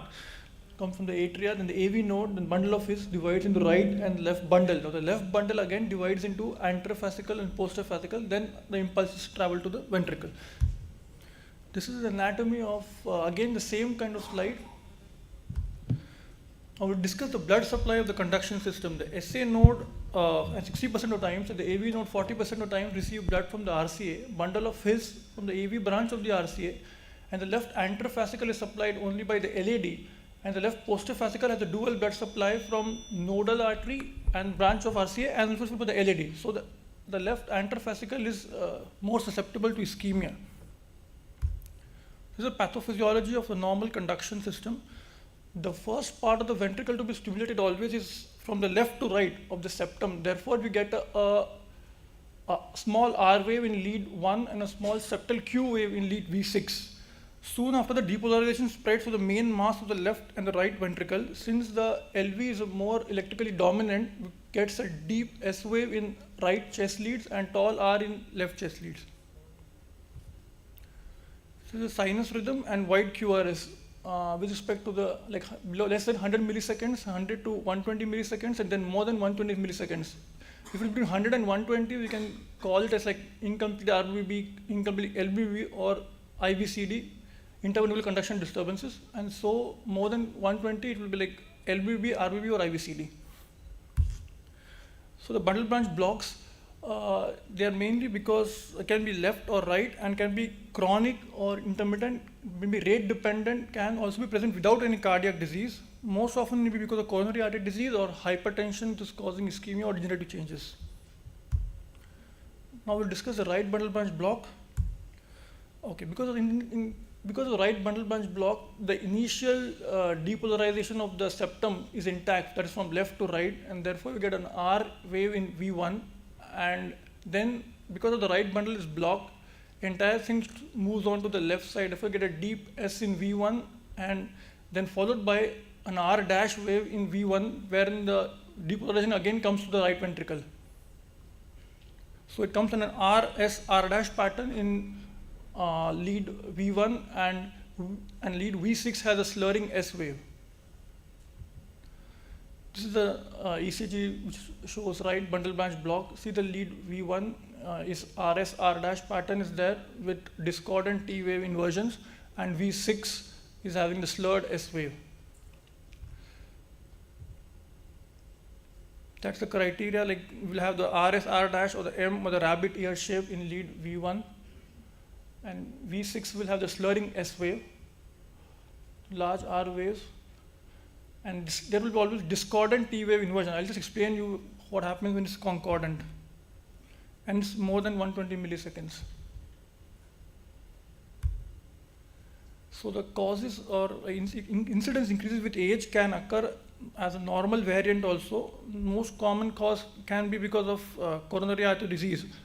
And other causes will be like anything which causes RV dilatation or hypertrophy, like acute pulmonary embolism, core pulmonary, DCM, all can cause right bundle branch blocks.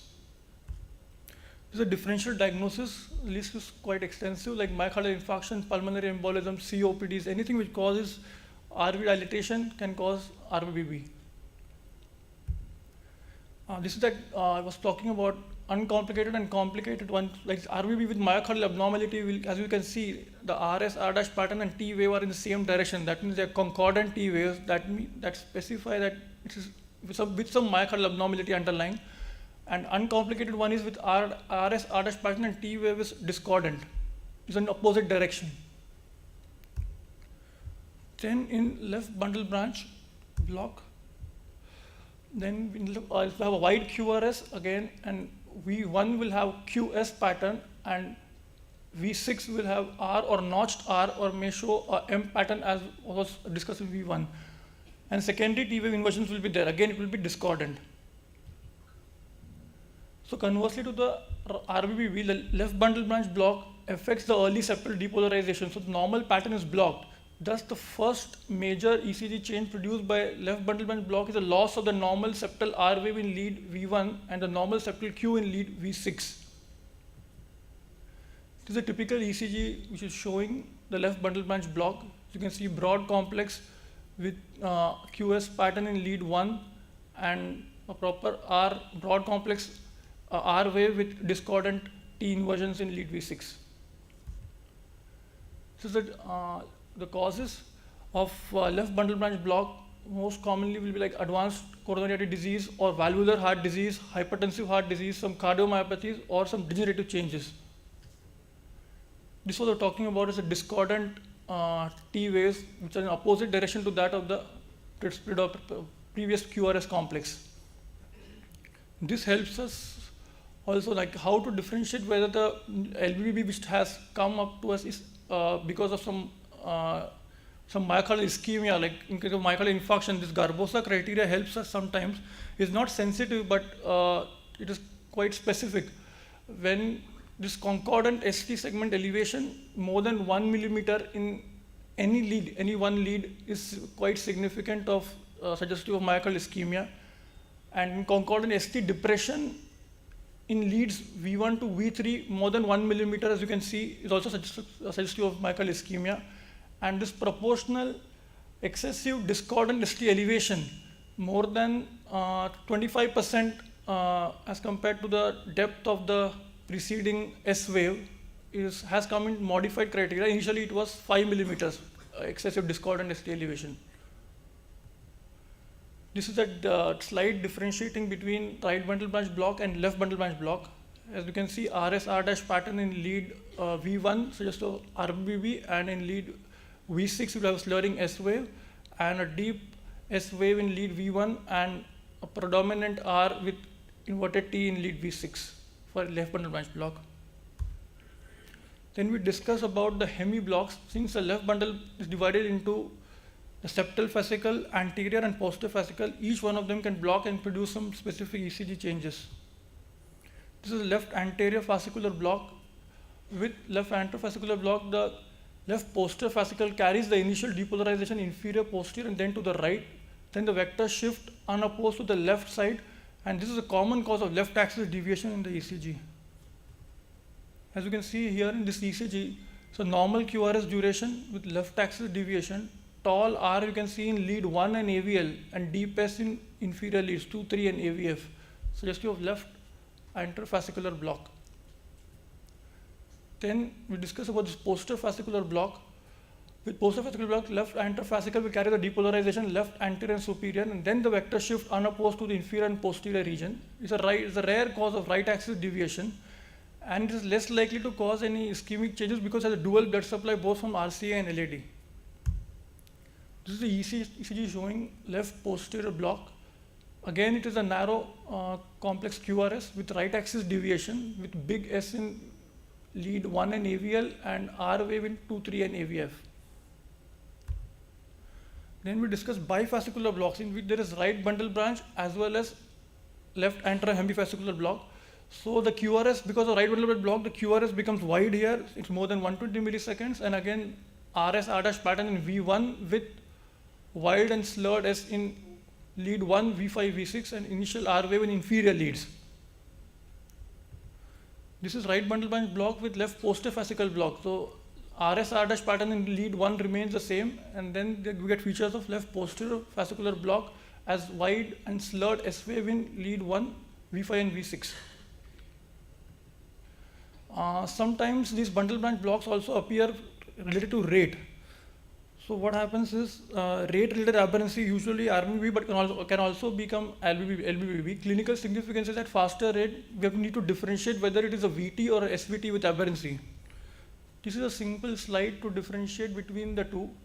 For example, in case of SVT, if it's an RBB type of condition, it will be triphasic, like RS-R dash pattern will be seen in lead V1, and if it's a VT, it will have a monophasic R wave in lead V1. And in V6, to differentiate between from RBB, it will be an RS ratio will be less than 1, suggesting more of VT. And for LBBB, it will be, if it is an SVT with aberrancy, it will have a sharp downstroke, but in V1, if it's a VT, it will have a notch or slurring pattern. And any Q wave in lead V6 and with LBB morphology suggests most of commonly it's a VT. So the take-home point is bundle branch blocks are best characterized on ECG by prolonged QRS more than 120 milliseconds. A region of slowed conduction determines the orientation of the terminal QRS vector, and that helps to localize the block. Hemi blocks do not typically show QRS prolongation, rather they mainly reveal the axis deviation corresponding to QRS terminal vector. And ventricular conduction blocks are common and can represent spectrum from normal variant to becoming serious pathologies. Thank you.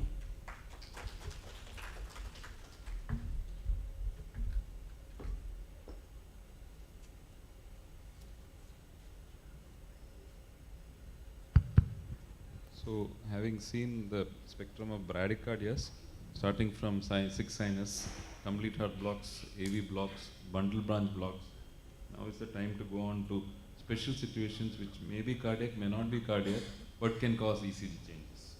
So now I call upon Dr. Anugrah, who is cardiologist at Aster Medcity, the young smart cardiologist from Aster Medcity, going to take us through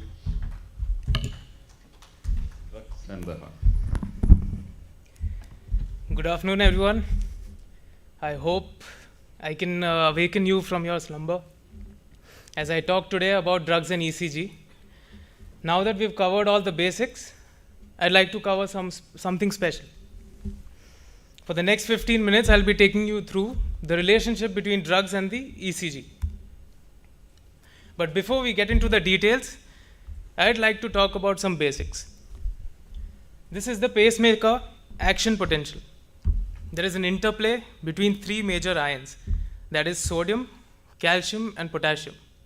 Sodium influx causes phase 1 depolarization, calcium influx causes phase 2 depolarization, and potassium efflux causes phase 3, that is repolarization. What I want you to remember is that any drug that acts by blocking these ions will cause some change in the action potential. This is a pacemaker potential. So any drug that blocks either of them will cause slowing of a pacemaker conduction, that is the sinus node. What will that transcribe on the ECG as? As a prolonged PR interval. I want you to remember that. The next one is a cardiac myocyte action potential. The difference, we have phase 0, 1, 2, 3, and 4. Phase 0, because of sodium influx. Phase 1 is early repolarization due to potassium efflux. Phase 2 is a plateau potential because of calcium influx and potassium exit. And phase 3 and 4 are all mediated by potassium efflux. So, for example, if there's a drug that blocks the sodium channels, it will cause prolongation in this phase. Potassium will prolong 1, 2, 3, 4, which can be seen as a wide QT interval. I just want you to remember these few basic points as we see some more examples.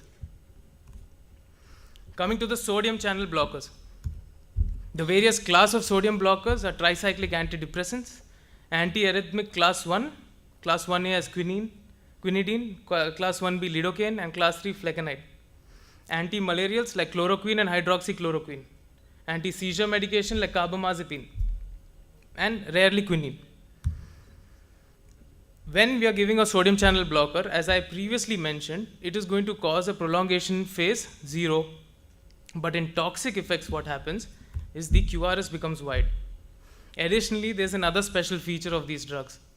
There is the presence of an R' wave in lead AVR. And we are going to see an R' by S ratio more than 0.7. This is very specific for a sodium channel blocker toxicity.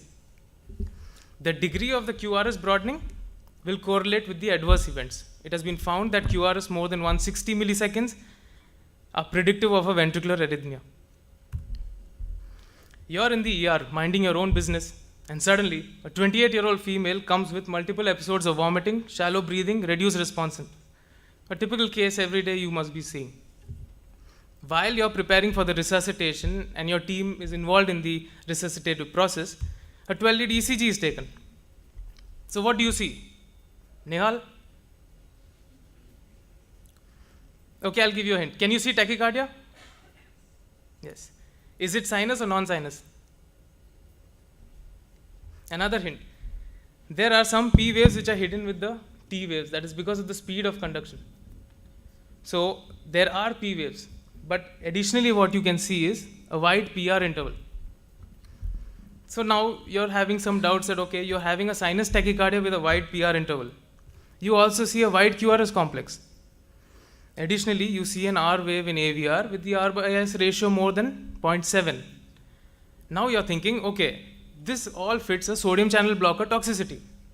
You quickly rush to their parents and you ask them, is this patient on any of those medications? And you find out that she is a known case of seizure disorder on carbamazepine. And this, in fact, was a carbamazepine toxicity. What do you do next? You can have a seat. You can have a seat. You'll intubate, hyperventilate, treat her with soda bicarb, and what do you see? You see that the PR interval and the QRS width has normalized. And additionally, the R wave in the AVR has come back to normal. Coming to the potassium channel blockers. As previously mentioned, the potassium channels act on phase 1, 2, 3, and 4, causing a net increase in the QT interval. So the various drugs that can cause QT prolongation are antipsychotics, class 3 antiarrhythmics like sotalol, amiodarone, tricyclic antidepressants, antihistamines, and some drugs like hydroxychloroquine and macrolide antibiotics. This time you're in the nephrology OPD. You see a 38-year-old male, a hypertensive, paroxysmal AF on sotalol, but he presents to you with a history of acute gastroenteritis, AKI, and anuria. You know that sotalol is renally excreted, so you withhold it. But when you examine this patient, you find that he has a fast, irregular pulse, and he has features of hypertension. You quickly shift him to the ER, and what do you see? You see that this patient has AF with fast ventricular rate. Naturally, because he has hypertension, you plan to DC-vert him. After DC version, the strip shows a QT prolongation of about 640 milliseconds. You stabilize him, shift him to the ICU, and after a few hours, what do you notice? A bizarre broad complex. This is known as torsades. So what is torsades? Torsades is a type of polymorphic ventricular tachycardia which is characterized by oscillatory changes in amplitude of the QRS complexes around the isoelectric line. It is associated with a QT prolongation. What is a normal QT interval? In males, it is anything less than 450, and in females, it is anything less than 460. The rhythm may terminate spontaneously or may degenerate into ventricular fibrillation. And a QT interval of more than 500 milliseconds is associated with a 2 or 3-fold increase in the risk of torsades. Beta blockers and calcium channel blockers. Their main effects are on the sinus node and AV node. They result in sinus bradycardia, first degree, second degree, and third degree heart blocks. The various examples of beta blockers are atenolol, metoprolol, propranolol, and sotalol. And calcium channel blockers are verapamil and diltiazem. Here is an ECG of a patient who is on chronic beta blocker therapy. Any takers? Shenaz? What is the rate?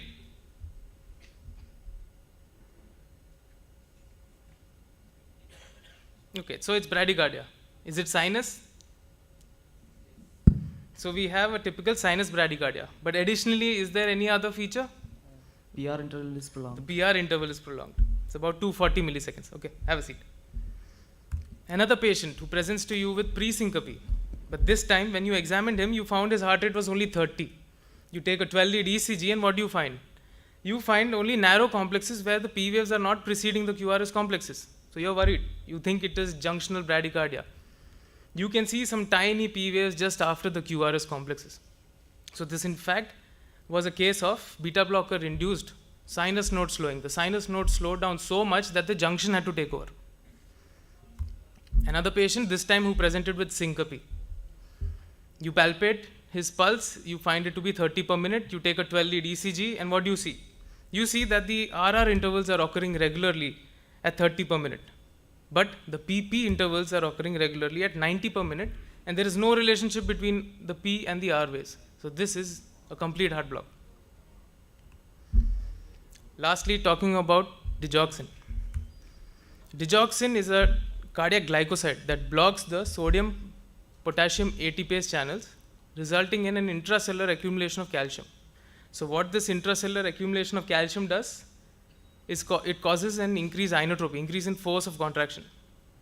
Additionally, digoxin also increases the vagal activity, resulting in a reduction in heart rate. These are the two effects of the drug. It is very important to understand what is digoxin effect and what is digoxin toxicity. Digoxin effect will be seen in patients who are taking digoxin.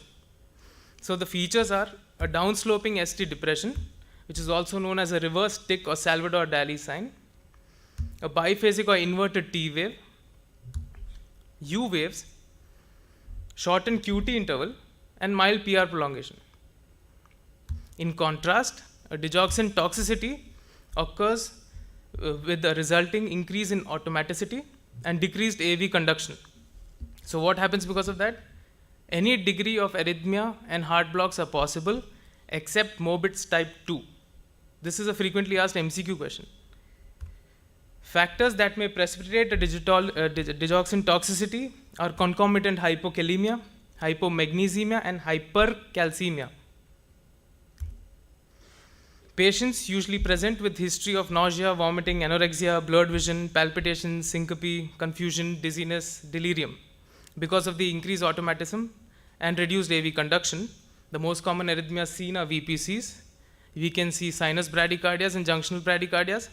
We can see slow AF or AF with complete heart blocks.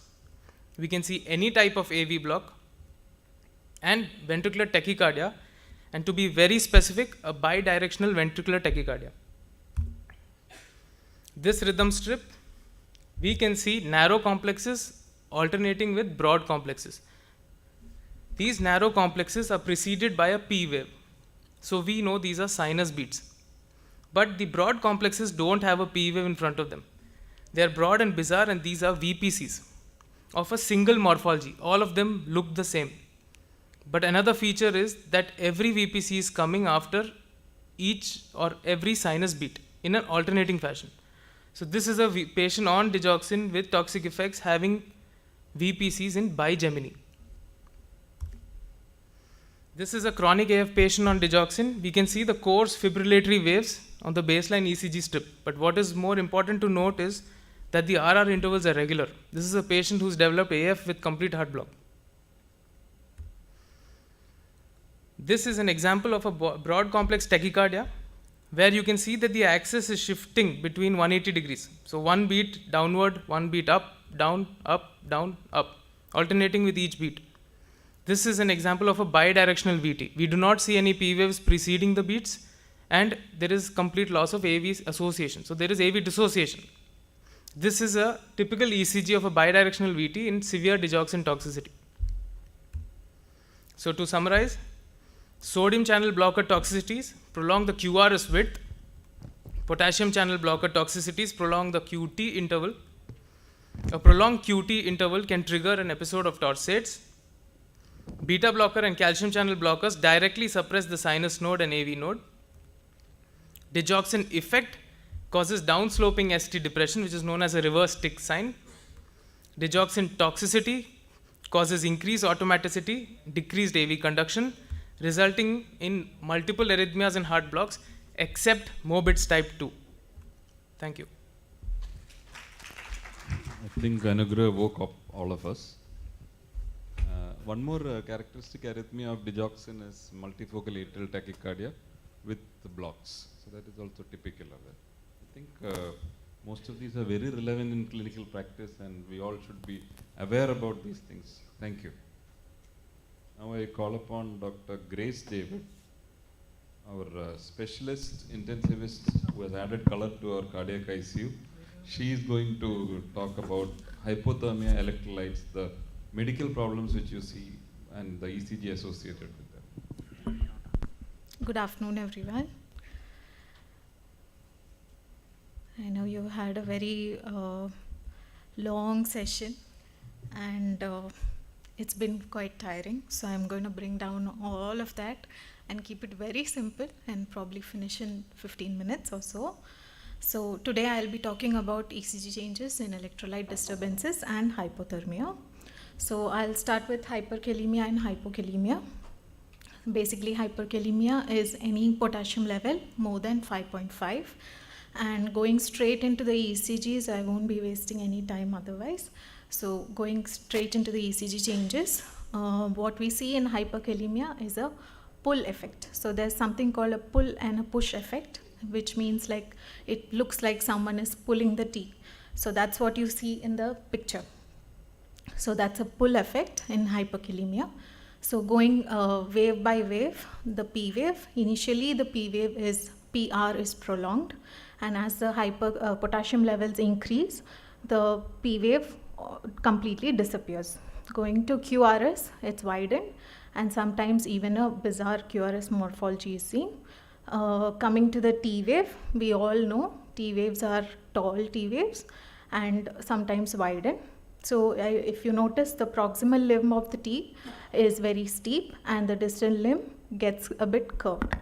So next comes the ST segment. So the ST segment gradually disappears into the T.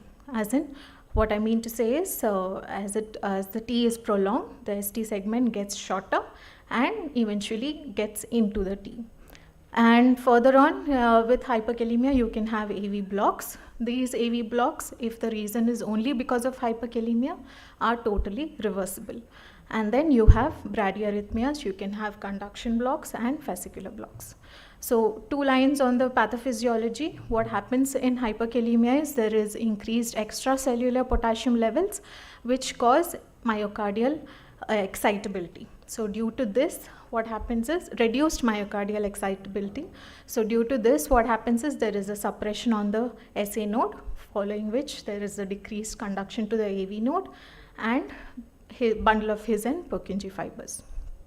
So in each level of hyperkalemia, you have different changes. Starting with the mild, in the mild you always see tall T waves and a prolonged PR segment. Once you go to moderate, that is around 6.5 to 8, there will be a loss of P wave. Your QRS will start getting prolonged, your ST might elevate, and you can also get some ectopic beats. In a severe hyperkalemia, you will see something called a sine wave. Sine wave is nothing but a radio frequency wave which goes something like this.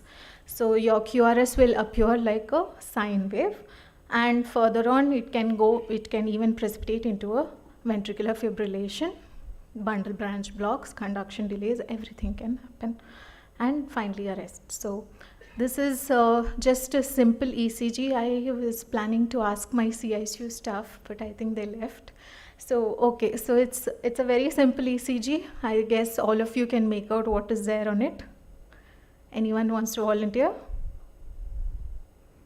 There's nothing much. There's just only one finding. ED team. Anyone? Exactly. So it's a very simple ECG. It's just tall T waves. Then this one, Alan.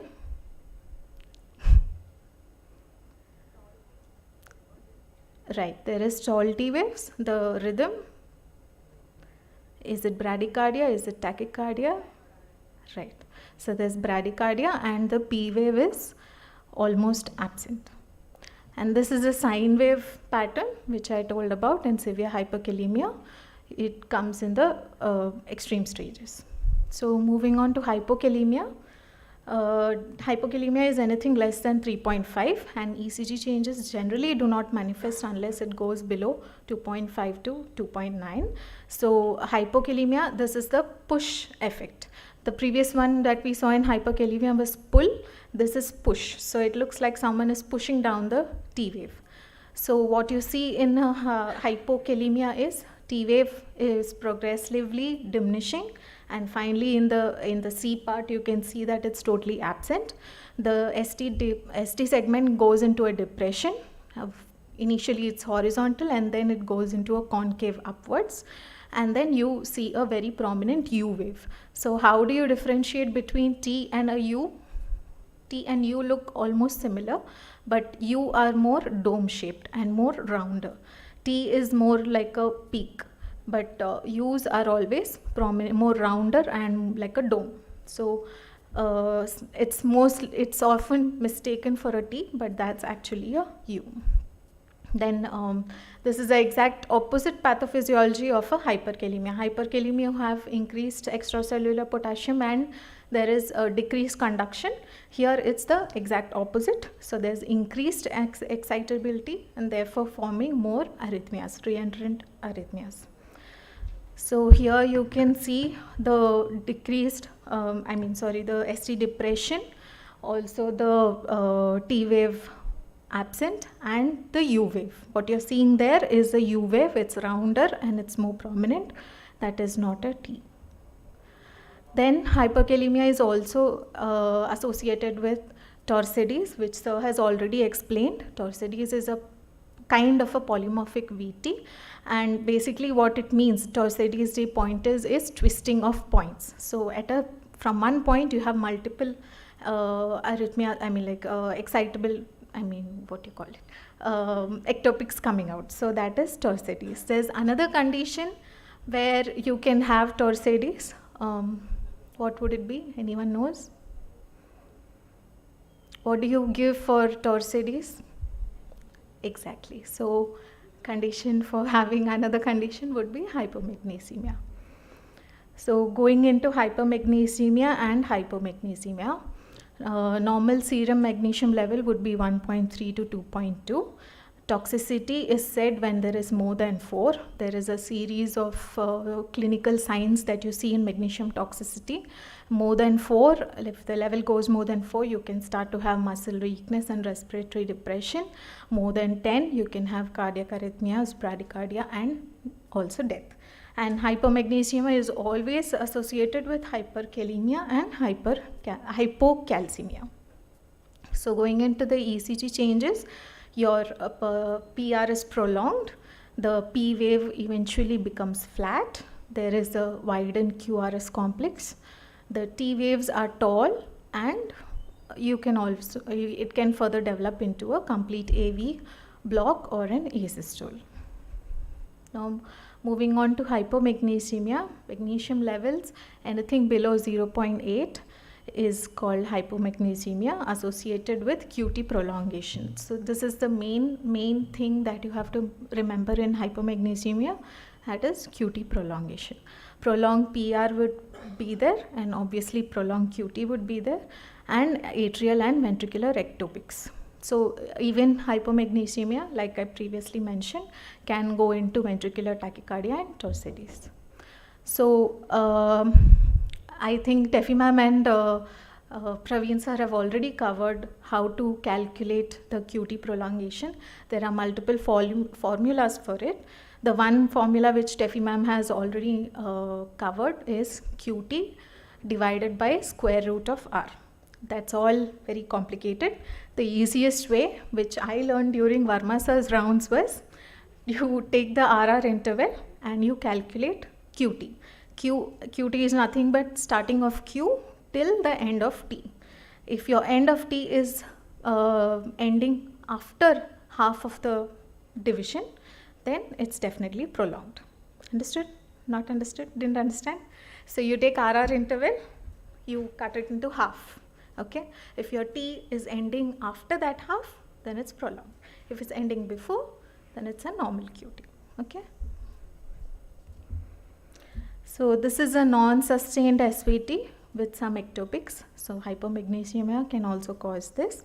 Otherwise, going on to hypercalcemia and hypocalcemia. Hypercalcemia is a normal serum corrected calcium is around 2.1 to 2.6. Severe hypercalcemia is anything more than 3.4. Just two major causes that we often encounter: hyperparathyroidism and excessive vitamin D intake. So moving on to the ECG changes, ST, initially it shortens and sometimes it even gets incorporated into the T wave. The QT is shortened. You can compare the ECGs and see the normal and the hyper. The QT is shortened. And then there are in very high level, sometimes even the T gets flattened. Then you have something called the Osborne waves or the J waves, which is seen in severe hypercalcemia. Osborne waves are nothing but a slight hump-like deflection, which is seen at the QRS. So in some extreme cases, this can also cause VT, VF and arrest. And hypercalcemia increases the sensitivity to digitalis. So the arrows that are shown, that is the J wave. It's a slight hump-like deflection that is caused at the distal limb of the QRS.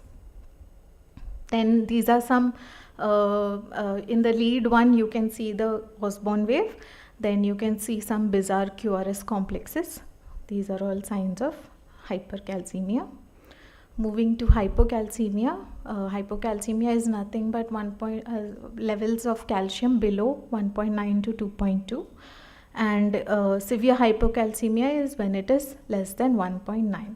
Causes for hypocalcemia, most commonly hypoparathyroidism, vitamin D deficiency, diuretics, sepsis, hypomagnesium and hyperphosphatemia. So in the ECG changes, what you majorly see is again QTC prolongation. T wave remains unchanged. The ST segment is prolonged. You can compare the two ECGs and see.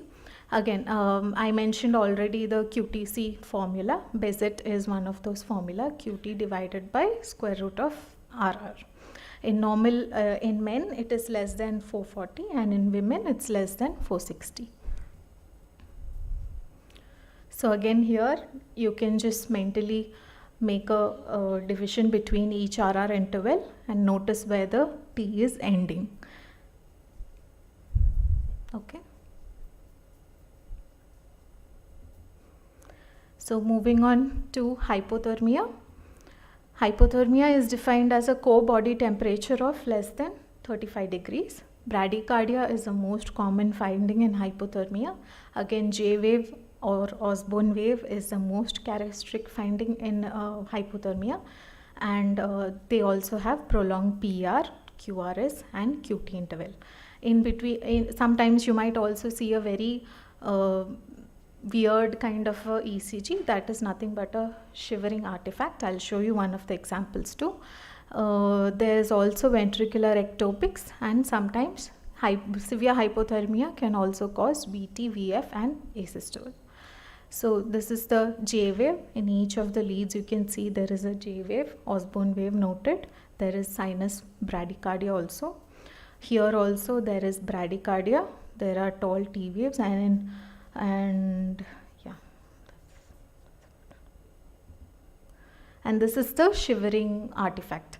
So you see a lot of like weird scribbly lines. So that is nothing but shivering artifacts. And then you have sinus bradycardia, and yeah, J wave is not so appreciated in this. Okay. So to summarize, hypothermia ECG changes. You will see an Osborne wave. You can see motion artifact. You will see prolonged PRs. You will see prolonged QT. There will be sinus bradycardia.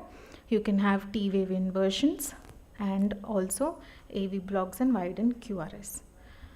In case none of this has gotten into your head, so this is the last slide, and these are the very few changes that you need to remember. In hypokalemia, you will have ST depression and a flat or a T inverted T and a U wave. In hypokalemia, you will have a flat P, you will have a prolonged PR, you will have QRS widening and a tall T wave. In hypocalcemia, prolonged ST segment and QT interval. And in hyper, you have shortened ST and a widened T wave. In hypomagnesemia, you have tall T waves and ST depression. And in hypermagnesemia, you have prolonged PR and QRS widening. Thank you. Thank you.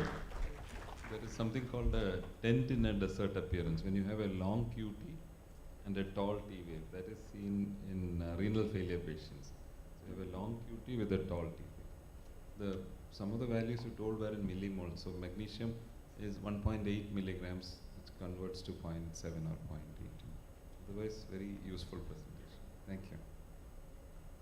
Now we come to another talk by one of the youngest cardiologists who has come in the top 10% of Jayadeva's 60 odd cardiologists. He is just yesterday realized he's in the top bracket.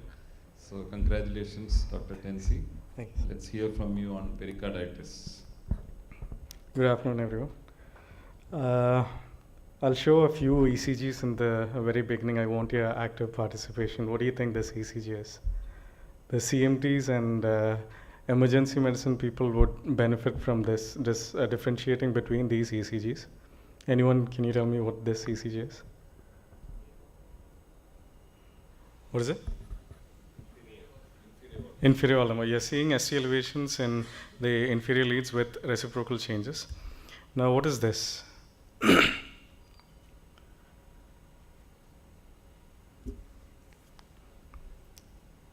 What is it? Can one of you just stand up and tell me what are the findings and the positive findings? Is there an ST elevation? Yes, in the inferior leads. What else is there? Tall T waves are there, correct? And anything else? That's it. Would you call this an inferior wall MI? Yeah? What? There are no reciprocal changes. Good. So what would you call this ECG? It's one of the commonest ECGs you'll see in your OPs and even in EDs. We'll come to this. Now, this is the third ECG I wanted to show you. What is this? Is there an ST elevation? Yes. It's in the inferior leads, and you can see it in V5 and V6. Is this an ST elevation MI? Yes or no? No. Why? What is it? There is a PR depression. Correct. Very good. There is a PR segment depression. You see the TP segment here. You can see the PR segment is lower than that. Anything else? So it's not for one other reason, as he had mentioned, there are no reciprocal changes. There's a PR depression. This is not a ST elevation MI. What is this? This is pericarditis. So basically, pericarditis is an inflammation of the pericardial layers of the heart. It can be due to multiple causes. The causes of pericarditis most commonly includes infectious and non-infectious. Among the infectious causes, viral infection is the most common in developed countries. In India, if you get a cause of a patient with pericarditis or pericardial effusion, you have to always keep a Mycobacterium tuberculosis. Tuberculosis as a differential diagnosis for the pericarditis and pericardial effusion. Non-infectious causes can include autoimmune diseases such as SLE, rheumatoid arthritis. Neoplastic diseases are quite common to cause pericarditis and more often accompanied with pericardial effusion. Metabolic causes are quite common. You almost always see uremic patients having a trace amount of pericardial effusion.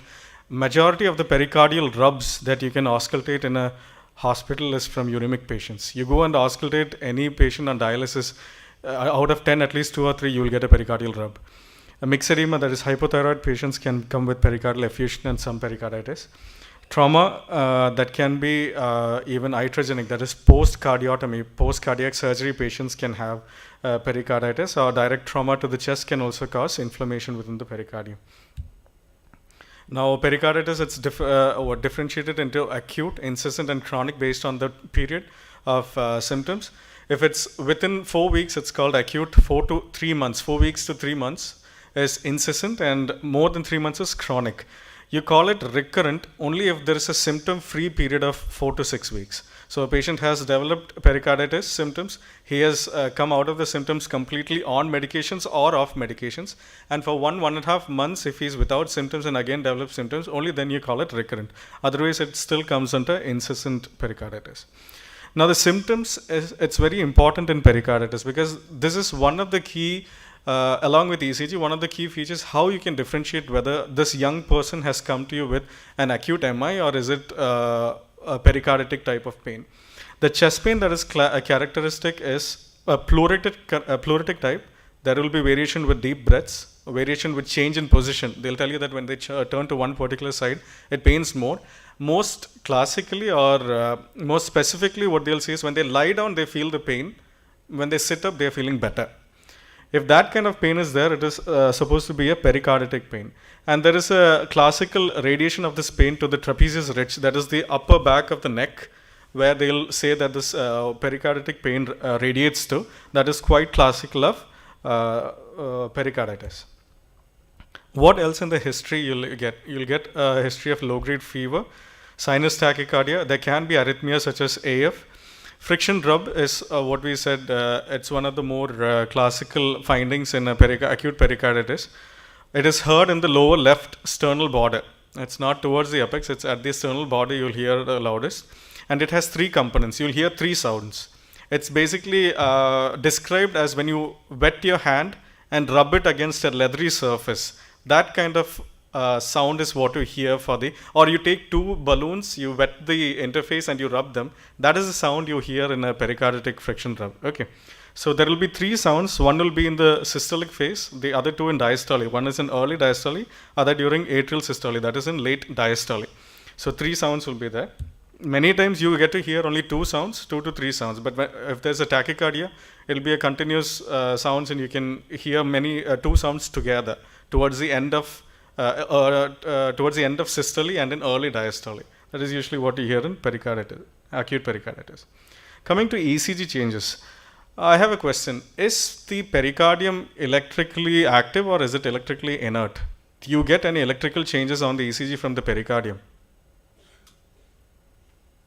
Does the pericardium have anything in it to get electrically polarized or depolarized or repolarized? No. So why should we get any ECG changes in pericarditis? It's due to the adjacent myocardial inflammation. Always remember that. So the ECG changes are seen only in 60% of the cases. If so, still why this is important is if the history is classical, ECG is still normal, you can still call it acute pericarditis based on the history. So 60% of the patients can have ECG changes. The most common ECG change is a diffuse ST, concave ST elevations. And it will be ST elevations in all the leads, most commonly seen in the inferior leads and the lateral leads.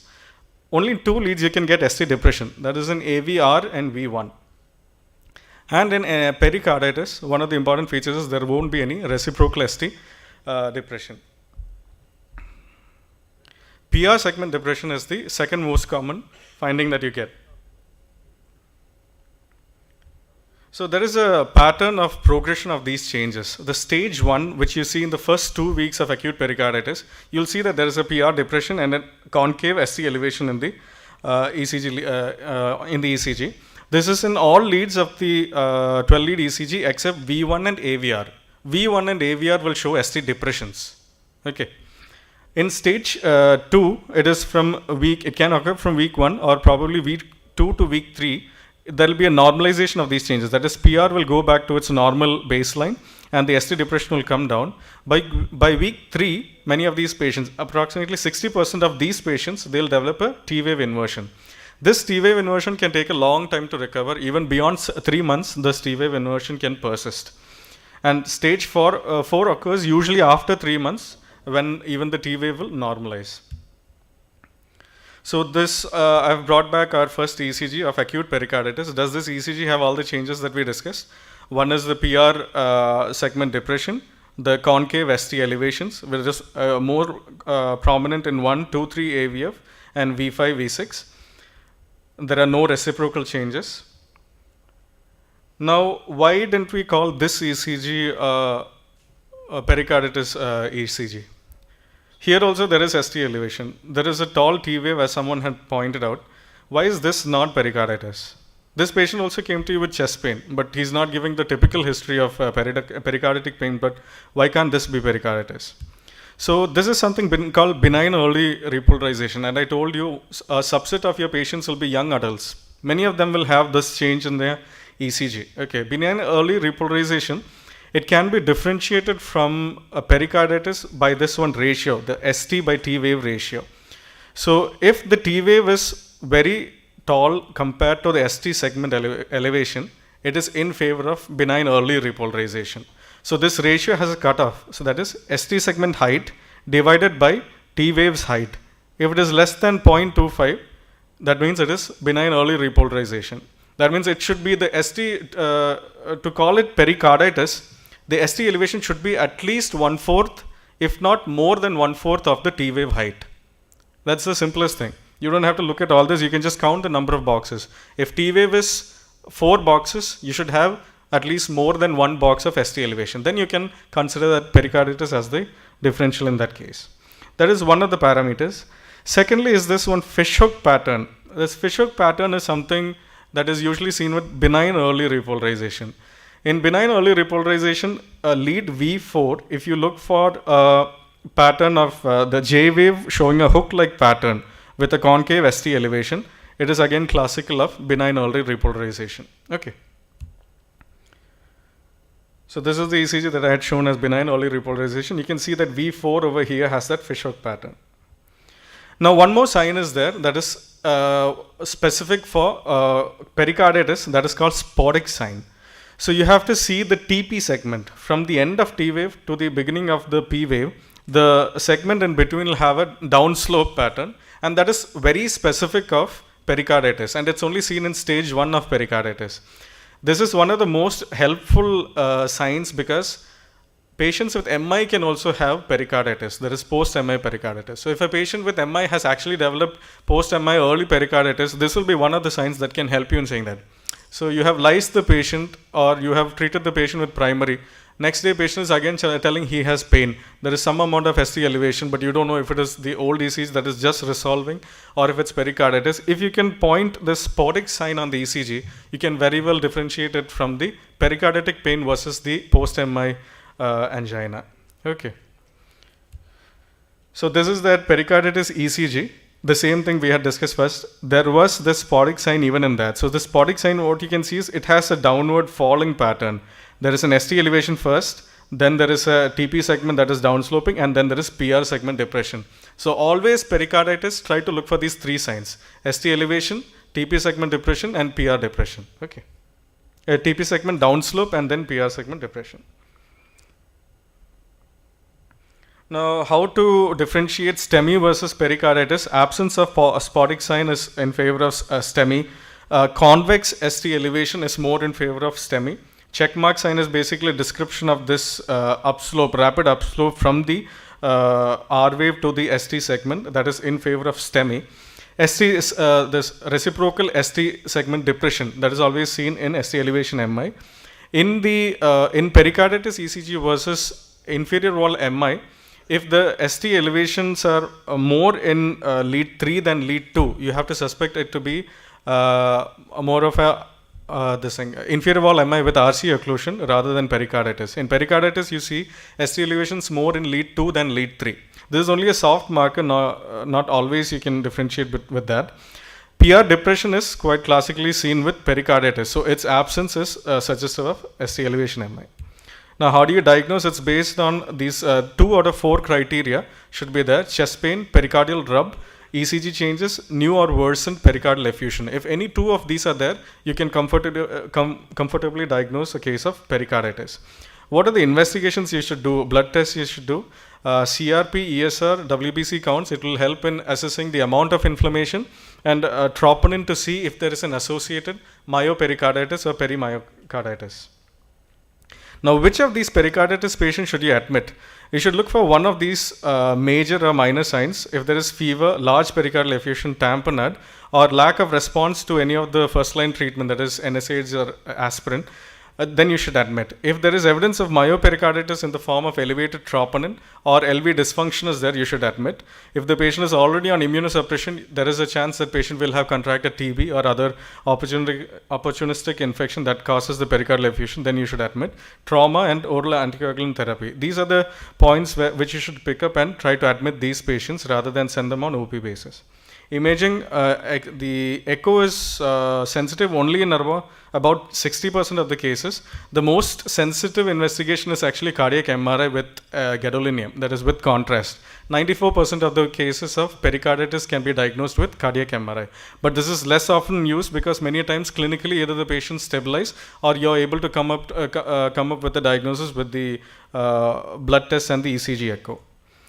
Differential diagnosis that you should keep in mind for an ST elevation that you see in ECG is the MI, myocarditis, Takotsubo syndrome, and acute pericarditis. Benign early repolarization also, as we discussed. Now, what is the treatment? Basically, aspirin, ibuprofen, and colchicine are the first line treatments.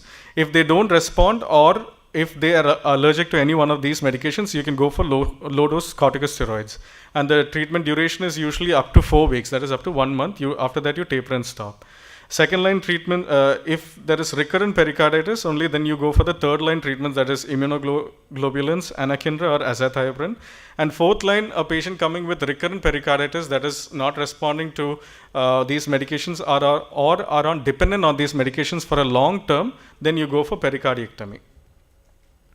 In India, when you get a case of pericardial effusion, you always have to send for a TB panel. The TB panel usually involves a TB culture medium, that CBNAT test for DNA analysis, then a white cell analysis to look for the monocyte versus neutrophil ratio, or you can go for indirect tests such as the interferon gamma and ADA assays. A post-cardiac injury syndrome, it even includes the post-MI cases. In post-MI, first 1 to 3 days, if you develop a pericarditic type of pain, it's early post-MI pericarditis. These patients can develop free wall rupture even in future. It's one of the associations that's seen. The numbers are not very high, but if a patient develops this symptom, early pericarditis, they are prone for free wall rupture. What you can see on the ECG is, post-MI, you expect the T waves to be inverted. If you see that the T wave is normalizing or the T wave inversion is not persisting, and by this 3 days they are giving pericarditic type of pain, chest pain, you should suspect that they have developed post-MI acute pericarditis. Late post-MI pericarditis, it will be only after 1 week to 1 month after the MI, and the criteria for diagnosis is the same as acute pericarditis. Now, one patient with acute pericarditis, previously diagnosed with acute pericarditis, you have sent them home with symptomatic medications, NSAID and aspirin. They have stopped medications and they have come back. This is the ECG you're getting. What is abnormal in this? Is there any changes suggestive of acute pericarditis? Something more on the clinical side, they are coming to you with an elevated JVP, heart sounds are soft, and the patient is in hypotension. Cardiac? Okay, what is suggestive of a cardiac tamponade or a probable large cardiac effusion in this? Correct, one is low voltage complex. How do you call it a low voltage? You diagnose low voltage when the limb leads have a current of less than 5, or the precordial leads, that is V1 to V6, have a current of less than 10 millivolts. So this is a low voltage ECG, correct. And one more thing, what is this undulating thing? You're seeing one QRS is around 8 millivolts, other one is around 5 millivolts. What is this undulating pattern? Electrical alternance.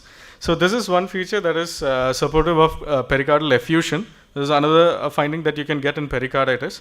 Low voltage QRS and electrical alternance and tachycardia. Okay. So that is all about pericarditis. This is another set of ECGs that I'll be showing you.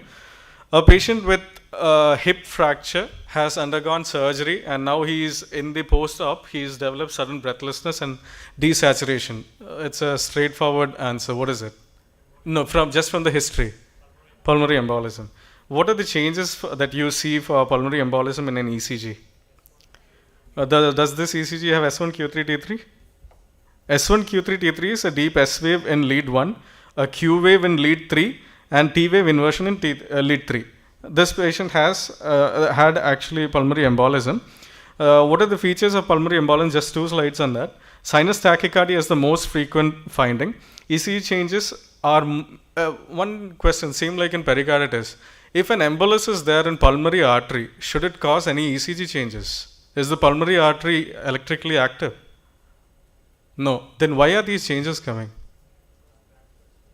Back pressure, correct. This pulmonary embolism causes back pressure into the RV. It's actually all these ECG changes that you're seeing. The tachycardia is due to the hypoxemia. The ECG changes are due to the RV strain onto the RV, myocardium. Okay. So all these changes of T wave inversion in V1 to V4, a QR pattern in V1, S1, Q3, T3, and incomplete or complete RBB. These are all changes of RV strain. Okay. These are the changes that are classical or specific to pulmonary embolism. These are not sensitive. So you might get only 40% of the patients coming with S1, Q3, T3. Just because there is no S1, Q3, T3, don't tell the other 60% of the patients don't have pulmonary embolism. You have to do an echo, look for other indirect findings for pulmonary embolism. Now, as I said, these are all changes of RV strain. There are 101 other causes that can cause RV strain. Severe pneumonia, exacerbation of COPD, pneumothorax, a patient post-pneumonectomy, upper airway obstruction. One of the cases that we had in Aster just 1 month back, I'm sorry, I couldn't get the CT for that. The patient had dilated RA-RV, S1Q3 T3 on ECG, desaturation, was brought to the ED, and D-dimers were negative. Because of these indirect findings, we sent for a CTPA. And the CT, because it is with contrast, we found that there was no pulmonary embolism, but there was a mass lesion that is pressing onto the pulmonary artery from outside.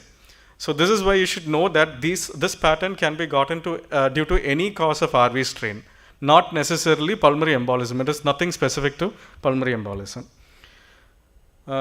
This is one patient that has come with the same history. There's a case of same post-op patient with sudden onset breathlessness and desaturation.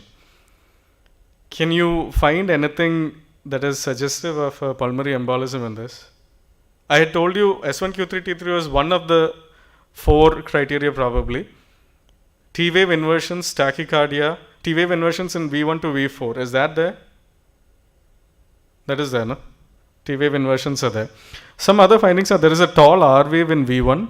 There is a prominent S wave in 2, 3 and AVF. This is actually something called S1, S2, S3. This is not specific to pulmonary embolism, but this is another feature of RV strain. Most commonly, S1, S2, S3 is seen in chronic pulmonary diseases, like patients with bronchiectasis, patients with COPD, core pulmonale. That is the case where you get this S1, S2, S3. But around 20 to 30% of acute pulmonary embolism cases can present with S1, S2, S3. So this ECG also, if you see, and what is S1, S2, S3? It has to be an S wave that is as big or bigger than the R wave in lead 2, 3 and AVF. That is when you call it S1, S2, S3. Yes. Never thought you would make pericarditis so interesting. Thank you. I mean, I think it has been a good study of pericarditis. That brings us to the end of the topics. Now for the most lively quiz, which is going to be done by Sandeep. This is an experimental quiz, so if there is some errors, everybody should excuse us.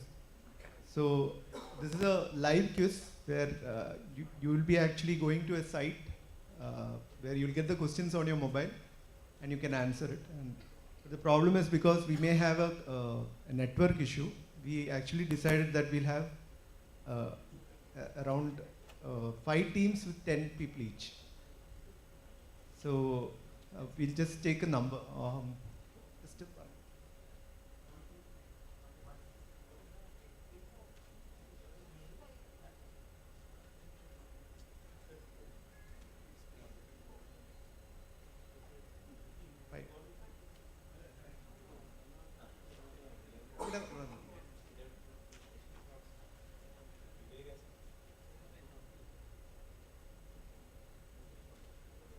One, 2, 3, 4,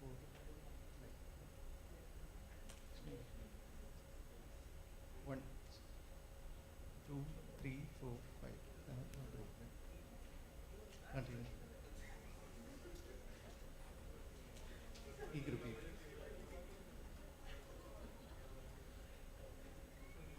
One, two. No, participate. Okay. 1, 2, 3, 4, 5. English team.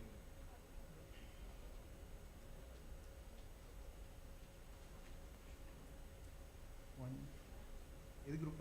Road. First.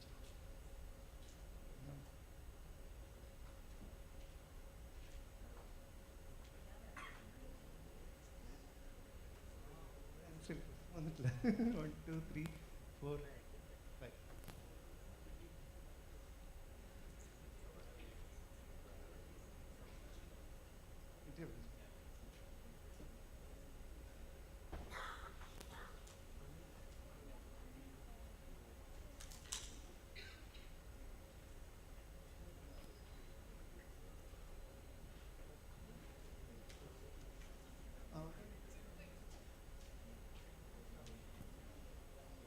You're also there.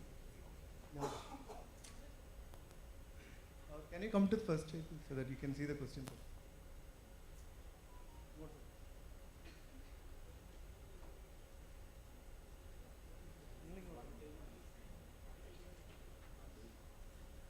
Okay, so the first thing is that each team should have a mobile which is connected to the internet.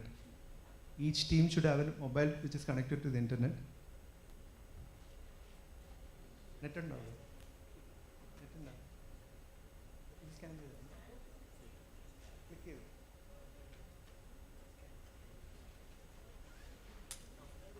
And each team should give a name. You can ഒരു മെമ്പറിൻ്റെ പേര് അതിൽ register ചെയ്യാം so that you'll be known with that name.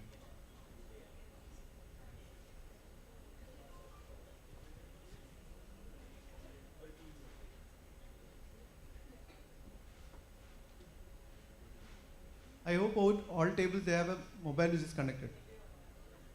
One mobile? No. One mobile for each table. എത്ര team?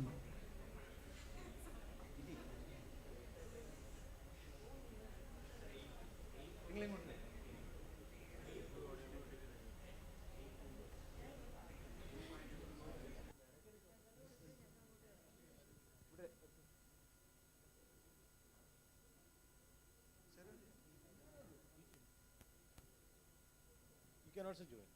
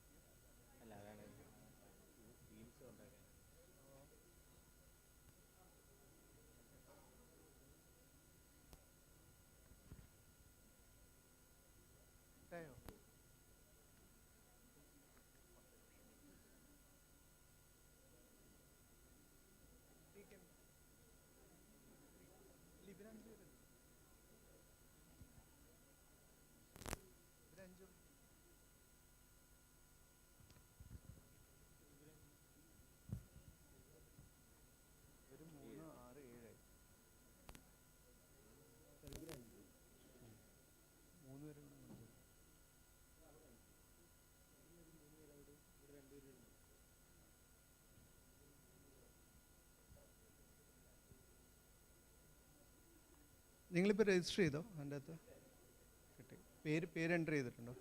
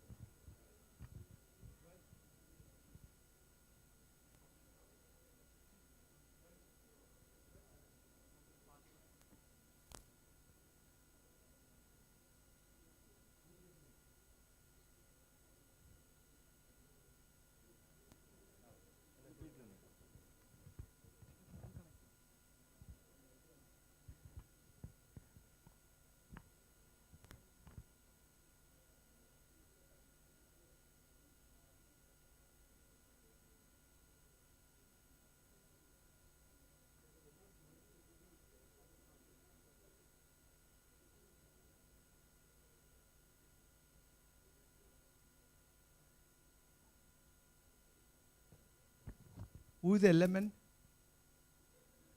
Somebody is registered as element. നിങ്ങളാണോ element? Okay. Anybody else who is registered?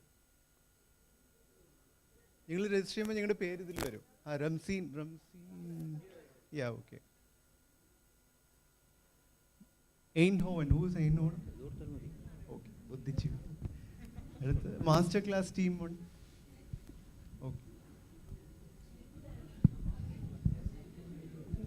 ED.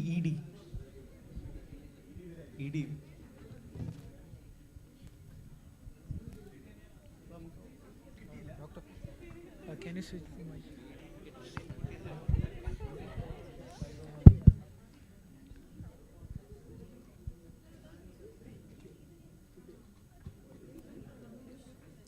ഇവരെ നിങ്ങളുടെ team പേര്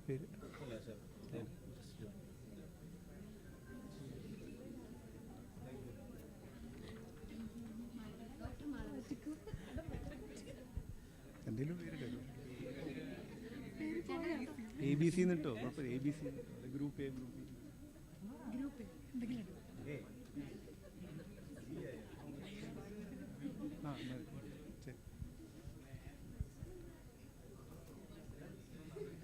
Okay, Group A. So we have 7 teams, correct? Your element, masterclass team. Your Ramsey team, okay. ED. Bundle of S. Eindhoven. And we have the Group A, okay. Okay, the groups are in. Now, you will have a question here. The ECG will be here. You will get the question here. 60 seconds for this thing. You will have 4 options. So you can just choose the correct option. So we'll stop with 10 questions. Okay. And whichever comes as the first group, all the members will be getting a prize.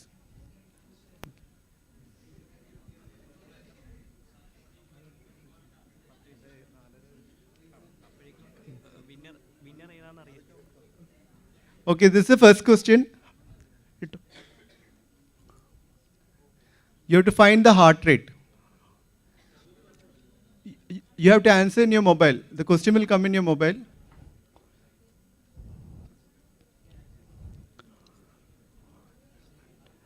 All the team can answer in the mobile. You will get the options in your mobile. So we have 30 seconds more. Yep.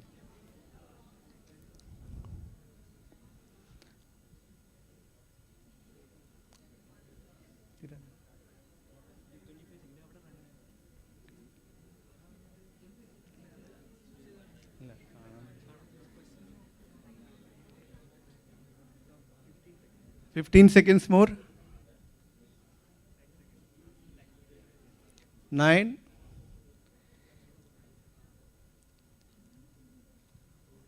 Okay, it's time out. So we're going to the second question. Okay. Okay. So I think 7. So the answer is B. It's 90 per minute. And next. This is the next question.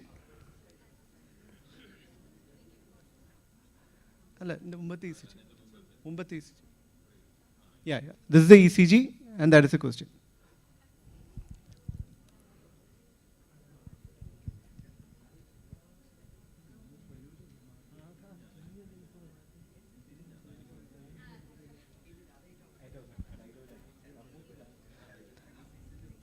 Just see the axis, don't see the diagnosis. Just comment on the axis.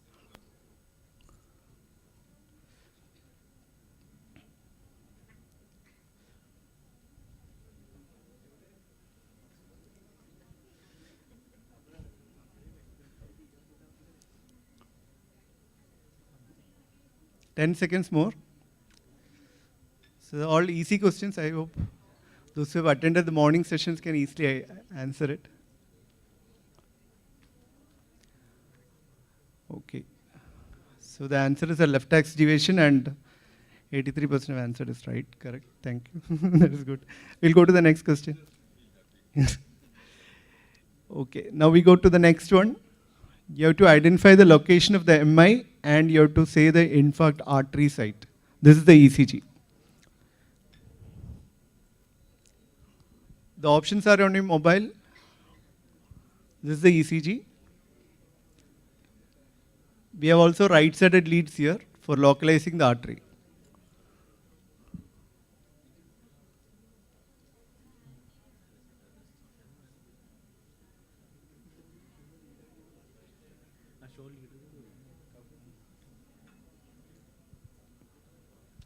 "20 seconds. These are the options. NSTEMI mid RCA, NSTEMI LCX, STEMI of inferior posterior wall proximal RCA, STEMI of inferior wall distal RCA, STEMI of inferior posterior wall circumflex.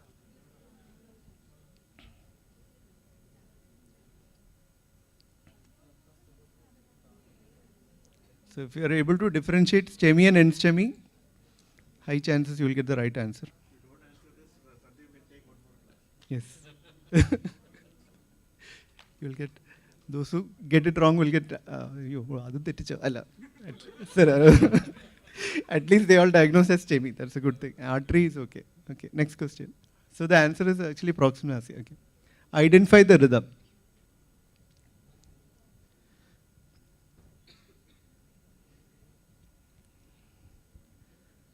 So testing time for Dr. Anil sir.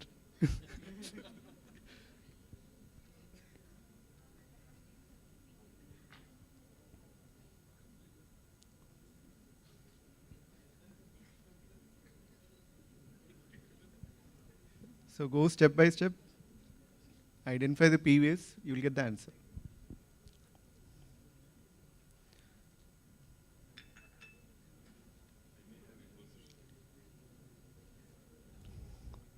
"20 seconds.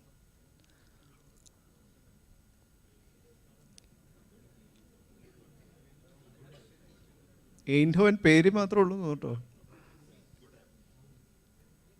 Okay, we're going to. Okay, time out.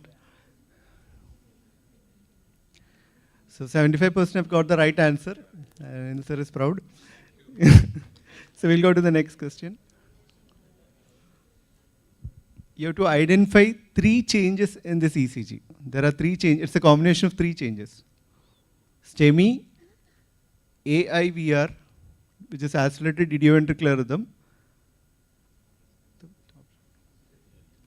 sinus tachycardia. The second option, it's an end-STEMI WPW syndrome with AF, STEMI left bundle branch block with AF, left ventricular hypertrophy, pericarditis, sinus arrhythmia.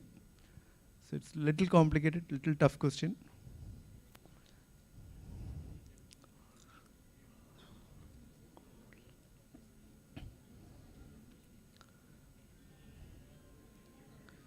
Just concentrate on each waves, etc. You'll see it. Look for the P waves.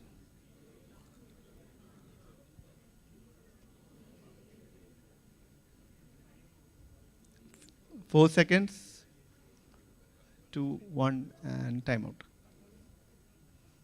Okay, so the answer is STEMI, LBBB. Oh, all have answered it. Great. It was actually a tough question. Okay. Next. Okay.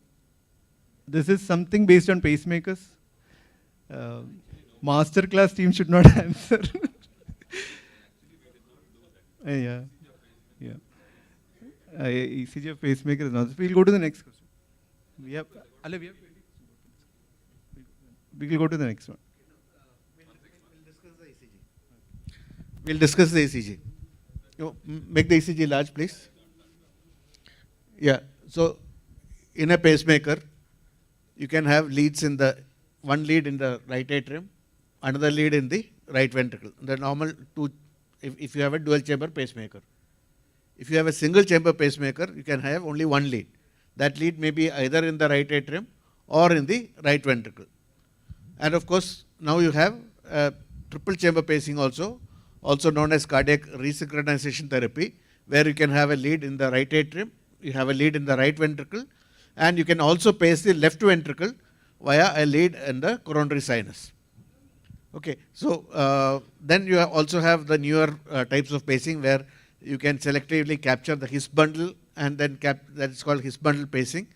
And then you can have a lead which can burrow into the septum and capture the left bundle branch, and that is called left bundle branch pacing. Okay, but generally we'll talk about a dual chamber ECG. Okay, we have a code. So the code for the ECG is the first letter refers to the chamber that is paced. Okay, so if it is S, it is single ventricle, A is atrium, single chamber, it can be either A or V. If you can pace both, then it is D. The second letter stands for the chamber that is sensed. So the machine will, the leads will transmit the patient's own electrical impulses, and that can be sensed by the pacemaker. So the second letter stands for which chamber is sensed. So it can either be A for atrium, V for ventricle, or it can sense both, that is D again. The third letter stands for the response to sensing. So if the pacemaker senses an impulse in, let's say, atrium, what will it do? So it can either inhibit, that means no impulse comes from the pacemaker, that is called I. It can trigger an electrical impulse, that is called T, or it can do both. That means if you sense an impulse in the ventricle, it can inhibit the next ventricular stimulus that comes from the ventricular lead can be inhibited.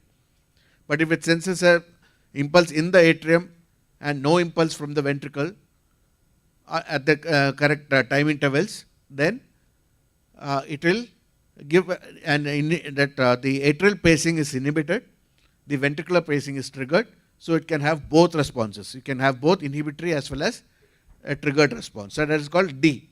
So dual response.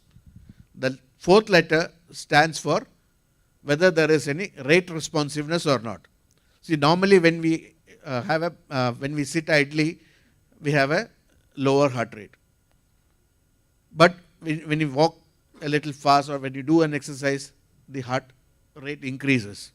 That is normal. So with activity, your heart rate should increase. Now, how does a pacemaker mimic this? By adding a rate responsive feature. So the rate responsive feature, if it is there, it is called as R. Otherwise, there is no letter for that. So that is the simple 4-letter procedure. So you can have, if you have a single chamber, it can be a VVI. Ventricle is paced, ventricle is sensed, the response to sensing is inhibition, and there is no rate responsive feature. If there are 2 leads and then the pacemaker paces both the atrium and the ventricle, it is called dual chamber pacing D. But if there is a P wave, normal P wave of the heart, then it can sense that and inhibit itself from pacing the atrium. But after a gap, if there is no ventricular it will sense the atrium and pace the ventricle. So dual and dual response, dual chamber sense, and if there is rate responsiveness, the heart rate increases with exercise, then it is called DDDR, or it's a simple DDD. Okay, so that is what the pacing code is all about, and that is how the pacemakers work. Now here if you see, and also the electrical impulse given by the pacemaker is registered on the ECG as a sharp spike. The beginning of the complexes you can see in a bigger this thing, please. ECG, yeah. You can see a sharp spike. So that spike is the impulse delivered by the pulse generator. Okay, so now there are again 2 types of leads. There is a unipolar mode and there is a bipolar mode. Bipolar means there are 2 electrodes from which the positive to negative impulse is given very close to each other. So the lead itself at the tip will have 2 electrodes which is slightly distant from each other, and that is called a bipolar lead. There are 2 poles. A unipolar lead, on the other hand, has only a single pole. The same bipolar lead nowadays can be programmed into a unipolar mode, but that's a different thing. So the unipolar thing will have as the other lead the pacemakers, the can of the pacemaker, of the covering, the metallic covering will act as a pacemaker, as the other electrode. So the impulse is between the tip of the electrode, the lead, and the pacemaker can. So that is called a unipolar type of pacing, where the spike generated is very huge. So here if you see, the spike is really big. In a bipolar pacemaker, on the other hand, because the distance between the 2 electrodes or the tip of the electrode, the 2 poles of the electrode is very small, the spike signal on the 12 lead ECG is generally very small, and most modern ECG machines also have an algorithm by which they can suppress the pacemaker spikes. And they record that pacemaker spikes have been recorded as a small spike above the ECG recording. With each beat, if there is a spike that has come, it will be recorded above as a small line, small vertical line. So that technique is also there. So here in this ECG, if you see, one thing that you can see is that all the leads, in all the beats, there is a spike. And there are 2 spikes for each beat. One spike is there. You may or may not be able to see a small P wave following the spike, but that is the atrial pacing. After a small gap, which is predetermined, that is a AV interval that we program, the paced AV interval that we program, you have the second spike. And that second spike is followed by the QRS complex. So the second spike is actually pacing the ventricle. So now, if you see here, again, there is a pace spike, there is an atrial P wave, atrial wave, and there's a ventricular spike and followed by a QRS complex. A QRS complex that is broad. Now the pacing lead, the position of the pacing lead also can be guessed from the ECG. If you see here, it's a broad QRS pattern in V5, V6, 1 and AVL. It is like an LBBB pattern. In V1, it is negative. So it is, if in V1, if you have a broad QRS complex that is negative, the impulse is generally coming from the right ventricle. Now look at the axis. You have 1 and AVL, which is highly positive, 2 which is somewhat equivocal, 3 and AVF are clearly negative. So predominantly it is a left axis. So LBBB with a left axis deviation is a pacing that is happening from the ventricular pacing is happening from the RV apex. Okay. So here there are no own or patient's own impulses are not seen. Okay. There is no natural or normal P wave is not seen. There is no normal QRS complex. Everything has been paced. So what can you say? It is atrial paced and ventricular paced. Can we look at the options now?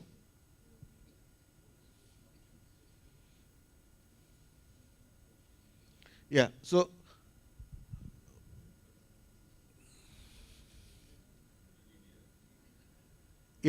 atrial pace, ventricular sense it is given. Is ventricle sensed? No. Come to the next one. Is it DDDR?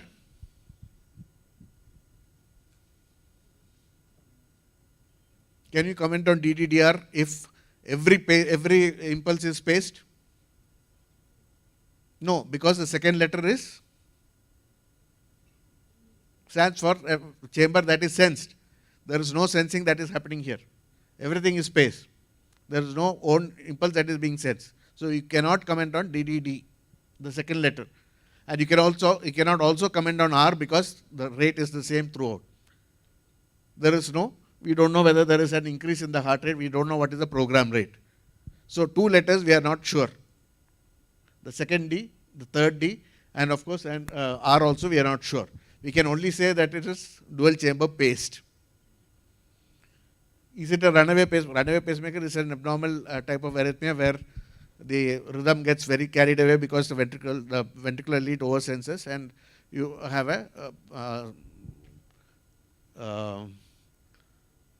we have an abnormal pacemaker mediated arrhythmia. Left bundle branch pacing, this is not the pattern. The ECG complex for left bundle branch pattern will be a very narrow complex and lead V1 will generally be a little more positive.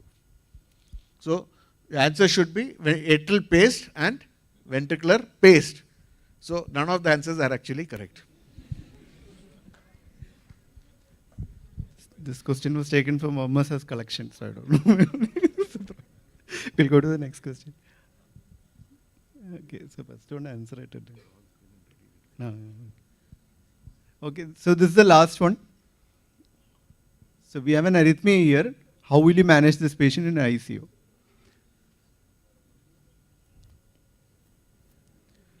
So will you give an adenosine? Will you give a carotid sinus massage? Will you give IV amiodarone?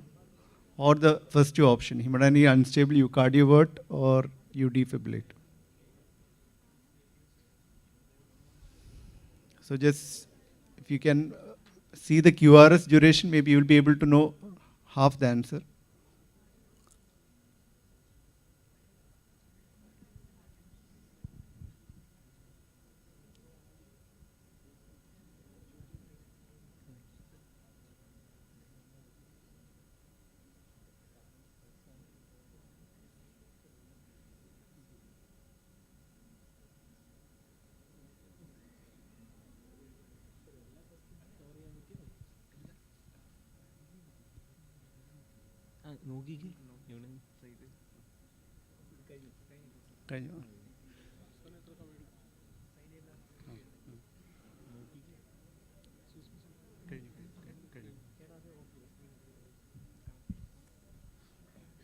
So if you're lucky, we'll get the results.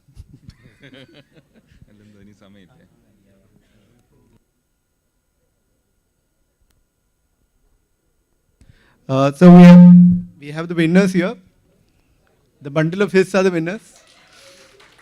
They've got 5 out of 7 and they've answered in a very quick time. The second position is masterclass. Third is Group A. Fourth is LMN. Anugrah did not contribute much, that's it. And last is ED. But anyway, good performance because many of you were able to answer many of the questions which even we thought it was difficult. So thank you for attending our session. We hope to come back every year with the ECG masterclass.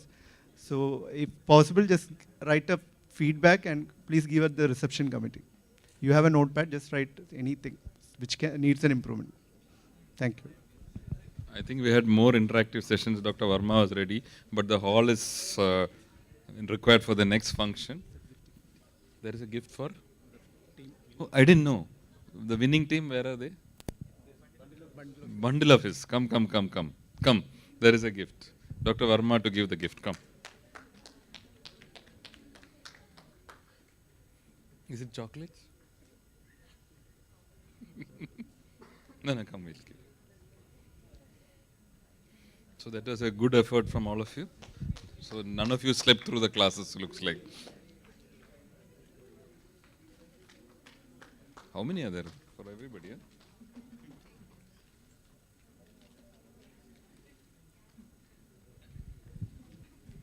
So just a question, would you want this class repeated or would you want advanced ECG after this? What are your thoughts? Would you want a repeat of such a class in the future or should the next level be started on? No comments, huh? Which one? Both. Then we'll have to give us a 6 months notice for that. Anyway, thank you very much. We'll try to do it again later. This is the ED team. Huh? Thank you very much. Encourage more people to attend next time. I think we didn't have anybody from the anesthesia team. We'll make sure. Anesthesia, you were there, huh? Lycée Hospital, great. We want to have a pool of all departments and so that interpretation of ECG becomes much better. Thank you. Thank you all.